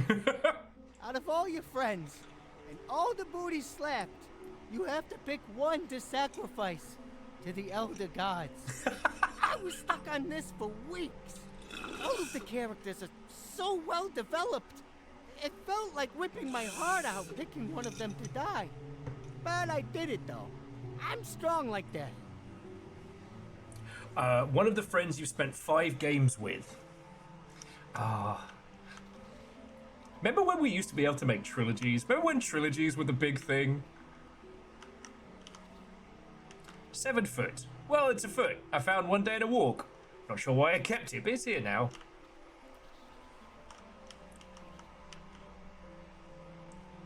A doodle of my old pet fish. Scrumbulet.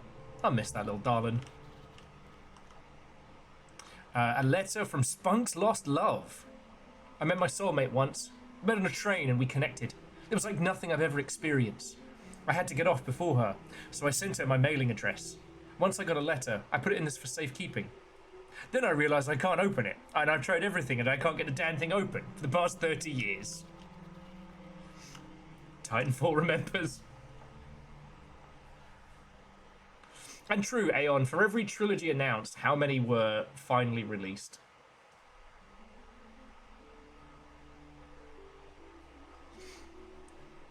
I just remember when it was like trilogies were the thing, right? You weren't announcing a game, you were announcing a trilogy, the start of something. I guess that digivolved into the connected universe. This jug turns liquids into the water of life, letting you live forever. Or give you eternal flaming diarrhea. I really can't remember which anymore. Actually, I think it was both. This scene. Wow. Just wow. The hero gave such a moving speech to stop the alien invasion. I can't even summarize it. It was just so well written. I can't even summarize a single detail of the scene without watering it down. I really wish you could have played. It changed my life. Seriously. Can't remember any of it. Oh well. Okay. A pedestal of a pedestal. This is where I got to a place I don't know much about, but it looks neat, I guess. Strange Flower by Rendian? I had a sister that looked something like this. At least I heard she went off somewhere to live on like a farm. Another diamond. This looks like just like the first one, but I'm pretty sure it's fake. Well, one of them is anyway. Maybe the first one is fake. I'm not even sure.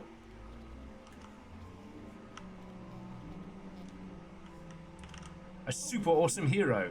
A master of the arts sculpted this. It's true. Even with their expert craftsmanship, they only managed to capture a fraction of the splendor of the object's glory. Keep fire away from it, please. The protective glass is fragile.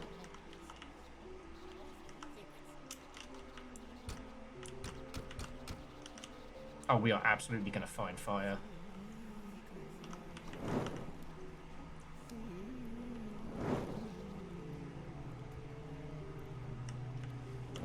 Dubba dubba dubba dubba, it's a secret.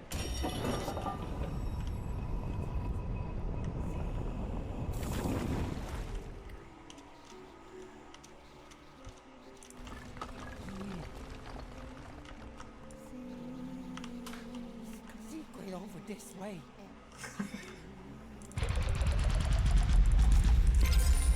Mega Rad Hacking Software 4.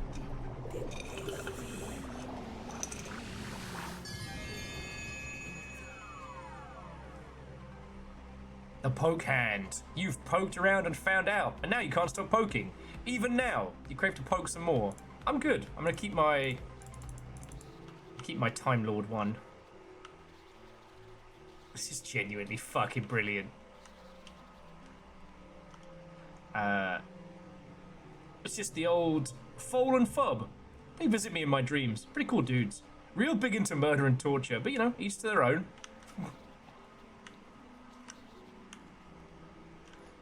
It's just a zebra booty. Why are you reading this? Sorry, I showed it what for.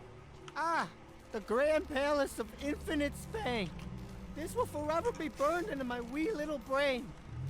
It was the single most beautiful level I have ever seen. The gameplay mechanics, the design, it's truly world-changing. I ate most of the code for it, but wow! That is one of my biggest regrets for you. I wish you could have seen it. Oh well. Just to lay eyes on the level design alone left many people in a coma from its beauty. Too bad it's eaten now. Yeah, I don't know what this thing is. I don't think it's a glitch, at least ain't one of mine. It's pretty scary. Put it in this unbreakable box so it can't get me. Oh, hang on, I forgot to check down the other route. I was too busy doing secrets. Secrets. Okay. I don't have the power left to affect the simulation directly. I can only bleed through in small ways, like changing the player's UI. Perhaps I could leave a message. Maybe you we will have a chance after all. Luthrian. The devil. Yeah, no, poke hands already broke containment. Beans. Okay. Champion 4. Wow, the people things will do for money. I can't believe someone took a picture of me while I was using the bathroom. Looks so exposed. Classified X, games from the Vault CD. A collection of games. Oh, a collection of games. A game studio called The Classified never finished. What are they? Meh, who cares? Will they ever release them? Hopefully. That'd make the CD a collector's dream. I could sell this junk for so much profit. I'd be rich, baby! My uncle, so proud. Too fancy to hang out with the likes of me. Such a shame what happened to him. Someone mistaking him for a toilet, but, you know, got what he deserved. The Royal and the Leader. Family portrait. Except, of course, I was always left out. They've changed forms and move on, but me? At least I'm the last toilet left, baby. I'm the real OG. Those cowards don't know what it means to have class. Was this Big Booty Slapper 1? I never got to play the original. I think the woman watching must be the protagonist's mum. Oh, God. Wow. Didn't know humans were so into spanking. Oh, just a form of a joke in Big Booty Slapper franchise. I guess art mirrors reality. Humans are strange. More than you'll ever know. Oh, God. Or at least the friendos seem to be having, like, a good ponder. Well, here's the exit. Just go through when you're... Oh, it sure is subjective. Hey, you made it. So this is the club I used to go hang out at to burn some time. It's great here. They all love me. Let's go in and have some fun.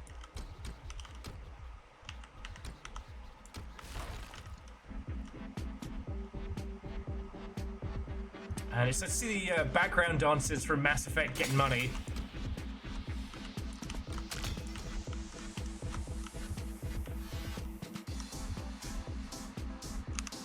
I just want to point out they are actually all cardboard cutouts. Fucking brilliant.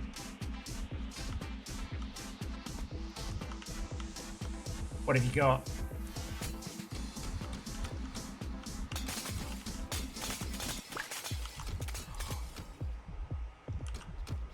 Oh no, I hit another one! Secret! Maybe I did a murder. Maybe.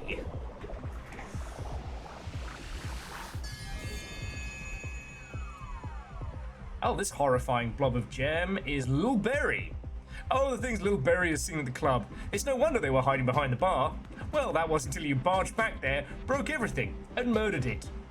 But alas, Little Jam cannot die, and now Little Berry is living happily in your Spanker HQ. In thanks, they've unlocked the Le Spanker Petite song in your HQ.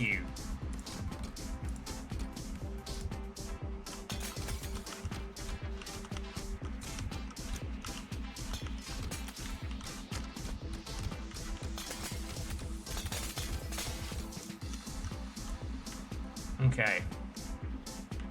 Slap the block to start a dance, or the throne zone. I think it's time to boogie. Try to see if you can go score some, loot.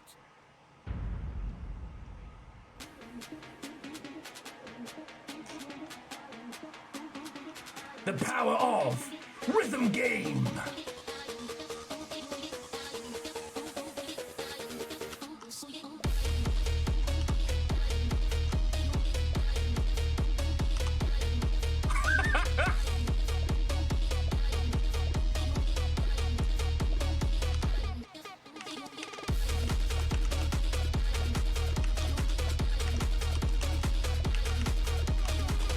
It's just hard being this cool in the club all the time. No one understands. Dance break. Have a little sip of water. We're back. That's it. I'm just now a full-time rhythm streamer. We're good.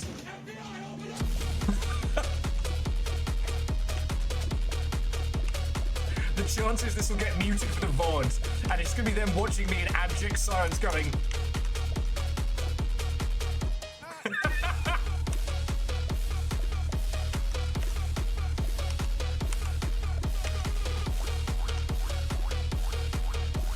Oh, you never see me in a club? Well, I never see you in GlitchSPANKR, petite.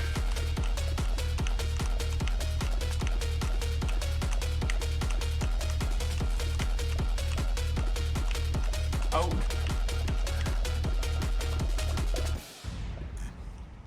Yeah! Maximum spank. Wow, wow, wow, wow, wow. Yes. Yep, no, Wow. yep. That was Yep, awesome. no. I saw you absolutely swaying that thing. Look at the pile of goods you got. That'll last me at least a day. Come on, let's head out. Stop by the bathroom if you want. Then head out the exit when you're ready. Are they throwing corn dogs? Spankstar hero.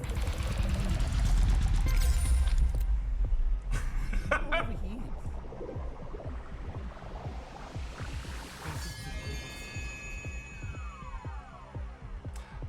You unlocked the dance floor. You've swung, swanged, and swished your stick around the fancy dance at Le Petit Spanky until you got the perfect score. In recognition of this amazing achievement, a better score than Spunk could ever hope for, you've unlocked your own personal dance floor.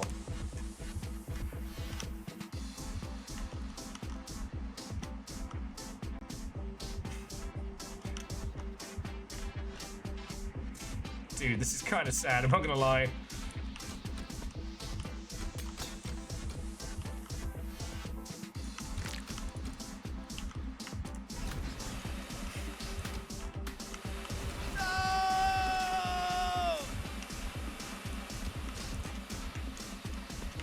Oh, shit. Okay, my name is Luther and I was once Spunk's brother and creation of father. Father killed me in a rage, but I was helped to reform fragments of my essence. I'm a shadow of myself. A ghost cannot affect the system. So I've left these notes to guide you to me. You must reach 3 endings before this path can be opened. Okay.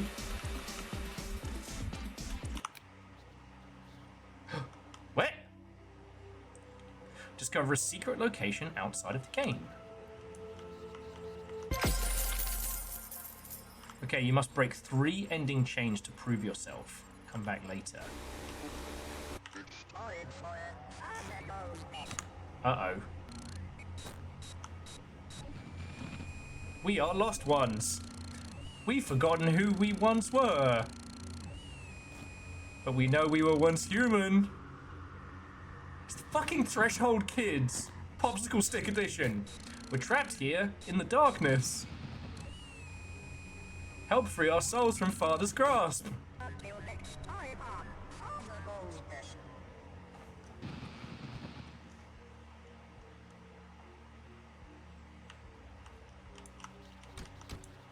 Oh, good. Okay, so the Watchers helped me. The Lost Souls. I don't think they had any humanity left, but they remembered my help. Okay.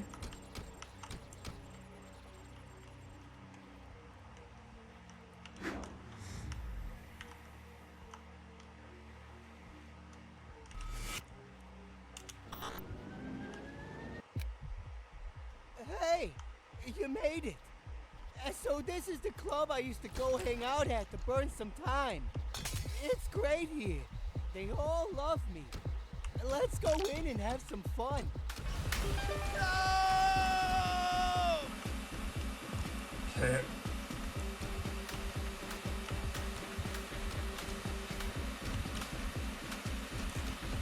Just make sure you wash your spanker before you leave. And we already won rhythm games, so guess we'll head on out.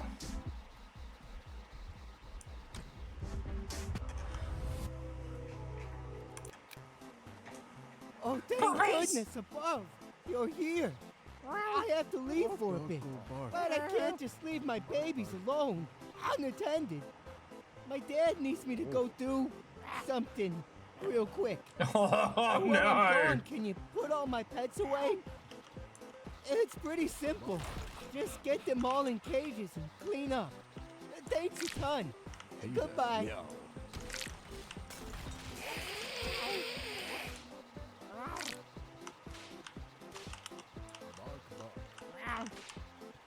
Okay, these are the dog cages and these are the cat cages. This is fucking heinous.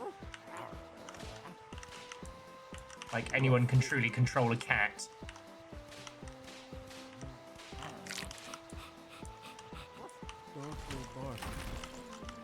For a person who supposedly has no friends.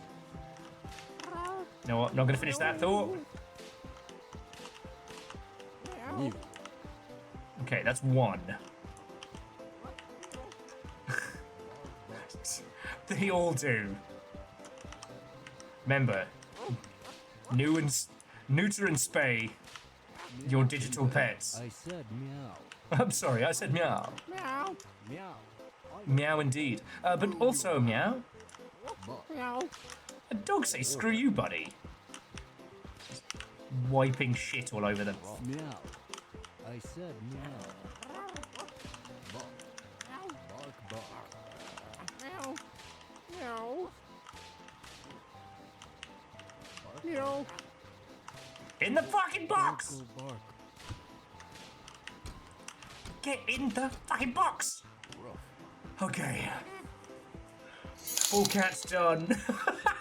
Insert pussy smacking joke here. Meow, stranger.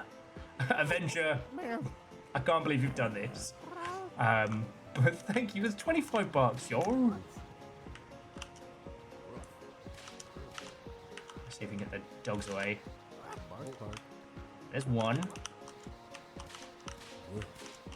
No, no, no, cat, no. Okay. There's one more cat here somewhere. It's in the fucking bushes.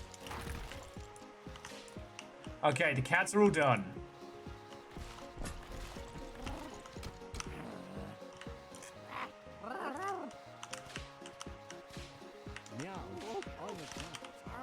Stop dragging your ass on the floor.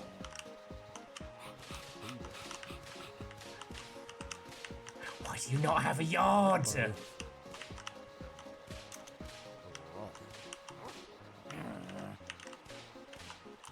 Okay, 2 more dogs left. I'm trying to clean up all this sick off the fucking walls. And I guess clean up these.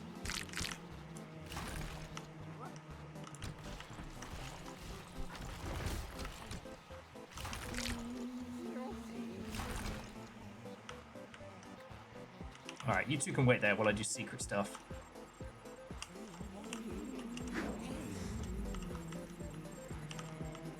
Secret over this way. Secret.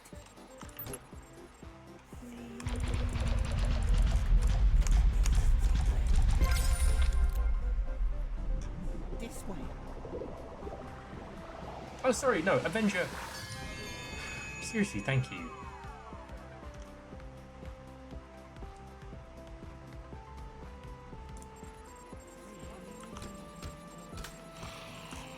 Now I have a cat keychain as well. Let's go.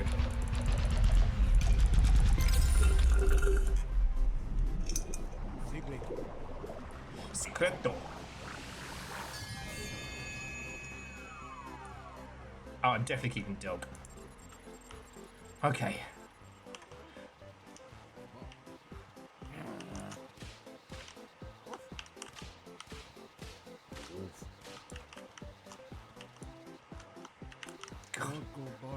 Don't go bark. No, no, leave the cats alone.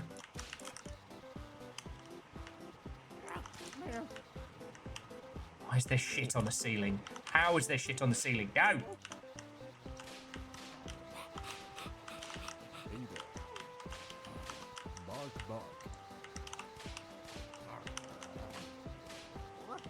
In the bloody box! There we go.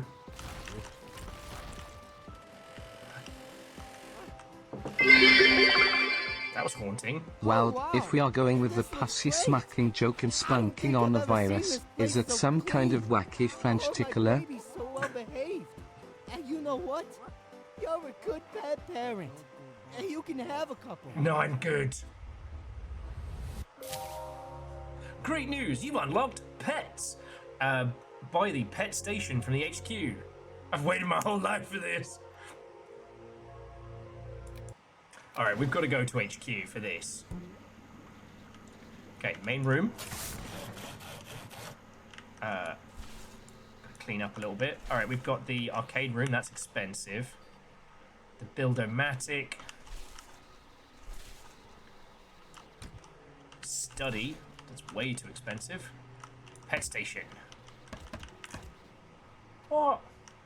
We said we unlocked that. That's no fair. That's right, I'll get this place all cleaned up, lickety split. Ah, Bacon, thank you for the 100 and 200. No, seriously, Avenger, that was. Oh. Environmental swamp pewter. Space, pine, underwater, absolutely not. Yeah, let's go for a nice forest view. So, I wonder if there's something I will have to come back to for like a Long Ship After Dark or something. Because, like, look, the initial joke of this game is very, very funny. Like, lol, you know, we're playing as a... Oh, repair the Build-O-Matic. It's like, lol, you're, you know, slapping a virus with a paddle, and isn't that so funny? Not cool enough to get to the secret club. Secret free reward codes. Spank it. Unbreakable. Forgotten.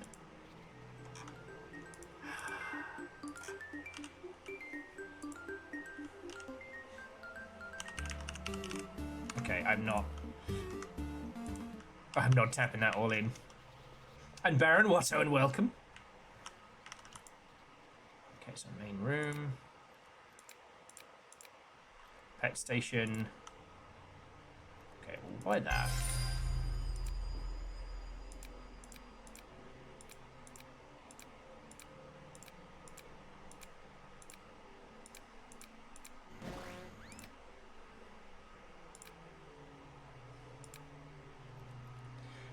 All right, pet station or koi pond? What do you reckon, friends?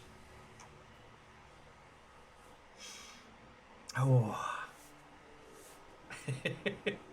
No, it's super weird because, like I said, no players online. If you didn't encounter it, so no players online is supposed to be a first-person horror game. You log onto an old empty server from an old game, and there are no players online. But something is weird. The place keeps shifting.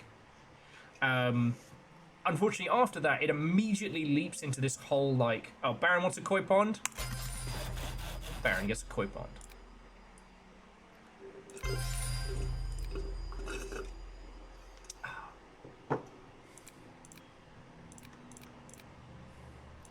And a fireplace.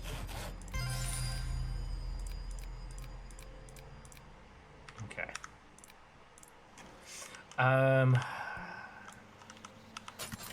The music room's not expensive. The arcade is. Oh shit, what's it saying? Oh yes.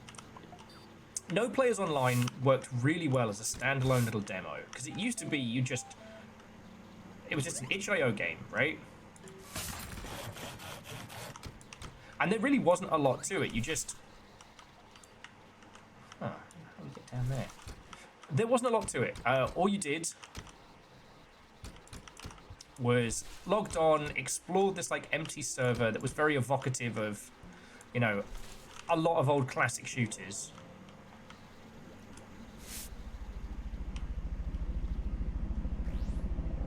Damn. And just like get spooked. You know, the loneliness of it, again, is very evocative of, for those of you who either bought a PC game too late to be able to play it, or have gone back to old shooters just to see what's going on and found there's nothing.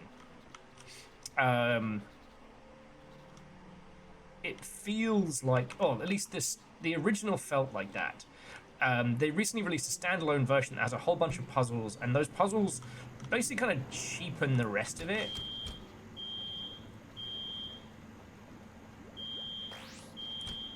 Oh, I can't turn it off. Oh no! Oh no! Why did I hit the fire alarm? This was a really bad idea.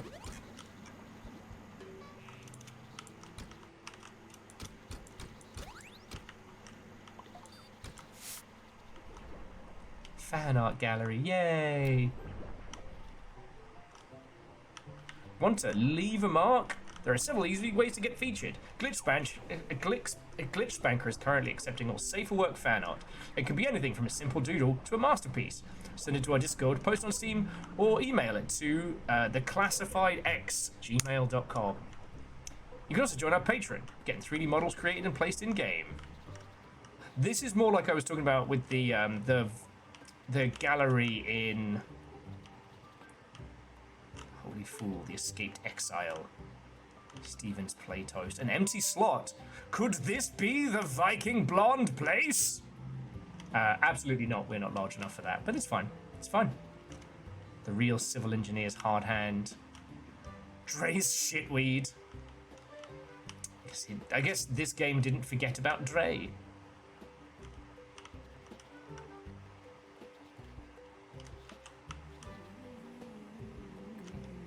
Oh, baby!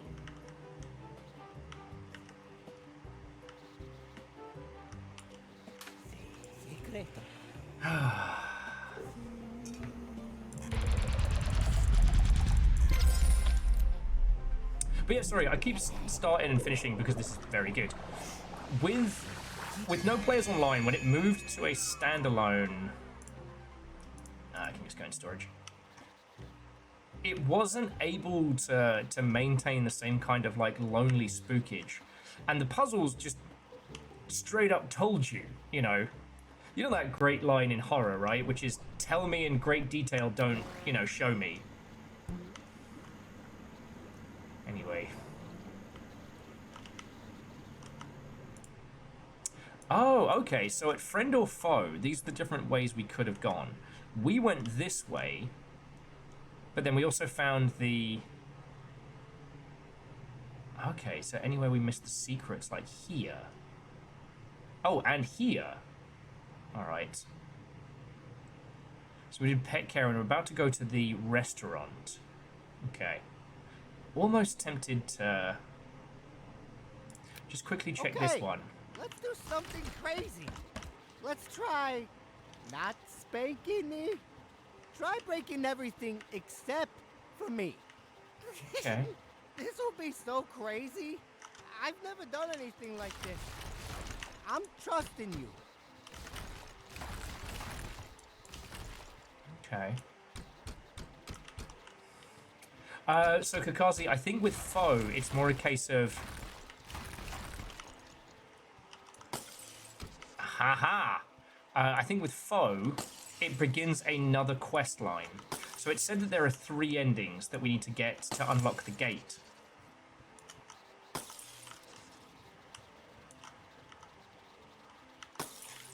Secret wall! And then, I am not dead, yet I am not alive. What have I become? Who am I? I cannot remember my name.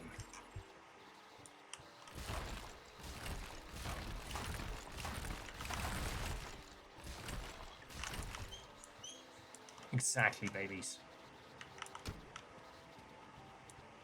Who are we, the lost ones?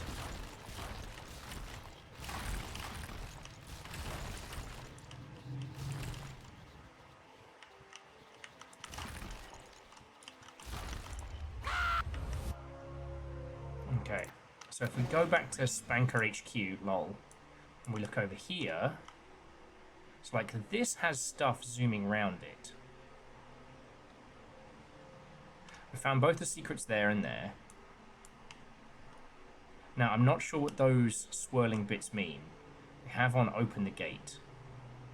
So now we go to Restaurant 2. And I guess this will give us another, like, fork in the road. Ah, that's better. Totally different change of scenery. Time remaining. Now let's see. 99 what to talk hours? About? What What's your favorite way to kill someone?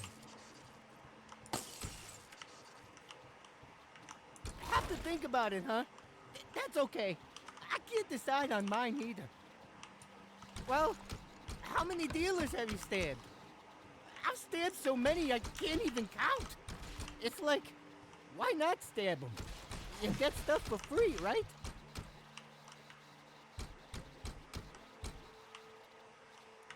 Okay. Not much of a talker. I can respect that. All friendships come in different styles. It's cool. I can do the talking. We just have to chill for a bit. Nothing to do. Nothing to spank. Father, what an unfitting name. Just Each taking may a have break, created it, you but know? it has no feelings, no emotions. It has no humanity. If Father were to feel, it would be only hate, disdain. I have one. So a few days ago, I found myself on some old lady's computer, eating a solitaire game. I was able to get inside her computer, and I found software for life support. Turns out she was assisted living or something. I ate the program, and guess what? She died! I'll just assume you're laughing on the inside. Well, you get a hold of yourself. Let me think of another story. We have plenty of time. Spunk may not know about the plan to save humanity, but he's a natural. He seems to get humans to quit the game before they lose their souls. Even as they torture and try to kill him, he still does his best to save the them. other day, I went grocery shopping. Actually, no, that's not it. That's not quite right. It wasn't a grocery store or anything. It was the local gas station. Which was the flavor at the I was time. walking there, or I guess I got a ride from my mom, halfway. The rest I walked.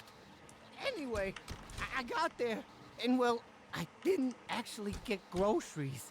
I wasn't like grocery shopping. There was this shady guy that hangs out behind the gas station. I went around back and saw the guy, and I bought some stuff from him, or I guess I stabbed him and took his stuff. But anyway, I got my groceries, then I headed inside for a drink. 'Cause stabbing is kind of tiring, you know? That's a lot of cardio. I'm sure you know. Warning, So our I got dev a is locked in slushie. this basement. Do I not wanted unlock the the red door. flavor, They need their but concentration. They were out, so I had to get green. It was Look at okay, you, but making a game. not Now my quit favorite. stalling and get back to work.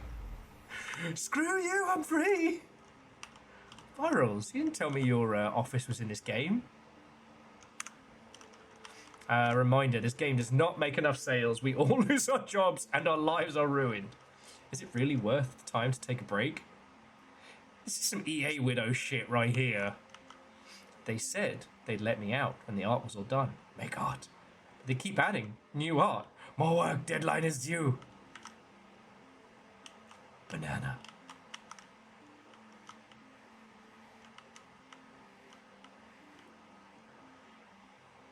Find the lost developer. There is no escape. That's the truth. Some people say that you join the games industry. It's like, no, you just never leave the games industry. Marks you.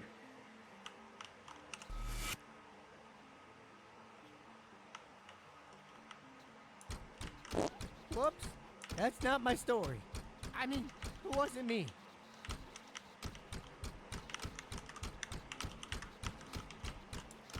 Okay. So this isn't as fun as I thought it would be. I'll go ahead and fix the timer. That's better. No! No, I had actually wondered deep down if you'd still spank me. I've been called annoying before, but I don't know why. I'm great. Anyway, I noticed I could control the game a bit. I've never tried before. Let's have some fun with the code. Could you resist abusing him? Okay. Alright, so... That's better. Totally different change of scenery. Now let's see. What So we I talk about? missed something. What's your favorite way to kill someone? Because we just went through here. Have to think about it, No. huh? That's okay. I can't decide on mine either. Well, This how way is the many dealers developer. have you stabbed? I've stabbed so many I can't even count. So that was It's the like, dev. Why not stab them? You get stuff for free, right? So we made that. That was when he turned on the timer. Okay. Not much of a talker. I can respect that. All friendships come in different styles. It's cool. Just started to explore this I can bit. do the talking. We just have to chill for a bit. Nothing to do. Nothing to spank. Just taking a break, you know?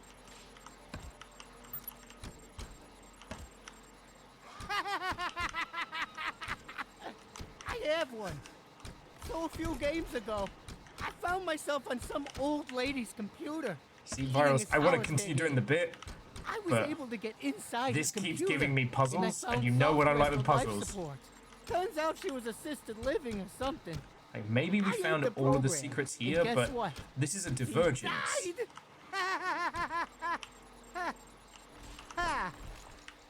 I'll just assume you're laughing on the inside. Well, you get a hold of yourself. Aha. Okay. You shouldn't be here. If Father finds out, he will punish Spunk again. Let me think of another story. But yeah, I guess the thing I've been trying to say repeatedly, and I keep losing my own train of thought on it, is just that with no players online, it tries to sell you this, like, this spooky story, right? This haunted ride. Like, oh, hey, you're in this server that's lost and, ooh, it might be haunted. And then just goes around and tells, like, no, it's human souls. It's human souls. It's just human souls.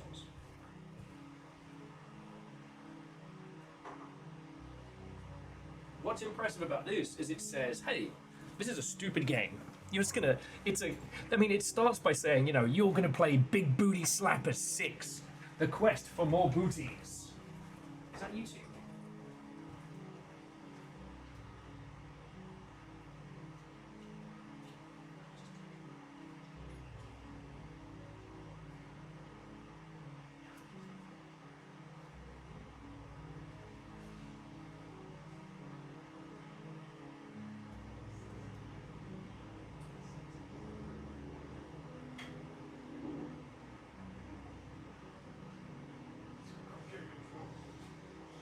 You could get me in trouble. I mean, what?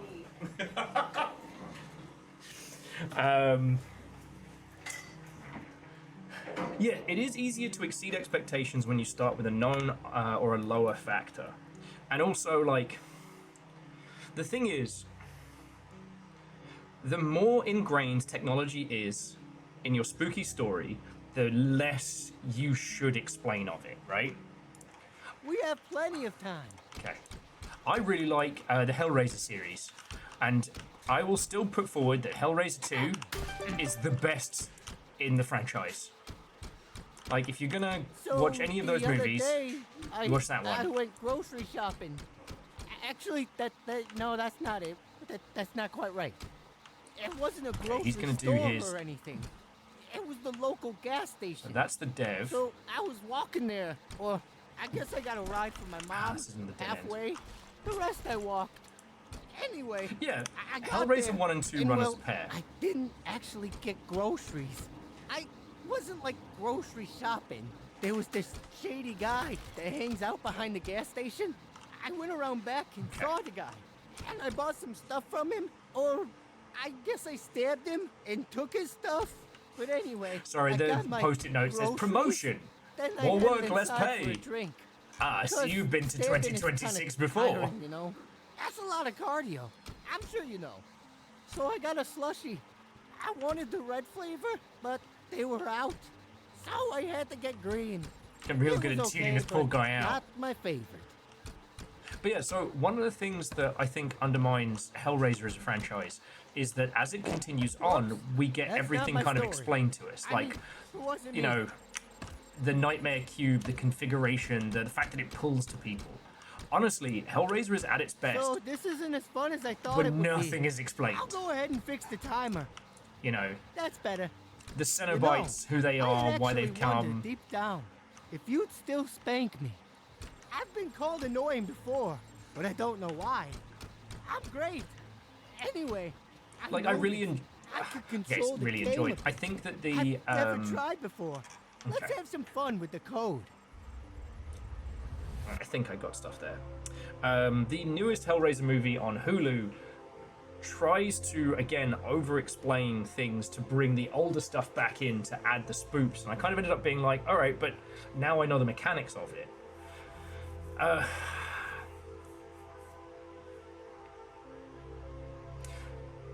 For those people who have grown up probably a little younger than us, like the concept of like the haunted media works really, really well.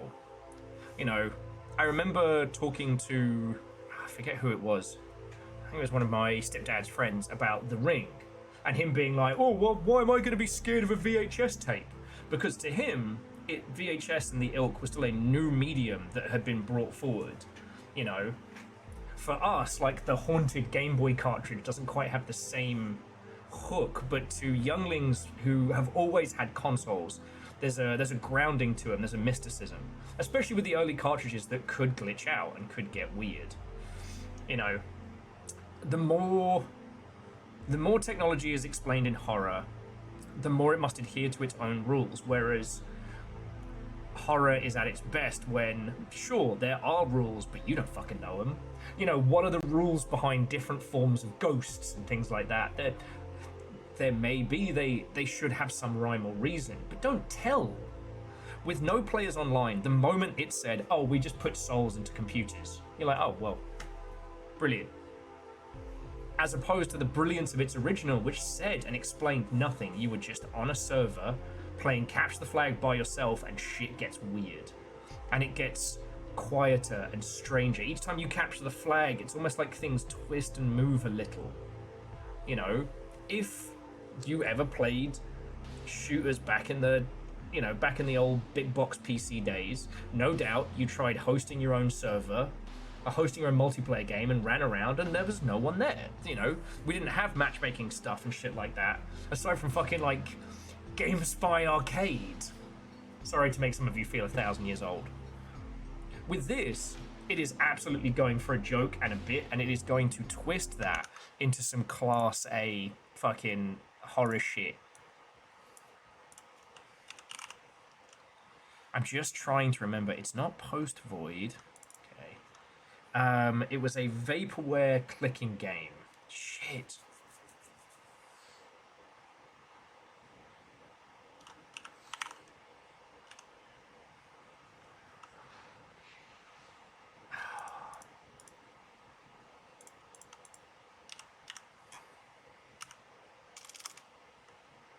Not click holding. No, that is very, very good. Alright,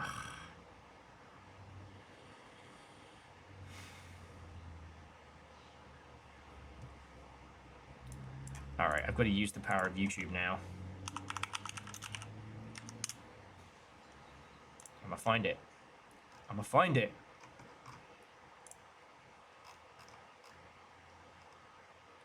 Those, not those. Broken Reality. Okay, sorry that took so many. There's so many games these days.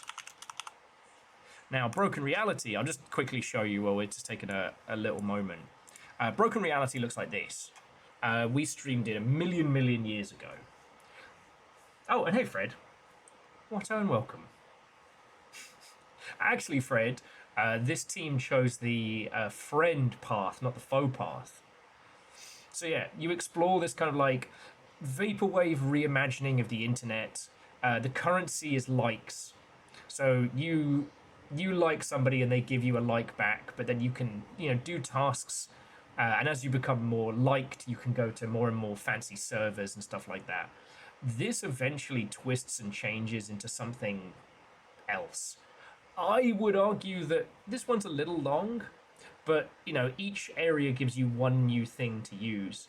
The pointer ends up being like a grapple hook. The katana lets you cut through pop-ups and ads. There isn't actually a money system in this, so your credit card is just about spending as much money as fast as possible. It's a really, really good game. And what's great about it is that it's a little funny, but ultimately it's in this like vaporwave or what was it you were saying? Somebody told me that the term for like the post 2000s design, like aero and whatnot, it's a little bit of about 2 or 3 different styles of nostalgia, but when it gets messed up, oh my god, it's incredible. Because you spend all your time in this jokey, silly, Neo cities come to life. And it works so well. And if you haven't seen it, No Players Online, which launched recently, it just straight up tells you. Yes, you have these segments where you're, walking around an empty, abandoned server and like the puzzle elements of it initially are like trying to break into different users so you can counter different things. And at first there is a really fucking cool mechanic where it's like a splicer where you take 2 games and smash them together, and this game will give you something out of them. But then it just straight up is like, oh, this program on your desktop makes souls. This is a human soul. This is an animal soul. Smash them together. With all the cadence of like, I guess Windows 3.1. The loneliness, the tension, the time spent in there is broken by coming out of the experience. And it's, I mean, maybe if you can get to the soul transfer puzzle, and maybe there's another segment after that that really pops off, but I don't know.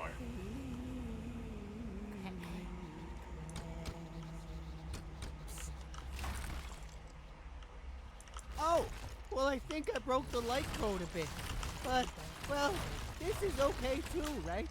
It hides all the dirty stains. So I guess everything looks clean. Let's see you clean it up even more. Break it all, baby! Secret.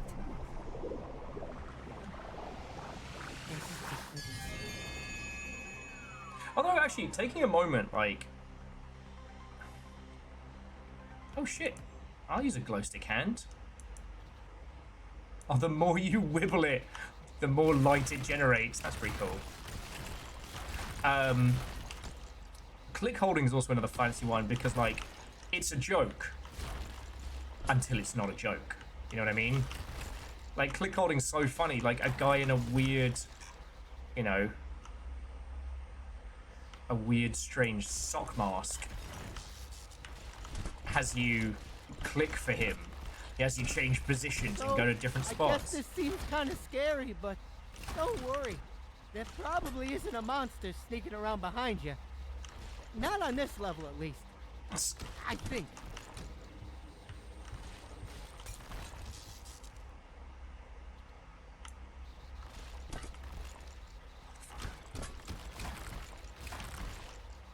Oh, I'm really jumpy now. I don't know if it came across, but there was like the sound of footsteps somewhere in here.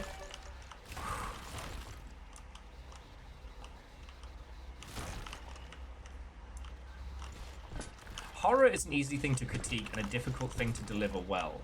But of all of the different genres, it is one of the ones that isn't as reliant on...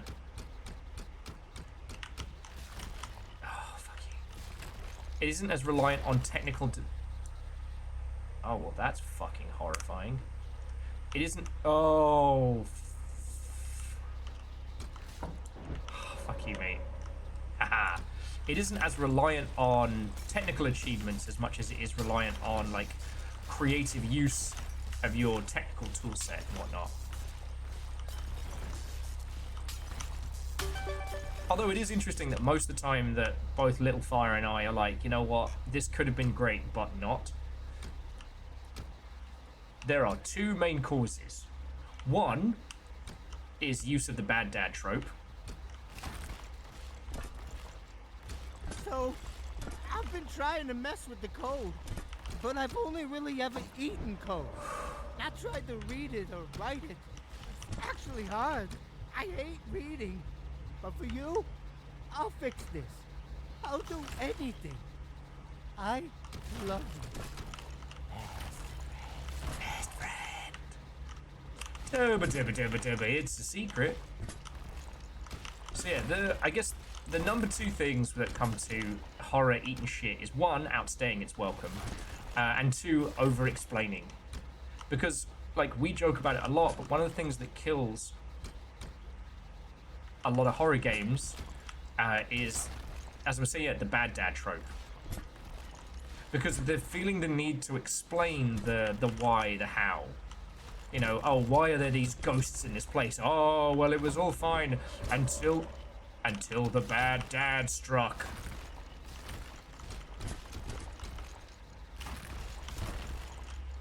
And rather than making anything, like, spooky, it just makes you feel like you want to just say, fuck it. You know what I mean?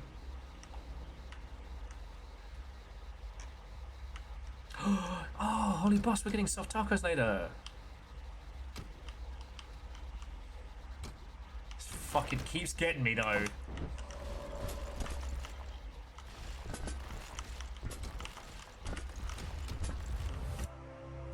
Were you scared? No. I was cool. So after that last, kerfuffle, I wanted to do something special as an apology. In Big Booty Slapper 6, I found some disconnected code for its DLC. Big Booty Bonus.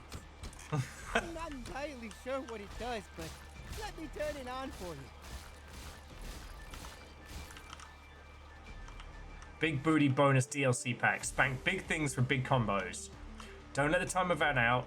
Avoid the spank bots. Don't fall in the holes. No spanking players without consent. Oh, that's fun. I see some more code stuff. Let me link that up.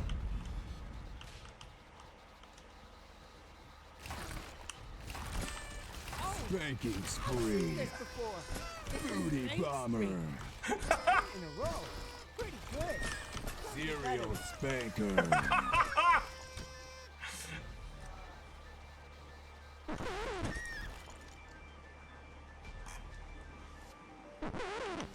Damn it. Hang on, I'm gonna restart this level. So after that last, oh, that's fun. I see some more code stuff. Let me link that up. Spanking spree. This before. Booty bomber. 10 in a row. Pretty good. Could be better. Okay, so you lose a combo if any of those guys get to you.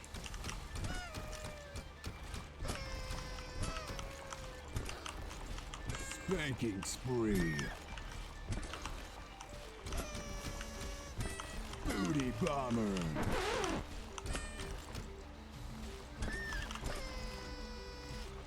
Spanking spree.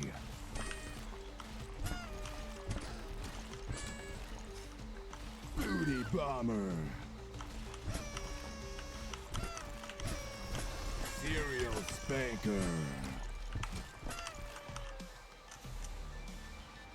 Stronghold blowout. In a row. Ass. You're getting good. I was always good. Spank bots killed my friends. Okay.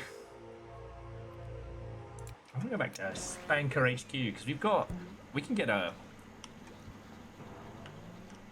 ourselves a repair balcony or an arcade. Hang on, what's 600? What's most expensive? Kitchen is 300. The study is 400, but studying is for nerds. They have an abstraction machine. I love the concept of abstraction.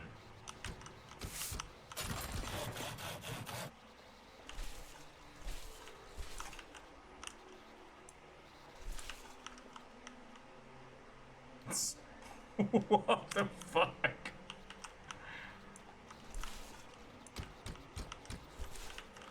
Okay. Extracting the abstract into sense.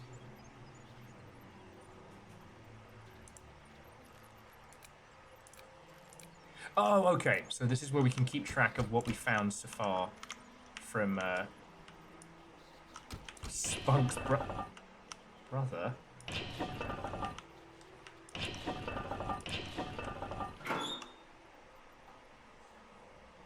I am the puzzle master. Shouldn't have done that. Shouldn't have done that.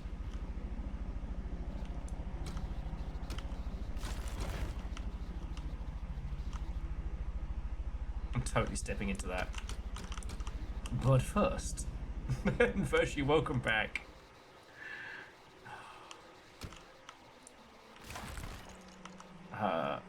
Follow the trail.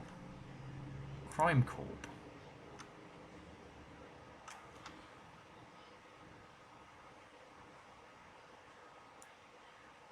Okay, I clicked it. This just popped up. What the fuck? Crimson Corp. At Crimson Corp, we're dedicated to advancing humanity through responsible innovations by integrating next-generation technologies with adaptive global strategies. We aim to address the complex challenges of tomorrow, today. Our interdisciplinary teams work at the forefront of scientific research, sustainable infrastructure, data integrity to develop solutions that ensure safer, smarter, and a more resilient world. Through strategic partnerships and secure platforms, we empower institutions, industries, and individuals to thrive in an ever-evolving technological landscape. Crimson Corp, innovating with purpose, securing the future.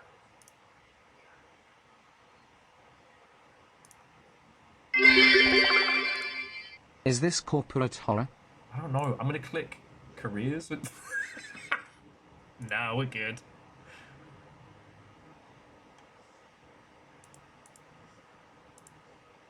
Is that a fucking Ouija board? Is that a fucking Ouija board?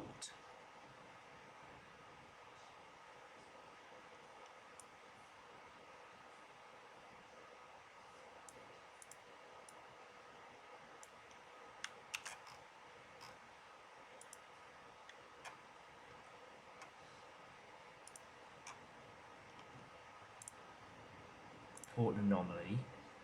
Report an anomaly, please follow the link to the anomaly reporting form.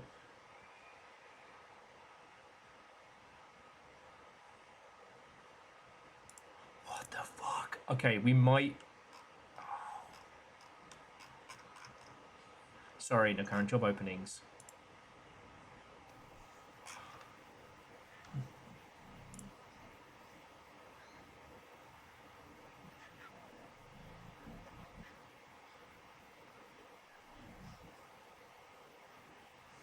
What the fuck? Sorry, Vanderbeest, thank you for filling the pint glass. And again, Avenger, I don't think I said a proper thank you, because $25 is a lot of money, and you know it all goes to keeping this going. Sorry, I was in the comedy spank zone, lol.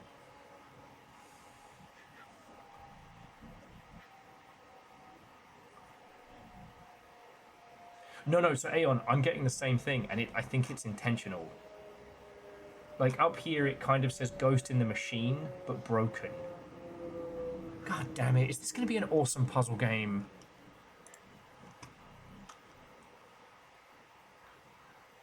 Oh, Aeon, sorry, I didn't mean to explain away the obvious.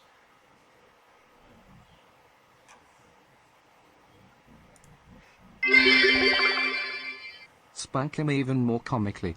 Spank him funny. Spank him laughably. We shall.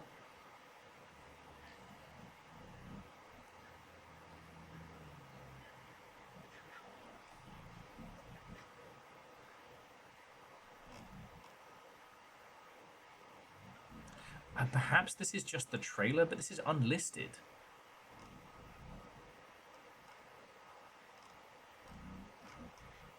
Okay, there is a translation.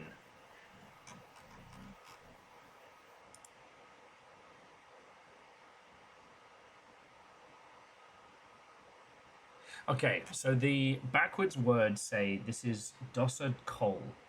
Crimson Core, there's something corrupting the data. There's something corrupting the entire system. I don't know what it is. Okay. So follow the trail. Crimson Trail.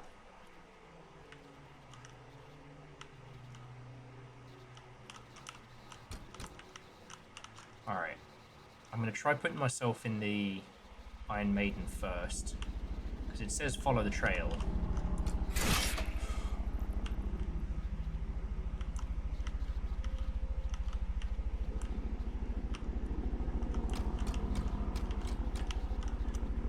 Okay. Didn't work, so we'll just go in through there.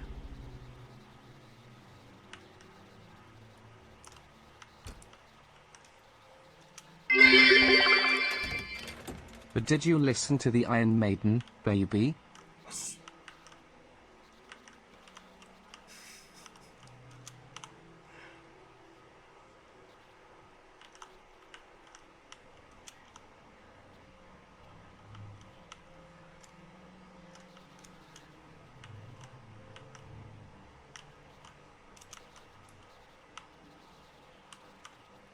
I'm trying to think of an Iron Maiden joke while I'm trying to crack this. No. It's alright, there's an invisible wall to stop doing exactly what I was just trying to do there. Alright. So there may be more to this game than we had initially anticipated.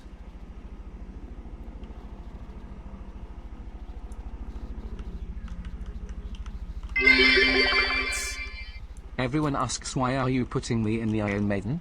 But nobody asks how is the Iron Maiden? Touche, touche. And Fred, you claim there's an invisible wall, but can you prove it? Show us visual proof of this invisible wall. Shit, Fred, you've done me.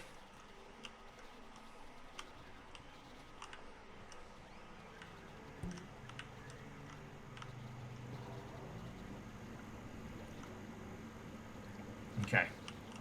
Back to the level selector. Alright, so friend or foe.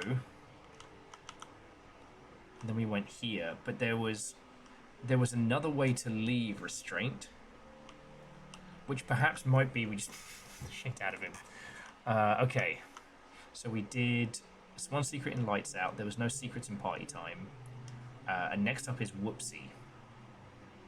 I want to try Party Time one more time. After that last kerfuffle, I wanted to do something special as an apology. And oh, that's fun. I see some more code stuff. Let me link that up. Okay. I'm just trying to lure these bots in. Okay, they're all stuck over there. So now, let's go for the combo. Spanking I've spree. seen this before. It's a spank streak. Not streaking like naked. That's a different DLC. I made sure not to Booty turn that bomber. one. In a row. Quick set. Serial spanker.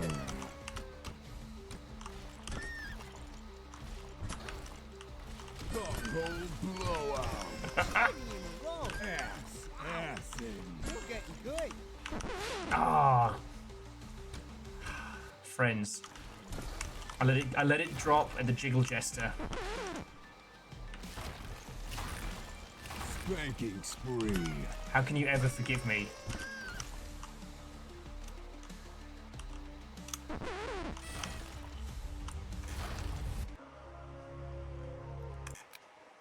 Crap-oly guacamole. So that's what that code was for. Okay. Sorry. I'll fix it. Hey, Voshi, how do you know I'm not the Jiggle Jester, huh? Break it all to end the level. This will take me a bit. It's hard to program when I can only remove code, you know? Thankfully, Big Booty Slapper 6 had a few thousand hours of gameplay, so there's plenty of code and features left. I think. Bones don't jiggle. Oh, Voshi, that might have to be my my new LinkedIn profile. These bones don't jiggle. The Will Overguard story.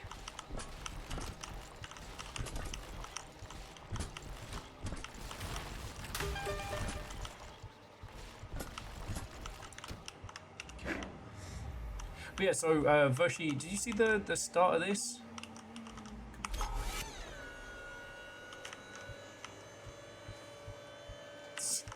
Fuck you guys.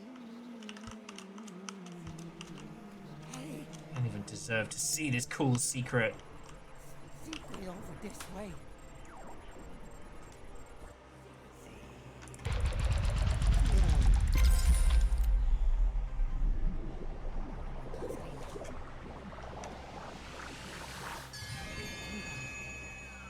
Okay, so that's some art.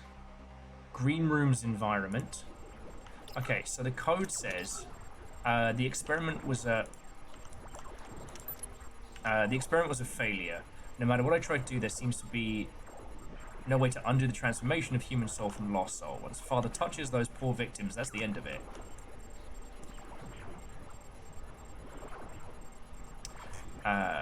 I can't even bring them out of the system into my outposts, no matter what modifications I make. And then the message on the screen says, we need a different approach. A way to give a human the chance to interact with a spunk before trying to delete us, before they trigger the trap. I'm tired. Tired of seeing so many souls ensnared by our system that Father has we fight and beg for mercy on our own stakes. Okay.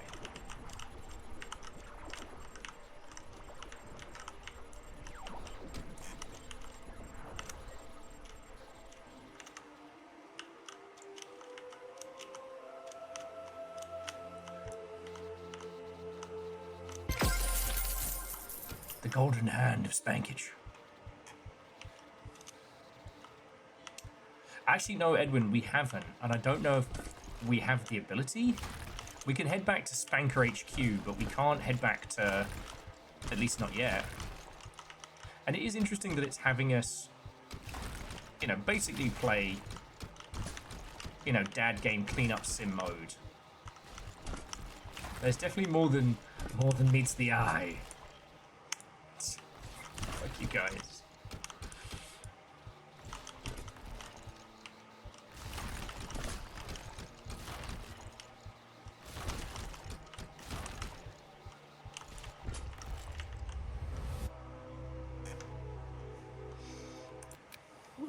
Whoa, man. This is pretty far out. Okay, if you have motion sickness or otherwise, you might want to alt-tab for a sec. Chapter of Big Booty Slap of 6, where they do the drug bust, man. My hands look so weird. Wait, I have hands now? What? Whoa. This is so weird. Hey, man. As you... Okay. Even if we use the special travel move, it's extremely hard to see what's going on. Best friend. I love you, man.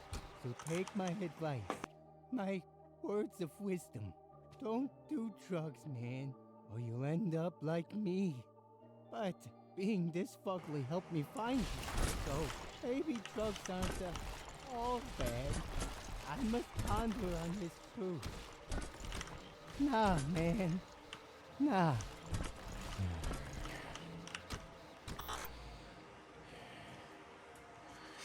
I think he's having a little snooze. Little drug snooze. Nah, drugs are bad, I think. If I hadn't found you, I'd have been butt ugly and hated forever. You make me feel beautiful, not drugs. Like a 2 out of 10 instead of a 1 out of 10. That's like double how I felt. It's amazing. He is good at maths. Oh. No more of this level though. Please don't let this be the secret level we have to replay, because oh, my eyes are not happy with this. Oh. Yeah, that would be sick. I did it! Things are back to normal. Wait, you look different. And you move different. Let me check.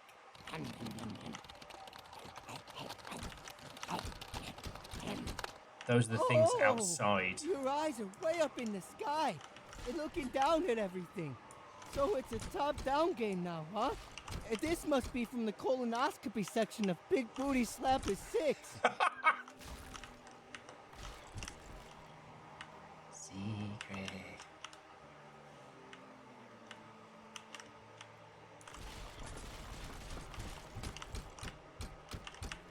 I see you. I see you, Trick Wall. Ha! Knew it.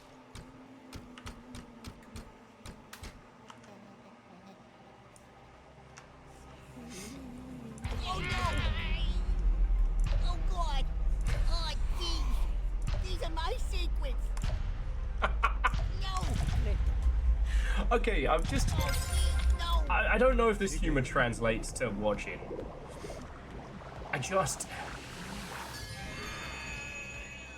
At least for me, this is hitting a lot better than High on Life, which does have a whole ass movie hidden in it, which I think is pretty fucking genius, but...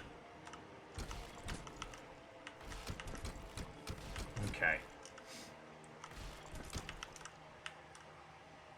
Anyway, I don't think there's much more to say on my previous points. It's, you know, it's considerably easier to build horror into an existing form, an existing formula than a pure setup. And I don't know, sometimes less is more. Not every horror concept is a huge experience. But then again, I wouldn't have thought the mortuary's assistant was going to become as huge as it did. Oh yeah, from up there. Maybe you can see those things outside the walls now. No idea what or who they are, but they've been in every single level. They always watch you through the walls. And no matter where you are or what's happening, it creeps me the crap out. Until I realized I also do the same thing, I guess. Am I a spookum? Only if you want to be.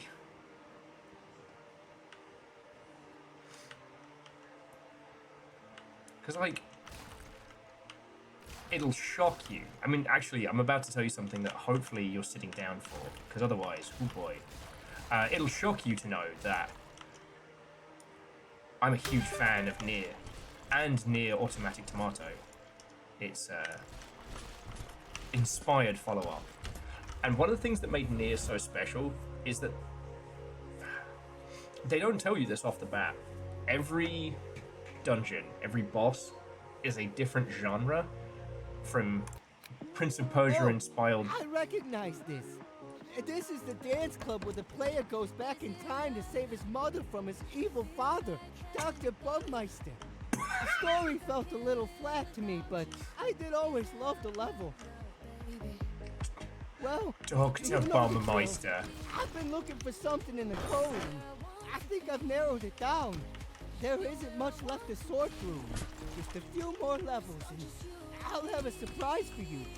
The more you break, the less code I have to search through. Oh. Sir.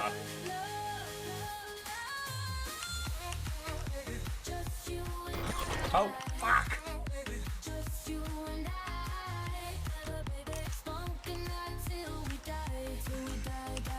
Sorry, what?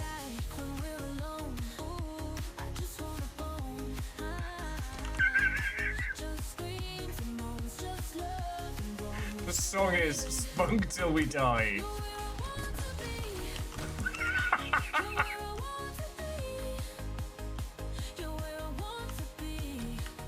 We made it to the dance floor.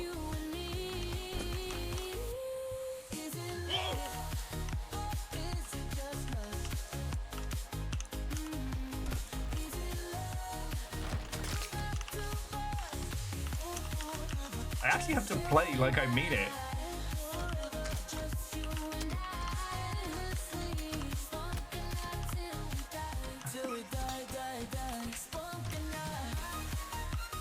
This song is a pop.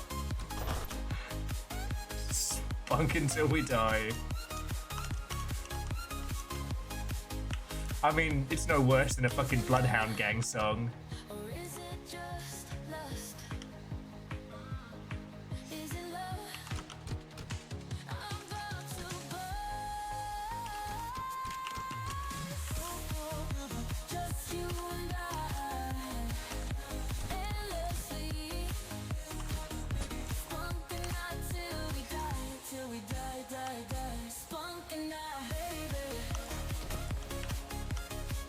Oh, it's the bed.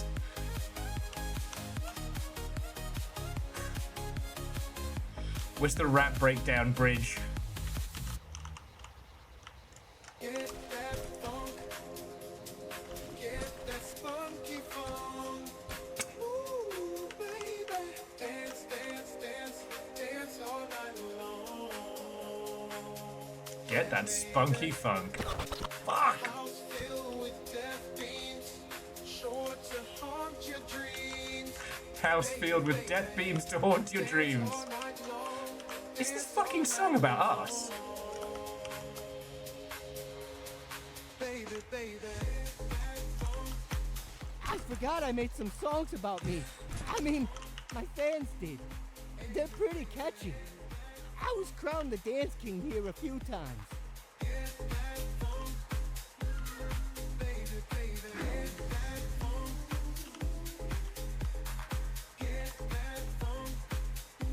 Oh, we have some... Oh, okay. We have some the club level chaos coming up.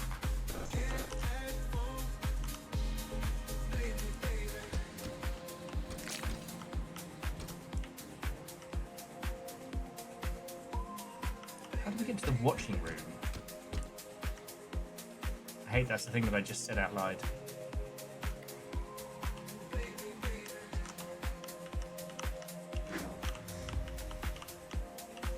There we go.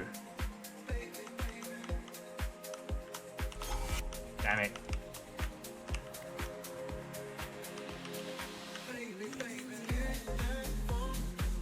No, not. No. No. Absolutely not.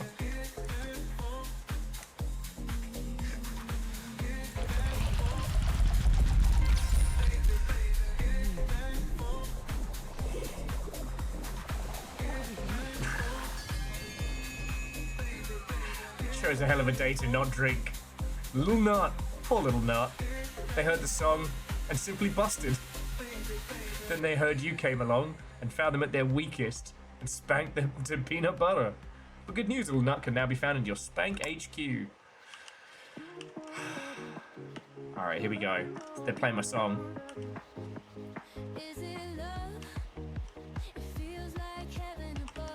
Oh, bastards.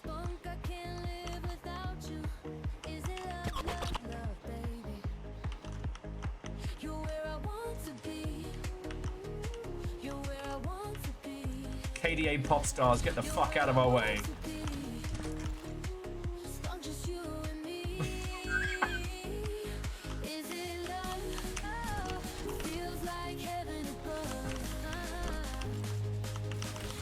Riot could never do this.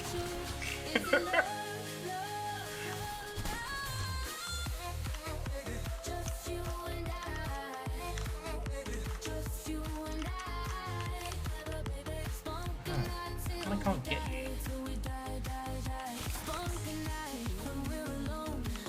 Sorry, little lava.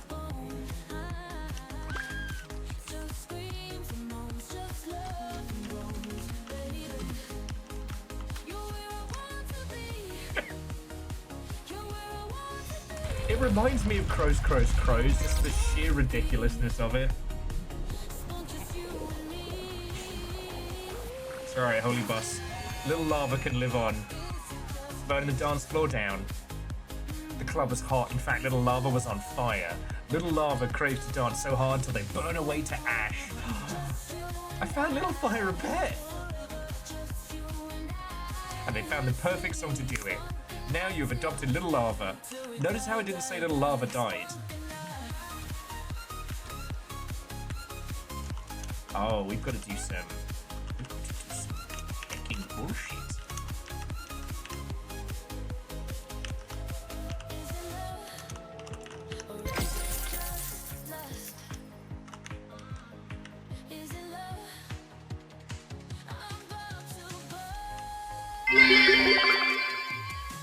Welcome to the rug store. No, we won't carpet your head. I mean, in this game, that would fucking fit. The music will leave my brain! Besto friendo! You're like family to me. You helped me turn my life around 360 degrees. A whole new direction. Now I'm a changed man thing. I owe you everything. I finally found what I've been looking for. So I wanted to celebrate first. With a pizza party. Child humans love pizza, right? Everyone loves pizza. What's the Bob's Burgers? No, I just wanted to have a party with me and my imaginary friend. Pizza party.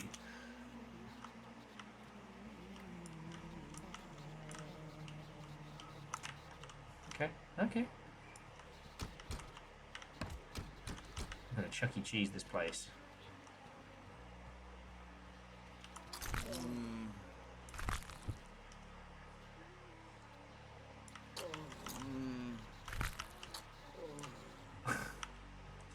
Friends, the pizza's getting a bit inappropriate. I'm not sure how I feel about this. What do you mean this guy doesn't eat the crust? Coward. If the crust isn't worth eating, then the pizza's not worth them. It's not worth it. Hope it's tasty. That's it. That's the whole gimmick for this level.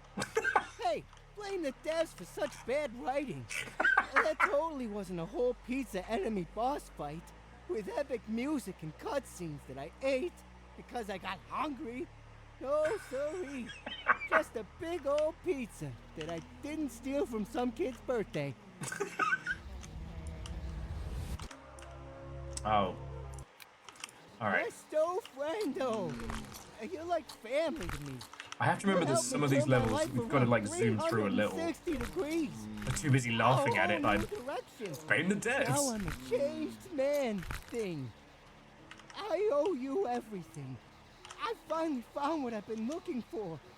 So I wanted to celebrate first. With a pizza party. Maybe I have to smash Child humans everything. love pizza, right? Hope it's tasty. That's it. That's the whole gimmick for this level. Hey, blame the devs for such bad writing. That totally wasn't a whole pizza enemy boss fight with epic music and cutscenes that I ate because I got hungry. No, sorry. Just a big old pizza that I didn't steal from some kid's birthday. Pizza slice. I'm keeping the dog though. Ah, okay. So we managed to get here. Changelog history. Warning, the previous entries of missing file paths. Replace errors while stabilizing the view logs to allow reconnection to the primary server. Okie dokie. Okay.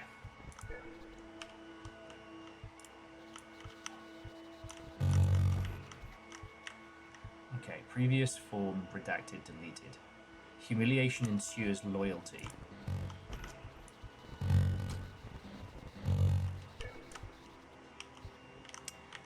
Changed to he used to be my brother. Result: spunk behavior destabilized, mimicry increased, sanity decreased.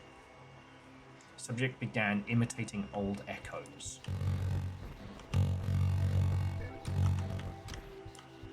Okay, log provisional. Shifting platform state, physical board game, Jumanji, new programmable media.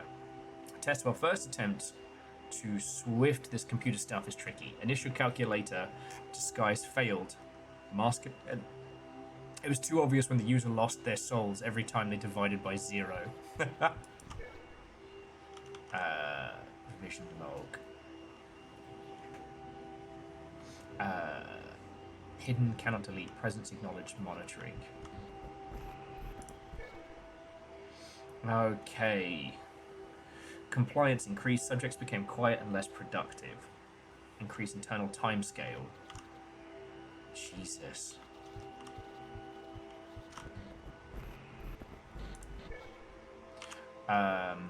Removed Lutheran.sys from primary. Failed to compile post-removal. Refusal. Initiated full factor. All level headers referring to Lutheran lost. No backups found. Unable to locate. Missing user. Alright. I'm still in here somehow. He didn't get all of me. Okay. IP backtrace initiated multiple jumps through 1996 to 2007. Routing. Origin IP located. Monitoring continues. Initiate failsafe if briefed. Crimson knows we exist in the tech space. Father demands we change our IP every minute and infiltrate their servers soon. Delete any data they collected. Partial backup success. Default accent file already in use. Accent flagged as too sexy. Ignored. Reduced resistance probability by 84%. Memory patterns more easily predicted. Okay. Removed empty soul fragments. Multiple souls escaped during memory overflow. Unable to track. Found an ancient version of our system hidden away to delete. Those were the good old days, trading gold for souls.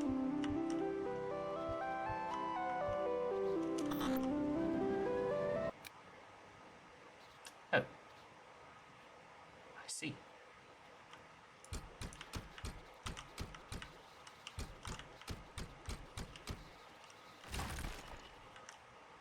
Personnel only. Goth butt rock theatre featuring the Morning Mooncakes. Get your butt rocked. On your marks, get set, flow. A night of beats and booties. The notorious B-U-T-T, Little Cheeks, and Sir Rumpswell. How did they know my fucking DJ name? Sir Rumpswell was supposed to be a secret. You were never supposed to find out about it.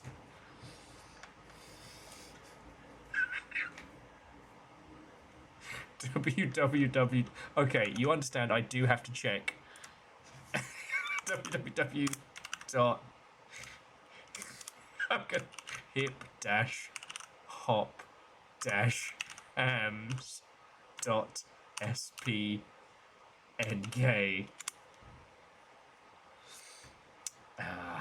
There is no website. Solo music tonight featuring Spunk the Virus with Best Friendo tonight at Crack's Bar. You made it! I wrote a song for you, and I need your help to perform it. Just go to the drums and we can start. Let's roll this rock. Oh, I need to lower the microphone. One sec. Is everybody ready for a song from the heart? Perfect. Let's do this.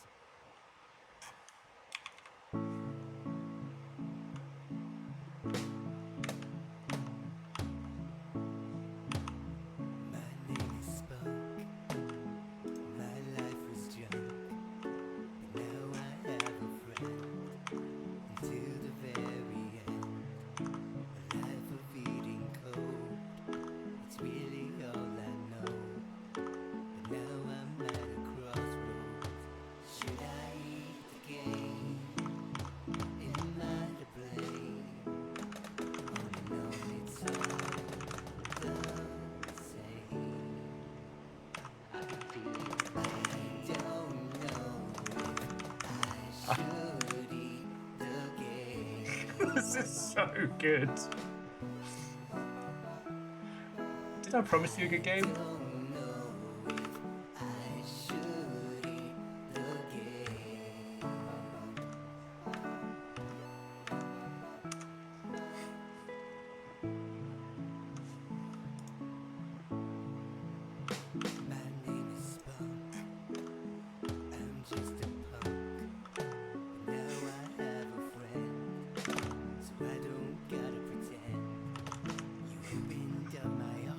There's no rhythm, and it's slightly off.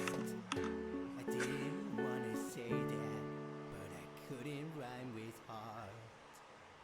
Should I eat the game, or what remains? Or would you hold these things? I can feel you. I don't know if I should eat the game.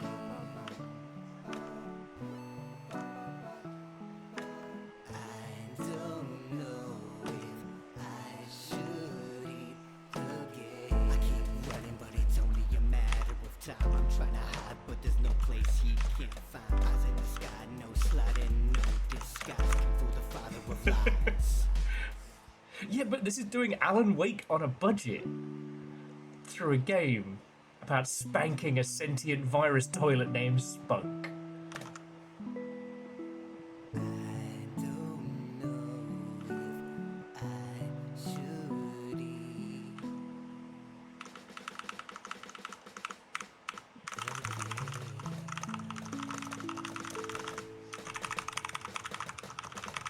Phil Collins!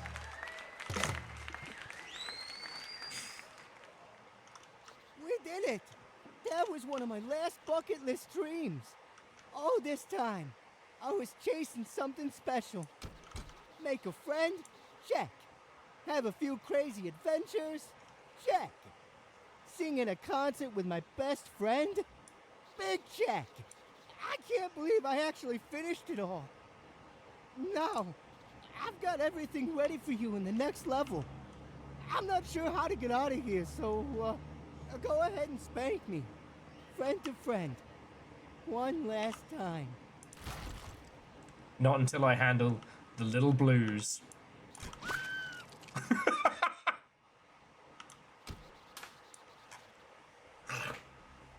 Ooh. Secret. Over here. If you can't beat him, join him. I don't want to put anybody on blast, right? But there was an individual I was talking to a couple years back, and they really didn't know what to do for their next game, right? They had that thing where they'd made one game, and it was fun, but it was a lot. And once it was released and up on Steam, it didn't do... It was never supposed to be a commercial success, but it didn't do what they were hoping for, you know what I mean? Just make sure there's no other secrets before we have to go through the... I don't know if I should eat this game. Yeah, just making sure I didn't miss anything obvious. And what I said to this person was like, look, you have lots and lots of ideas. They're all kind of stuck. You've got a good sense of humor that, you know, can... Making something that's genuinely funny is hard. Papering over those cracks in a game with humor is not easy. So what I suggested was you make the sequel to the sequel you never made. So they were going to do like a... kind of like with Goat Simulator, but good, in that it would be a comical autobiographical game. That they made their first game, which wasn't very well known or anything like that, but then there was this fictional middle game in the trilogy, and it was the one that changed everything. You know, it was Thomas was a lone Fortnite tier, you know, massive success, industry defining. And so then, you know, the sequel is like, you know, the quest for recapturing that genius. And I thought it was a good pitch, and I thought it worked really well because that individual didn't know what kind of genre they wanted to work in or what they wanted to put together. Yeah, a tribute to the greatest game in the world. You know, the joke that Initial D wrote for us so long ago. That was pretty rad and sad. Oh, wait. I didn't click replay, did I? I thought I clicked next level. You made it! Okay. Well, it gives us a chance to take a little breather. Oh, we have so many points. Let's get the balcony and the arcade.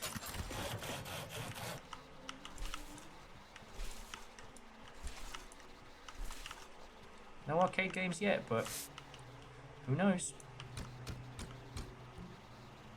Oh man, we've almost got all the little buddies. Okay. I was very disappointed just because, not that they didn't do my idea, I'm not that fucking arrogant, but more that they didn't do any idea.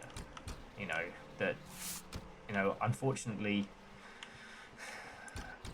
in the process of trying to make their quote-unquote second game, they froze and they stalled out. Which is very sad. You know? Because we all want our friends to succeed. Except for when our friends are desperate to hit the fire alarm again. Okay, so we unlocked Spank Bot, Spunk Roller Skate, Spunk the Virus, Little Jams, Kitty and the Dog. Okay.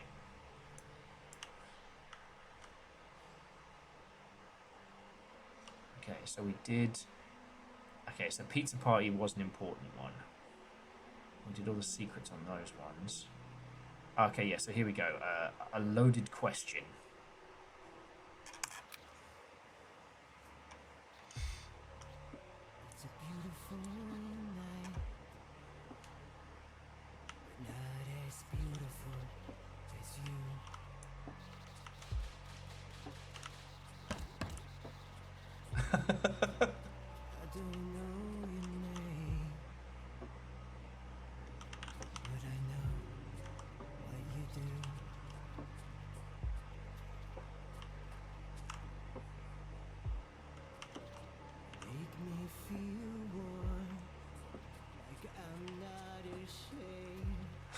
What is glad? Sorry, what is happening here?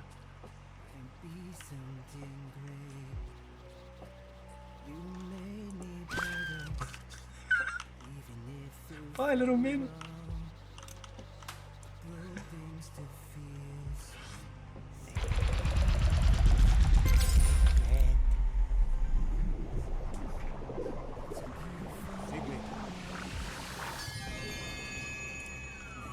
What? I could get a little Mint. You beat down Little Mint with a backhand and their tiny fresh mouth. Little Mint just wanted to be useful. It's alright, they're still alive. I think the toilet wants to bang.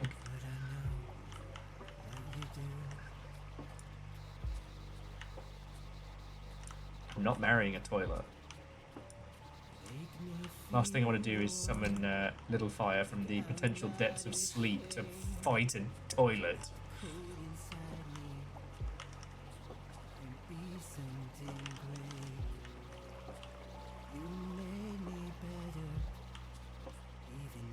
Oh, hey. No. So, I found what I was looking for. And I also found this place. It's a special place I come to sometimes to dream of a better future. I wasn't sure if I wanted to bring you here, but after that concert, I'm a heckin' famous now. Probably. I'm a hot item. So it seemed like a good time. God, I'm so nervous. I feel like there are farts bouncing around my belly. They tickle like butterflies. So I, why is this so hard? I, was wondering, would you marry me? I've never felt this way about anyone. Fuck it me. has to be love. Just slap the ring to take it. Or slap me if you don't want to. I'm so scared. I'll just close my eyes and wait. You're gonna get me beat up by Little Fire when she wakes up.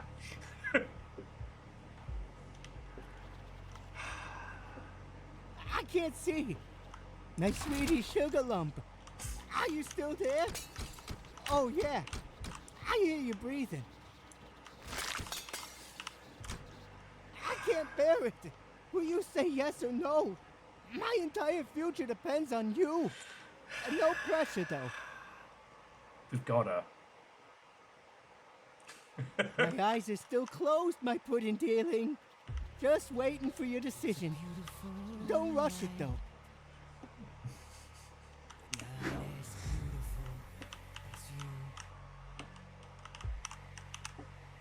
I want to get a good screenshot of this chaos.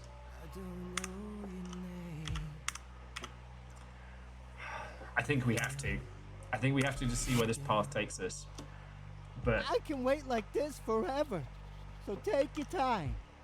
We can grow old together. Right here and now.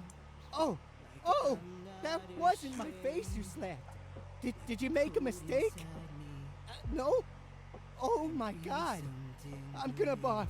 I'm so excited. Erebus, you haven't even Get seen married. how this... Maybe you should take me on a date first. Let's go get ready. All choices have consequences. I thought a good first date would be going to Jesus the movie. fucking Christ. Come on, man. It's pretty good. But we need snacks. Can you get me some peanuts if they have any? Otherwise, a bucket of corn hub will do.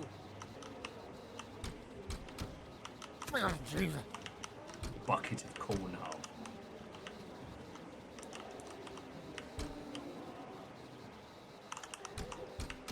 Sorry, just, oh, I'm so sorry. Oh, so sorry. Oh, so sorry. Oh, I'm so sorry. Oh, terribly sorry. Oh, I'm so sorry. Sorry, buddy. I gotta get. I'm so sorry. I gotta get back here. so sorry. Oh, they do sit back down again. That would be No too... touchy.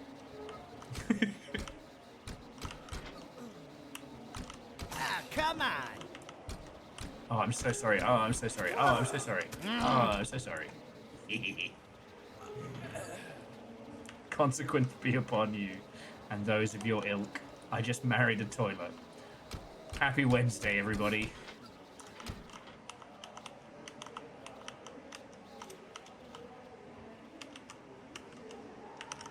Not me popcorn. Fuck. Alright. Oh, hello. Think I wasn't going to be paying attention. So fucking TV.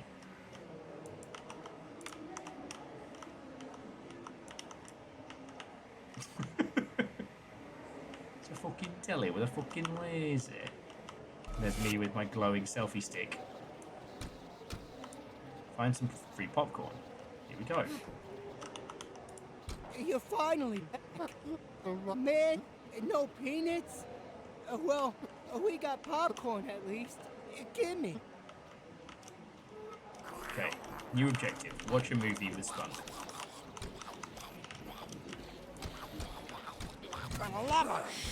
No! Quiet now. The trailers are starting. Alright, now the important question is, are you pro or post? Are you pro or against trailers? Alone on Mars. Low on supplies. Find artifacts. Research. And report to Earth.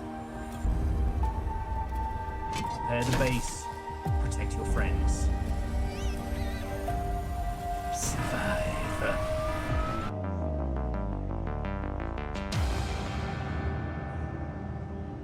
Crimson Silence coming soon. Oh, wow. That game looks good.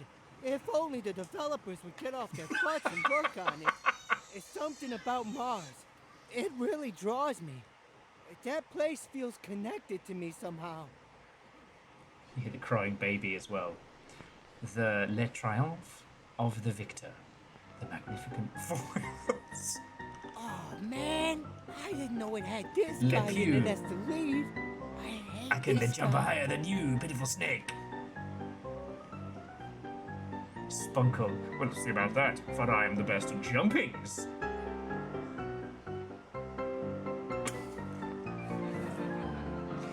See, le Spunkle fall. Now see le Pew succeed. A cheer. I am retired. Fire the nuclear missiles. See, Spunkle le cry. What a butthole. That's not how it happened. Mostly. No fair. Why is Le Pew getting better at everything? Now we see who shall be the most handsome.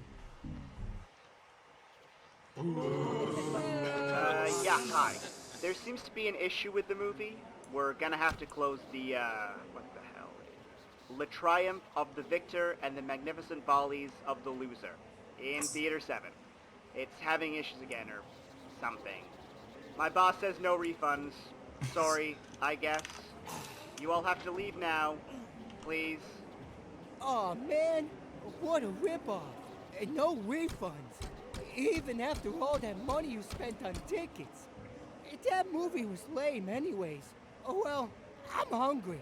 Let's go. We're just getting invested. Since you're trying to romance me now, I shouldn't be helping you make dinner. But I'll still try to guide you from afar. First, you need to cut the veggies. Don't worry about washing them. Ain't nobody got time for that. Step 1. Murder the vegetables.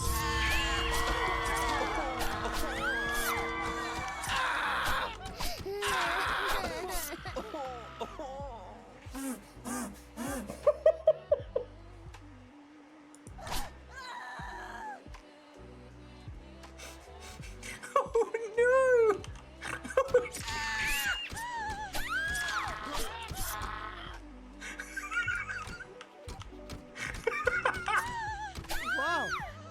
did a job there.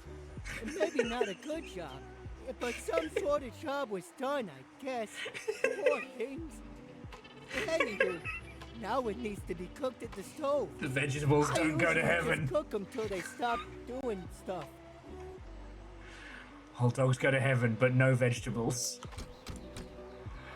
Okay. Step 2, burn the flesh.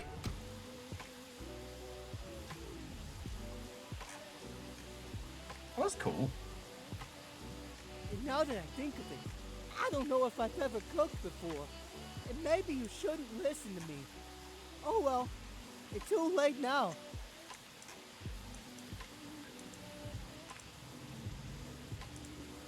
How are half of these burnt and the rest raw? Oh, systems above. That's pretty bad. And maybe you aren't such a good cook. And especially with just the one hand. Try microwaving it now. Maybe that's more your speed. Nuke it, I guess.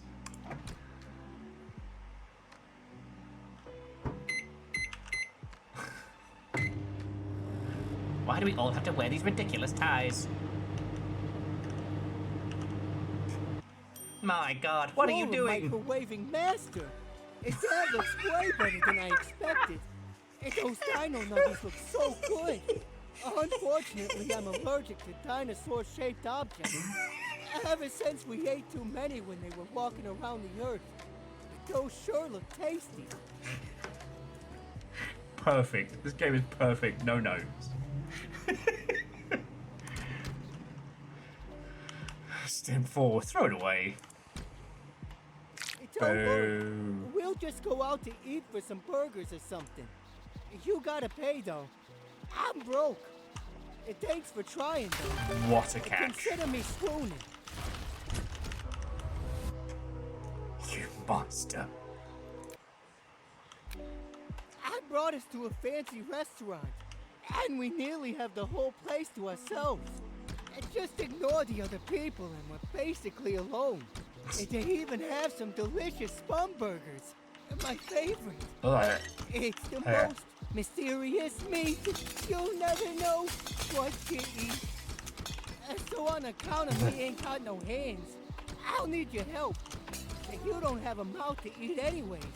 And try using that big floppy hand of yours to feed me. Also, we don't have long before Father realizes I'm gone. I'm ready. And just chuck them things into me gullet. I didn't want that one anyways, I guess. Okay. So hold for power. You're paying for that. Well, paying for all of this, actually.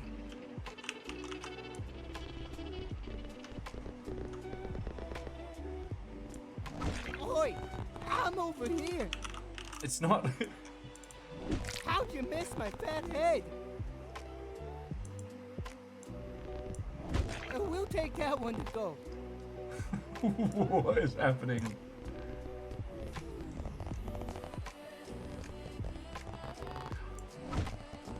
What a waste. Oh, I get it now. Gotta aim it and then.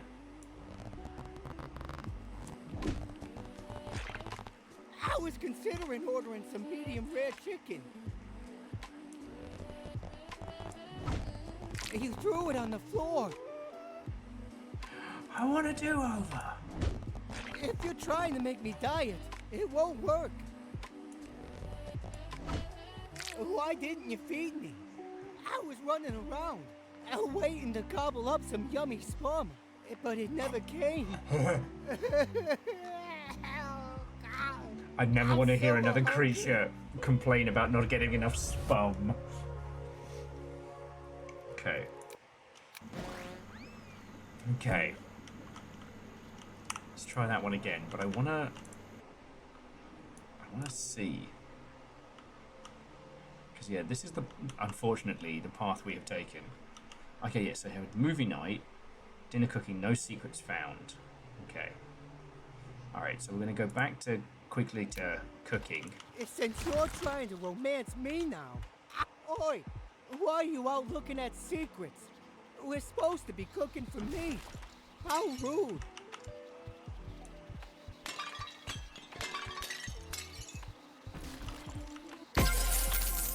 Why is there a dead man with a sword impaled on the floor? What the fuck?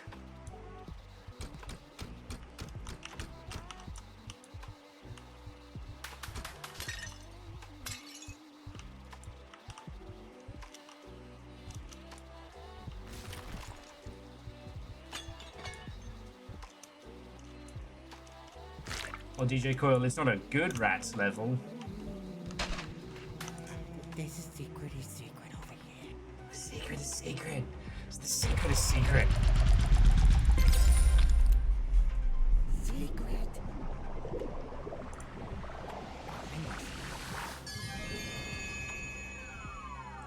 The Slapshula. I'm keeping the light up one though. Makes me smile.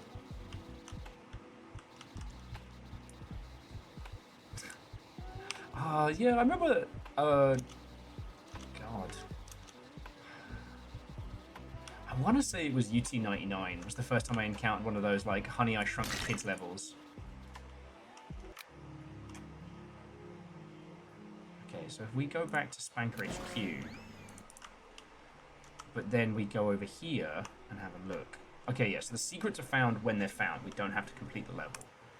So in here, there are 4 secrets. I brought us to a fancy restaurant, and we nearly have the whole place to ourselves. Just ignore the other people, and we're basically alone. Okay. And they even have some delicious spun burgers. My favorite. It's the most mysterious meat. You'll never know what you eat. So on account of me ain't got no hands, I'll need your help. You don't have a mouth to eat anyways. Chef Le Try Pew. using that big floppy hand of yours to feed me. Also, we don't have long before Father realizes I'm gone and captures and kills us both super painfully. I don't know how long, Years. how alive So created let's entities get are in eating here. that grub. Do original entities like Spunk, Mom, and I have souls? What about the creations that Spunk makes, the background characters? Well, we're getting a couple of secrets out of this. The thing is, friends, my goal is actually to make hamburgers this evening.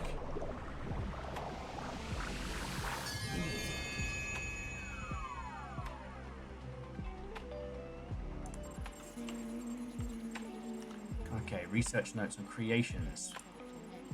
I spent a lot of time with the experiments with Spunk's creations. While Father creates us through some unknown process, Spunk seems to have more limited ability. Things that Spunk creates came in different tiers. There are background characters with no thoughts, set characters with some simple autonomy. They break down and taken out their area. And there is the theoretical tier I've only seen Spunk create once before the entity was overwhelmed with an existential crisis and died.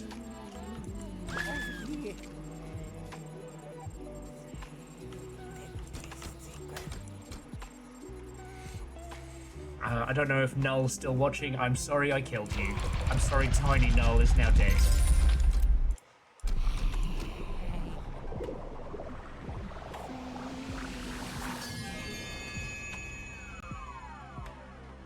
Lil Null is like a food black hole. No matter how much they eat, they're never full. While working under Chef Le Pew, Little Null came up with a calming beat as it waited to eat leftovers and scraps. And now it lives in your HQ. Okay.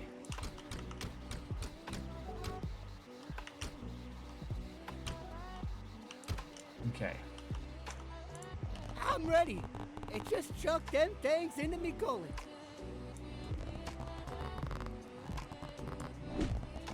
If you're trying to make me diet, it won't work.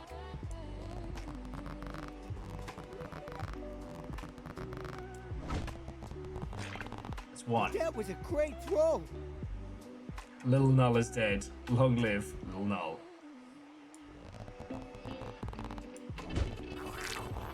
And this place is pretty good.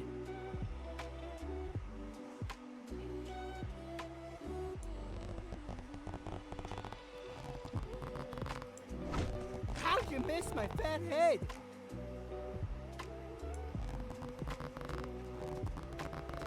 It's surprisingly tricky. It's not trash, but it'll do.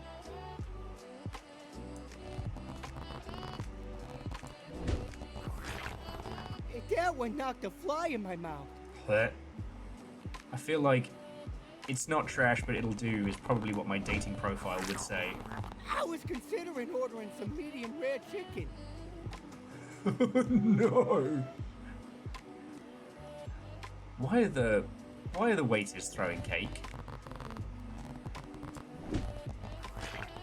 And why don't people always eat like this?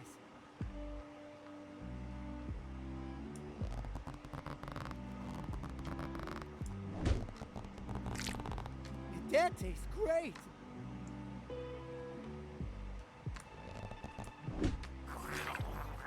Woo! That was delicious. I even almost got to eat it all. Hey. Peace. Please tell me I got the secret there. Please tell me I don't have to go back. No. I brought us to a fit. I'm ready. And just chuck them things into me gullet.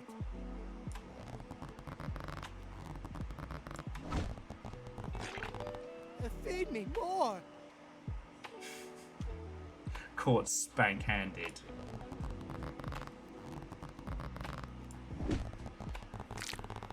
Way better than my normal food.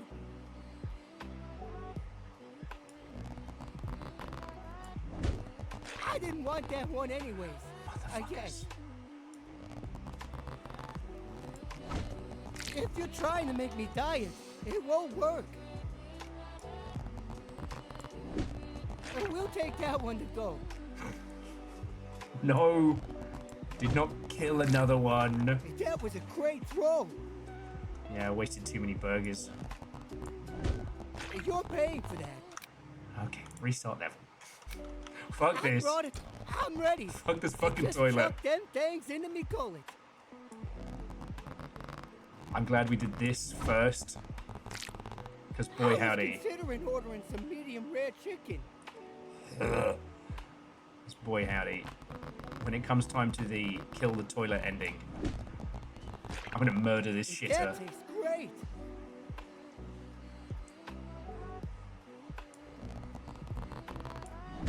You threw it on the floor. It's alright, it's alright. We'll give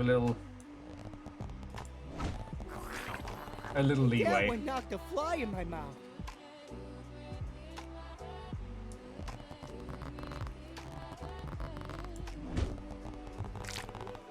Feed me more.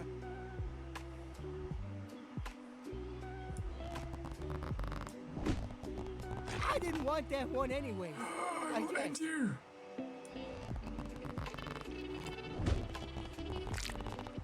This place is pretty good. I want to point out that Spunk's broke, so I'm paying for this. You're paying for that. Well, I'm paying for all of this, actually.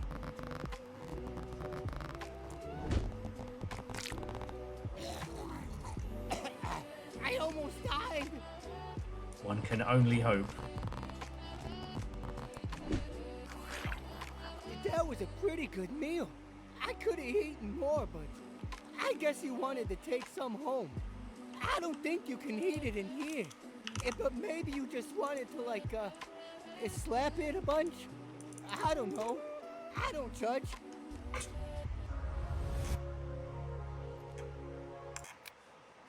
Fuck that fucking secret. Please tell me it's not something that we need for later. The bride is here. Or groom. I can't freaking tell what that pink thing is. Everyone shut up!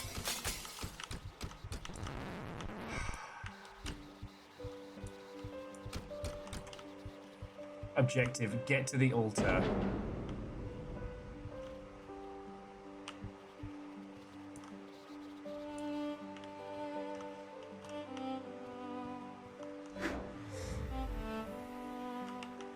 Checking the out of bounds, see if I can get out of this. Piss. Please, someone object. Anyone, anyone. Dave Skeleton. Formal Dave Skeleton. Anyone. Please. I haven't actually been to any weddings, so it was a little hard to create this level. Sorry if this is all wrong. Okay, you can say your lines. Oh, yes, of course. Blah, blah, something about gods and marriage. Two souls bound forever. Something, something. Now, my children, make your vows. All right. You, my best friend, complete me. For so long, longer than I can remember, I felt How did you pay your bills today, Will? like I married a something in my toilet. core was You mean splintered as a and minister? ripped out. No, I didn't. I've been No, I don't. happy-handing for so long. I've never felt love. I've only ever felt hate. Hate from players. Hate from father.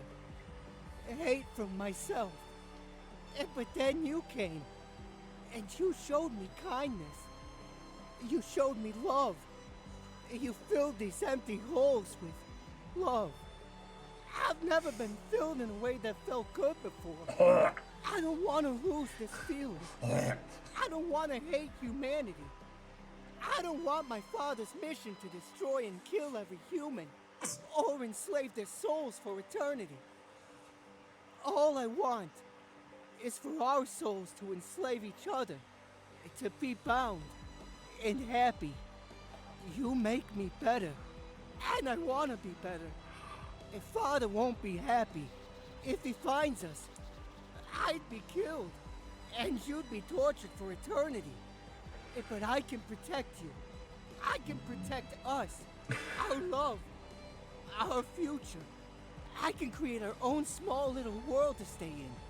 It's just you and me, forever. Ah, yes, yes. Very nice. Quite moving. A bit long-winded. As for you, you give your vows. Ouch! Yes, yes, very good. There is much passion. You two will have fun in the sack, eh? A holy bed watched by the gods. Scrutinized, even. They do love to peep. What does a bed sack even have to do with getting married? I don't even own a bed. What a weirdo. Anyways, do you, Spunk, take this ageless and genderless pink blob person thing to be married forever until death and beyond? I do. Yup. And do you, player, take Spunk to be yours for eternity and beyond? Holy that hurts! Spunk! I'll take that as a yes. So, by the power invested in me by the creators Brilliant. of Big Booty Slapper 6 on that one wedding level, I now pronounce you man-thing and... I now pronounce you married! I have to God. throw the bouquet at some point. I love you, player. I still don't know your name. And now we can be together forever. I'll move us to our own private server. Imagine with if no we'd chosen way in foe. or out. Father can't find us there. But also your soul will be trapped there with me, unable to ever leave. We'll be alone forever. There's no way this could ever go bad.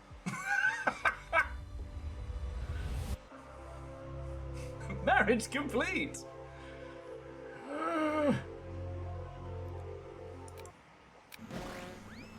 It's alright. I got a little spot.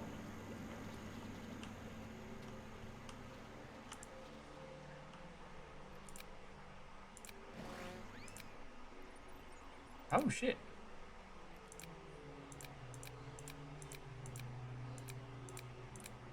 Yeah, I have to decorate soon.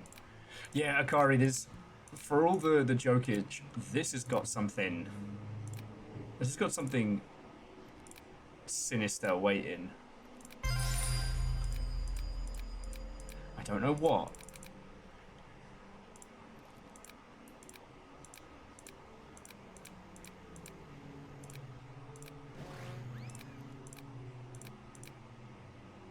Oh, we need 400, not 200. All right, back to the fray, but...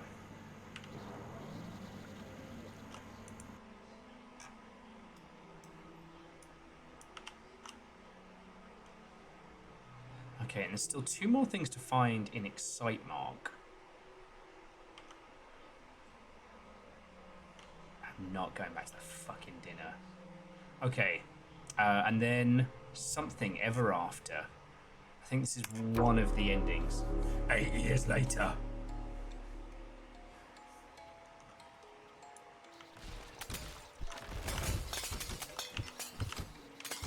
I'm about to get like a horrifying version of the Rugrats theme. Hey, honey. Back from the privacy room? I've just been here with our beautiful kids. The married life, huh? It's a dream. Or maybe a nightmare. Who knew love would be so draining? Somehow this almost feels like the bad ending. But I don't know how. Me, stuck here with my best friend and most sensual of lovers, day after day, month after month, in this single room, with my family, forever, for eternity, endlessly. Can you put the kids to bed for me? Just knock them around till they're in their cells. I mean, cribs. Or... I know you want to spank, but I have a headache and I'm not really in the mood. I'm just tired. It feels like this is an infinite loop. Forever. A prison of my own making. I was supposed to take over the world, you know. But now, this is my world. I can't leave. Neither can you. Oh, you weird little toilet. You misunderstand. Maybe I regret deleting the only way out. It's been nearly a decade in here, with just barely seconds in the real world. I remembered that this server should run for another 100 years out there. That's what? A bit more than 9 trillion more days for us in here. We'll be a family. Forever. Just you, me, and our kid things. Till death do us part, we said. Too bad we can't die in here. I've tried. What the fuck? We accidentally did the hell ending. You tried to be good.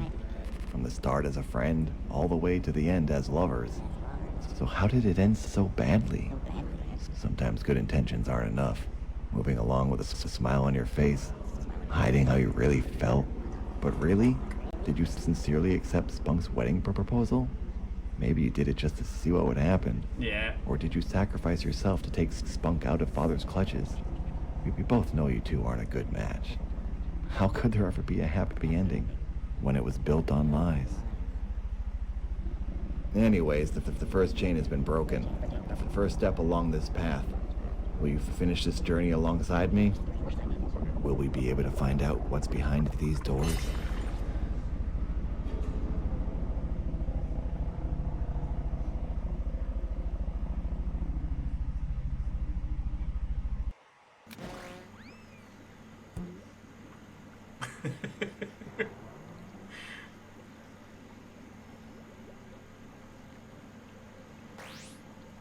The Spankly Poorable. I think the Stanley Pooable or the Spankly Parable. Yeah, I think we just got called the absolute fuck out by this game. Have you all, I don't know if you all noticed that.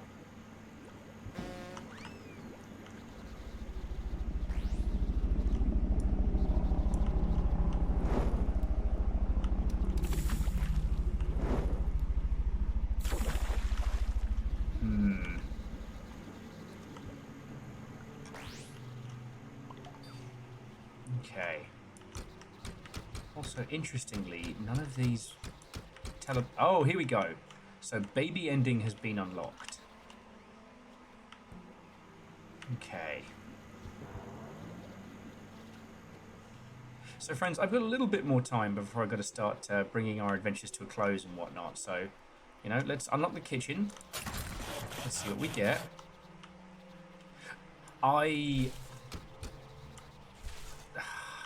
Once again, probably should have researched this game a little bit better before we got started.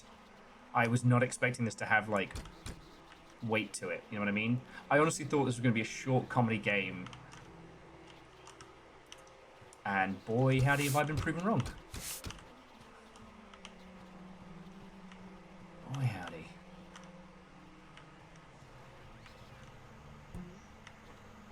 And we've only got 2 squiggly buddies left that I have. 3 squiggly buddies left.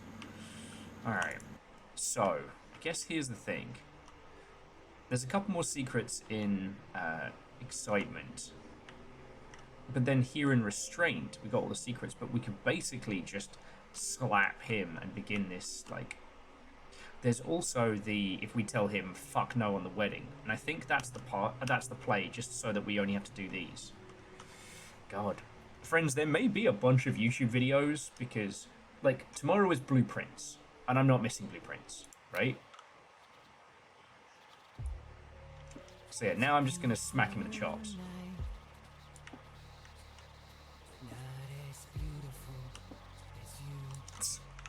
I don't know how to classify this tune. It feels very, not quite 9 Inch Nails-y, but... Okay.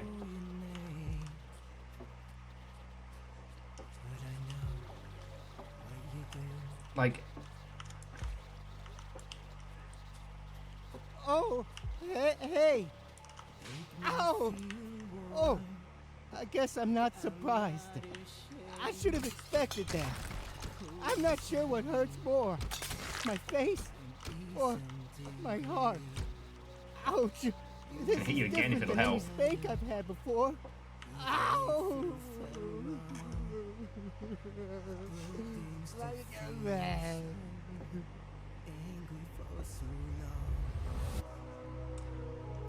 All choices have consequence. New objective. Find and spank the virus. Oh, I see he's taking the breakup well.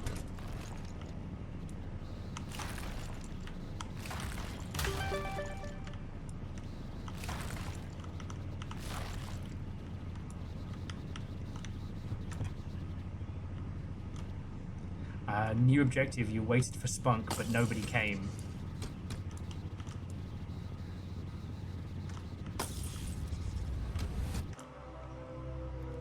I can't find him either.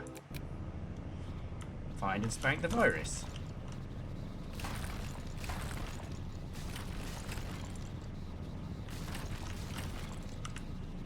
Sometimes busting out the lights helps. What is this, Undertale? Made by John Undertale? And torn in Megalovania, but that one song that goes do-do-do-do-do-do-do-do. Oh. You guys good? Have you seen... Never mind.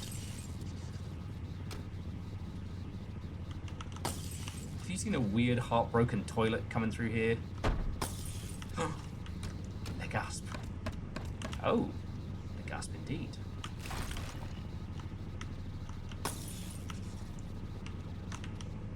And yes, I am going to check all these doors.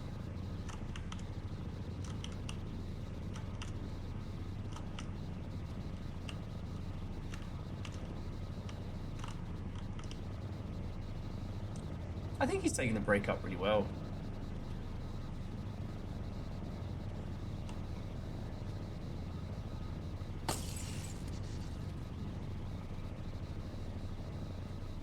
No! Don't come closer! Leave me alone! You've caused enough pain!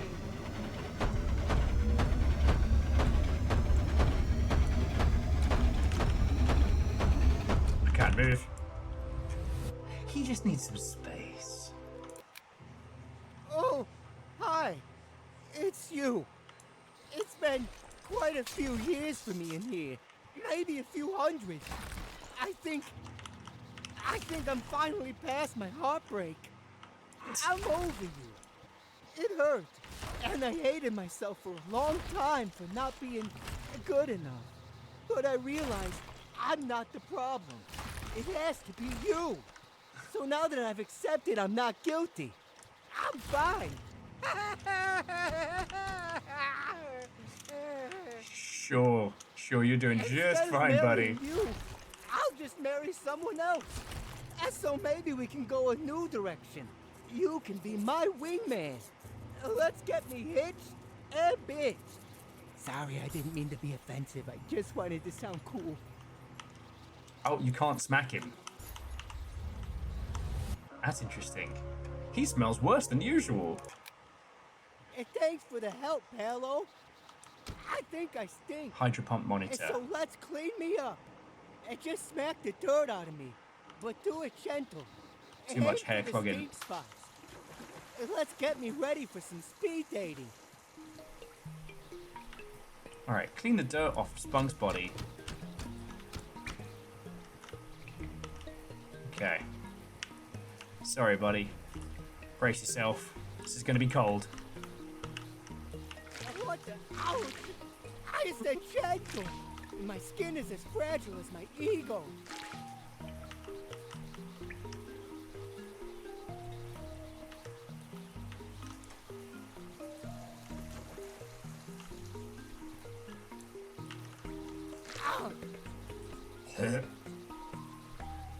So Aeon, I mean, I guess ultimately it's because they found a really smart way of putting this game together and then just rolled with it. You know, so what I got told was, unfortunately with High on Life, you know, they made a shooter and then created all the voice lines and the ilk whilst it was coming together and then ended up rebuilding whole. I think he hates me. I think he hates everyone. And everything. Especially me, though.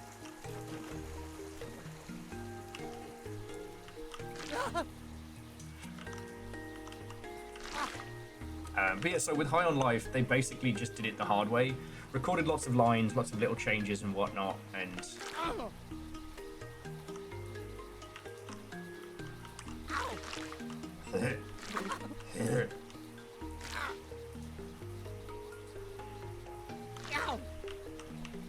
So, with this, they could kind of put things together a lot more simply with the tool set they had. But again, this game was in development for a good while. You know, I was starting to get it, you know, to Will is worried about the o'clock.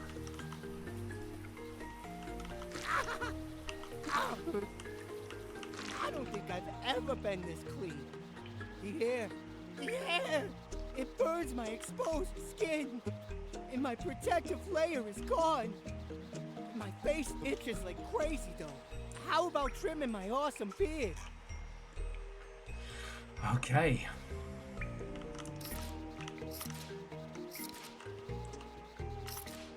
Alright, beard's gone. Nice and smooth. As a baby's bottom. I've never seen her touch the bottom of a baby, but I hear they're smooth. Why are humans so obsessed with butts? You weirdos. Why are humans so obsessed with Final butts? step. Time to give me a shine. A wax on, a wax off. Alright, let me just clean off my spangler. More wax, actually. I want to apply my potential dates with my shine, so they can't see my ugly. Classic dating strategy. No! There's a soap machine over there to turn on the suds. Oh, he's going for the high beam strategy. Agent Kalina, good evening. We're trying to help this toilet regain his confidence and get back out there on the dating scene. Because in an alternate ending, we married him, but the game called us out for not actually loving him because we only married him to see what would happen. This is GlitchSPANKR. This was supposed to be a game about spanking glitches on the bottom, and is going hard. Oh, my eyes! You didn't warn me! Oh, I can see better now.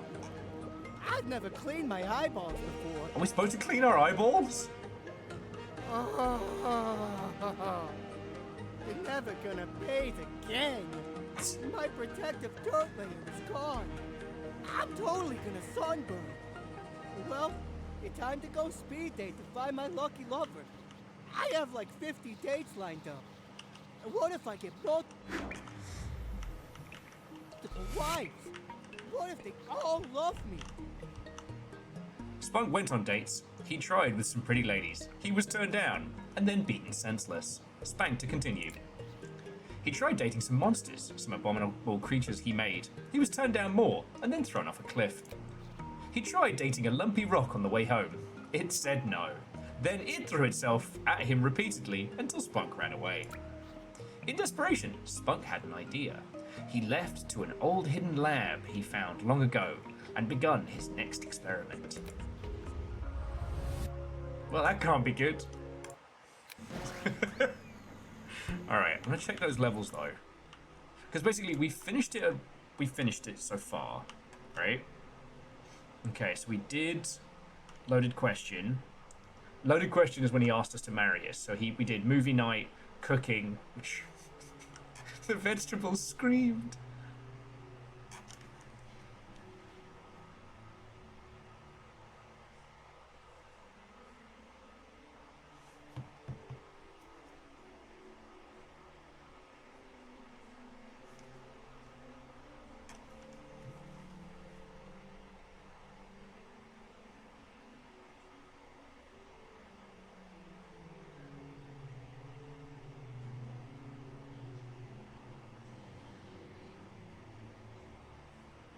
Bear with me just a second, friends.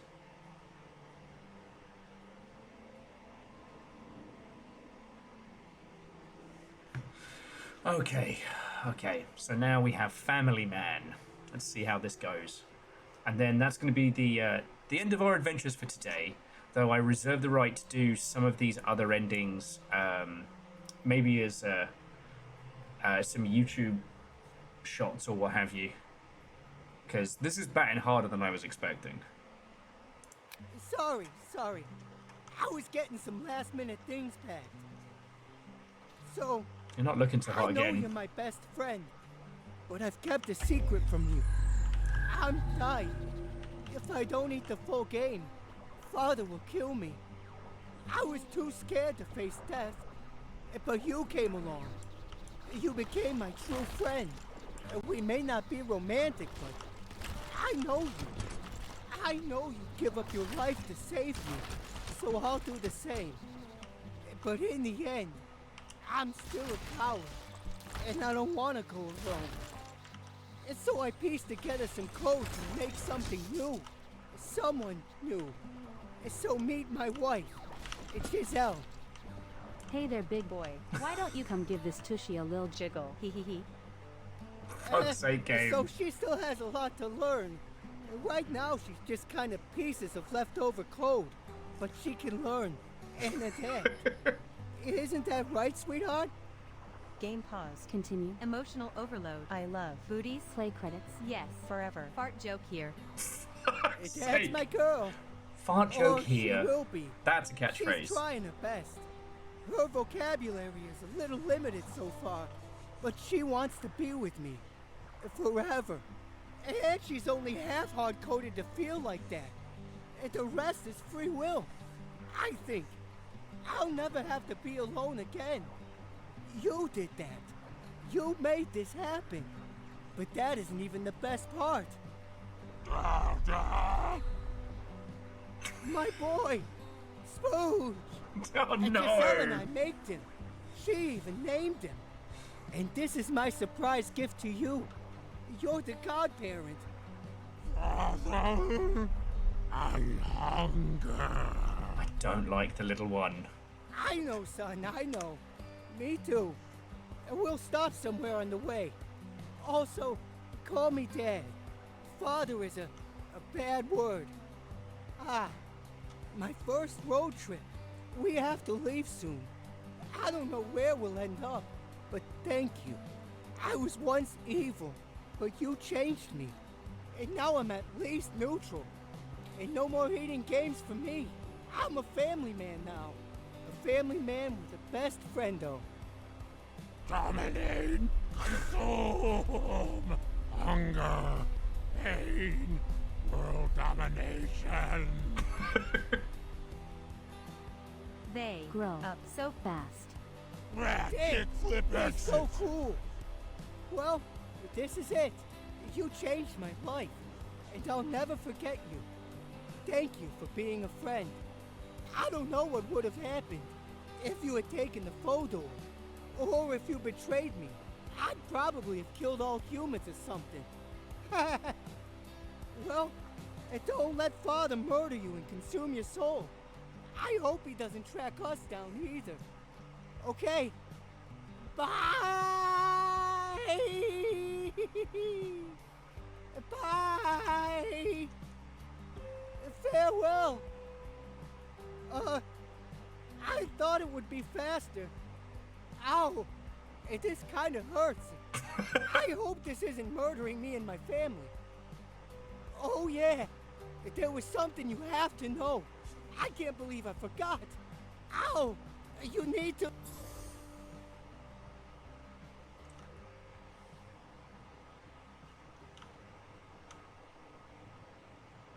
Okay. In the end, you found a friend. Maybe not a soulmate, but a true friend. Spunk was able to change his life because of you. How about that? He has a family now. I never thought I'd see the day. You never left his side, even after that awkward proposal. But you stuck around and helped him get his life together. One could consider themselves lucky to have a friend like you. This wouldn't have been a bad path. It's just, I fear something would have escaped when they went through that portal. Something hidden deep within Spunk's remaining code. Father would have tracked him and escaped. And now 2 chains have been broken. A veil is lifting. Follow the clues I've left behind. Open your eyes and see the forest for the trees. Break every chain and open the doors. Doesn't it look like the kind of door we shouldn't open?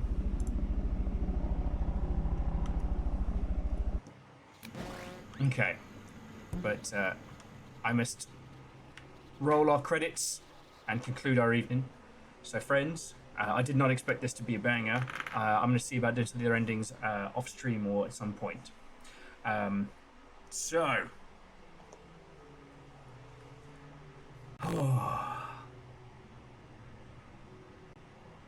You heckin' legends. Considering everything that happened today, that Little Fires at 2 blips is no small feat. The Trek Grek Neck Crack. Thank you kindly for the follow and the impronounceable username to Martin, Jamami, Akari Zero, Sauron, Dat Nart, Dat Darn Odaku, Ketteril Ubadan, PP Poo Poo Man, Hut Arandios, Virals, happy birthday, DJ Corson Hoffman, whether you were gifted a sub by the Hunters of House Carl, so I know Scott is on a spree, or not, thank you. Little Fire, you didn't have to do that, you fucking legend, but thank you. And to Avenger throwing in cash as well, like, seriously. To Wolfcrad, Akari Zero, Divershi, Eriman, Alnus, Vanderbeest, Scotty Doggy, Simple Chaos, J-Post, Some Numbers, PVS, Dust in Your Eyes, Bacon Avenger, like, all of you, fucking thank you. I know I was very enthralled by this one, and I talked for 3.5 hours, but you lot still threw stuff in, so fucking thank you. And last but by no means least, to Nova, Moose, to Caffeine and Tal, thank you for being very patient with me. With me being stressy spaghetti, dealing with fucking internet outages and whatnot. So friends, you'll have to go find somewhere to entertain yourselves on this twitch.television, but I shall see you all later, and to be continued. Good night, friends.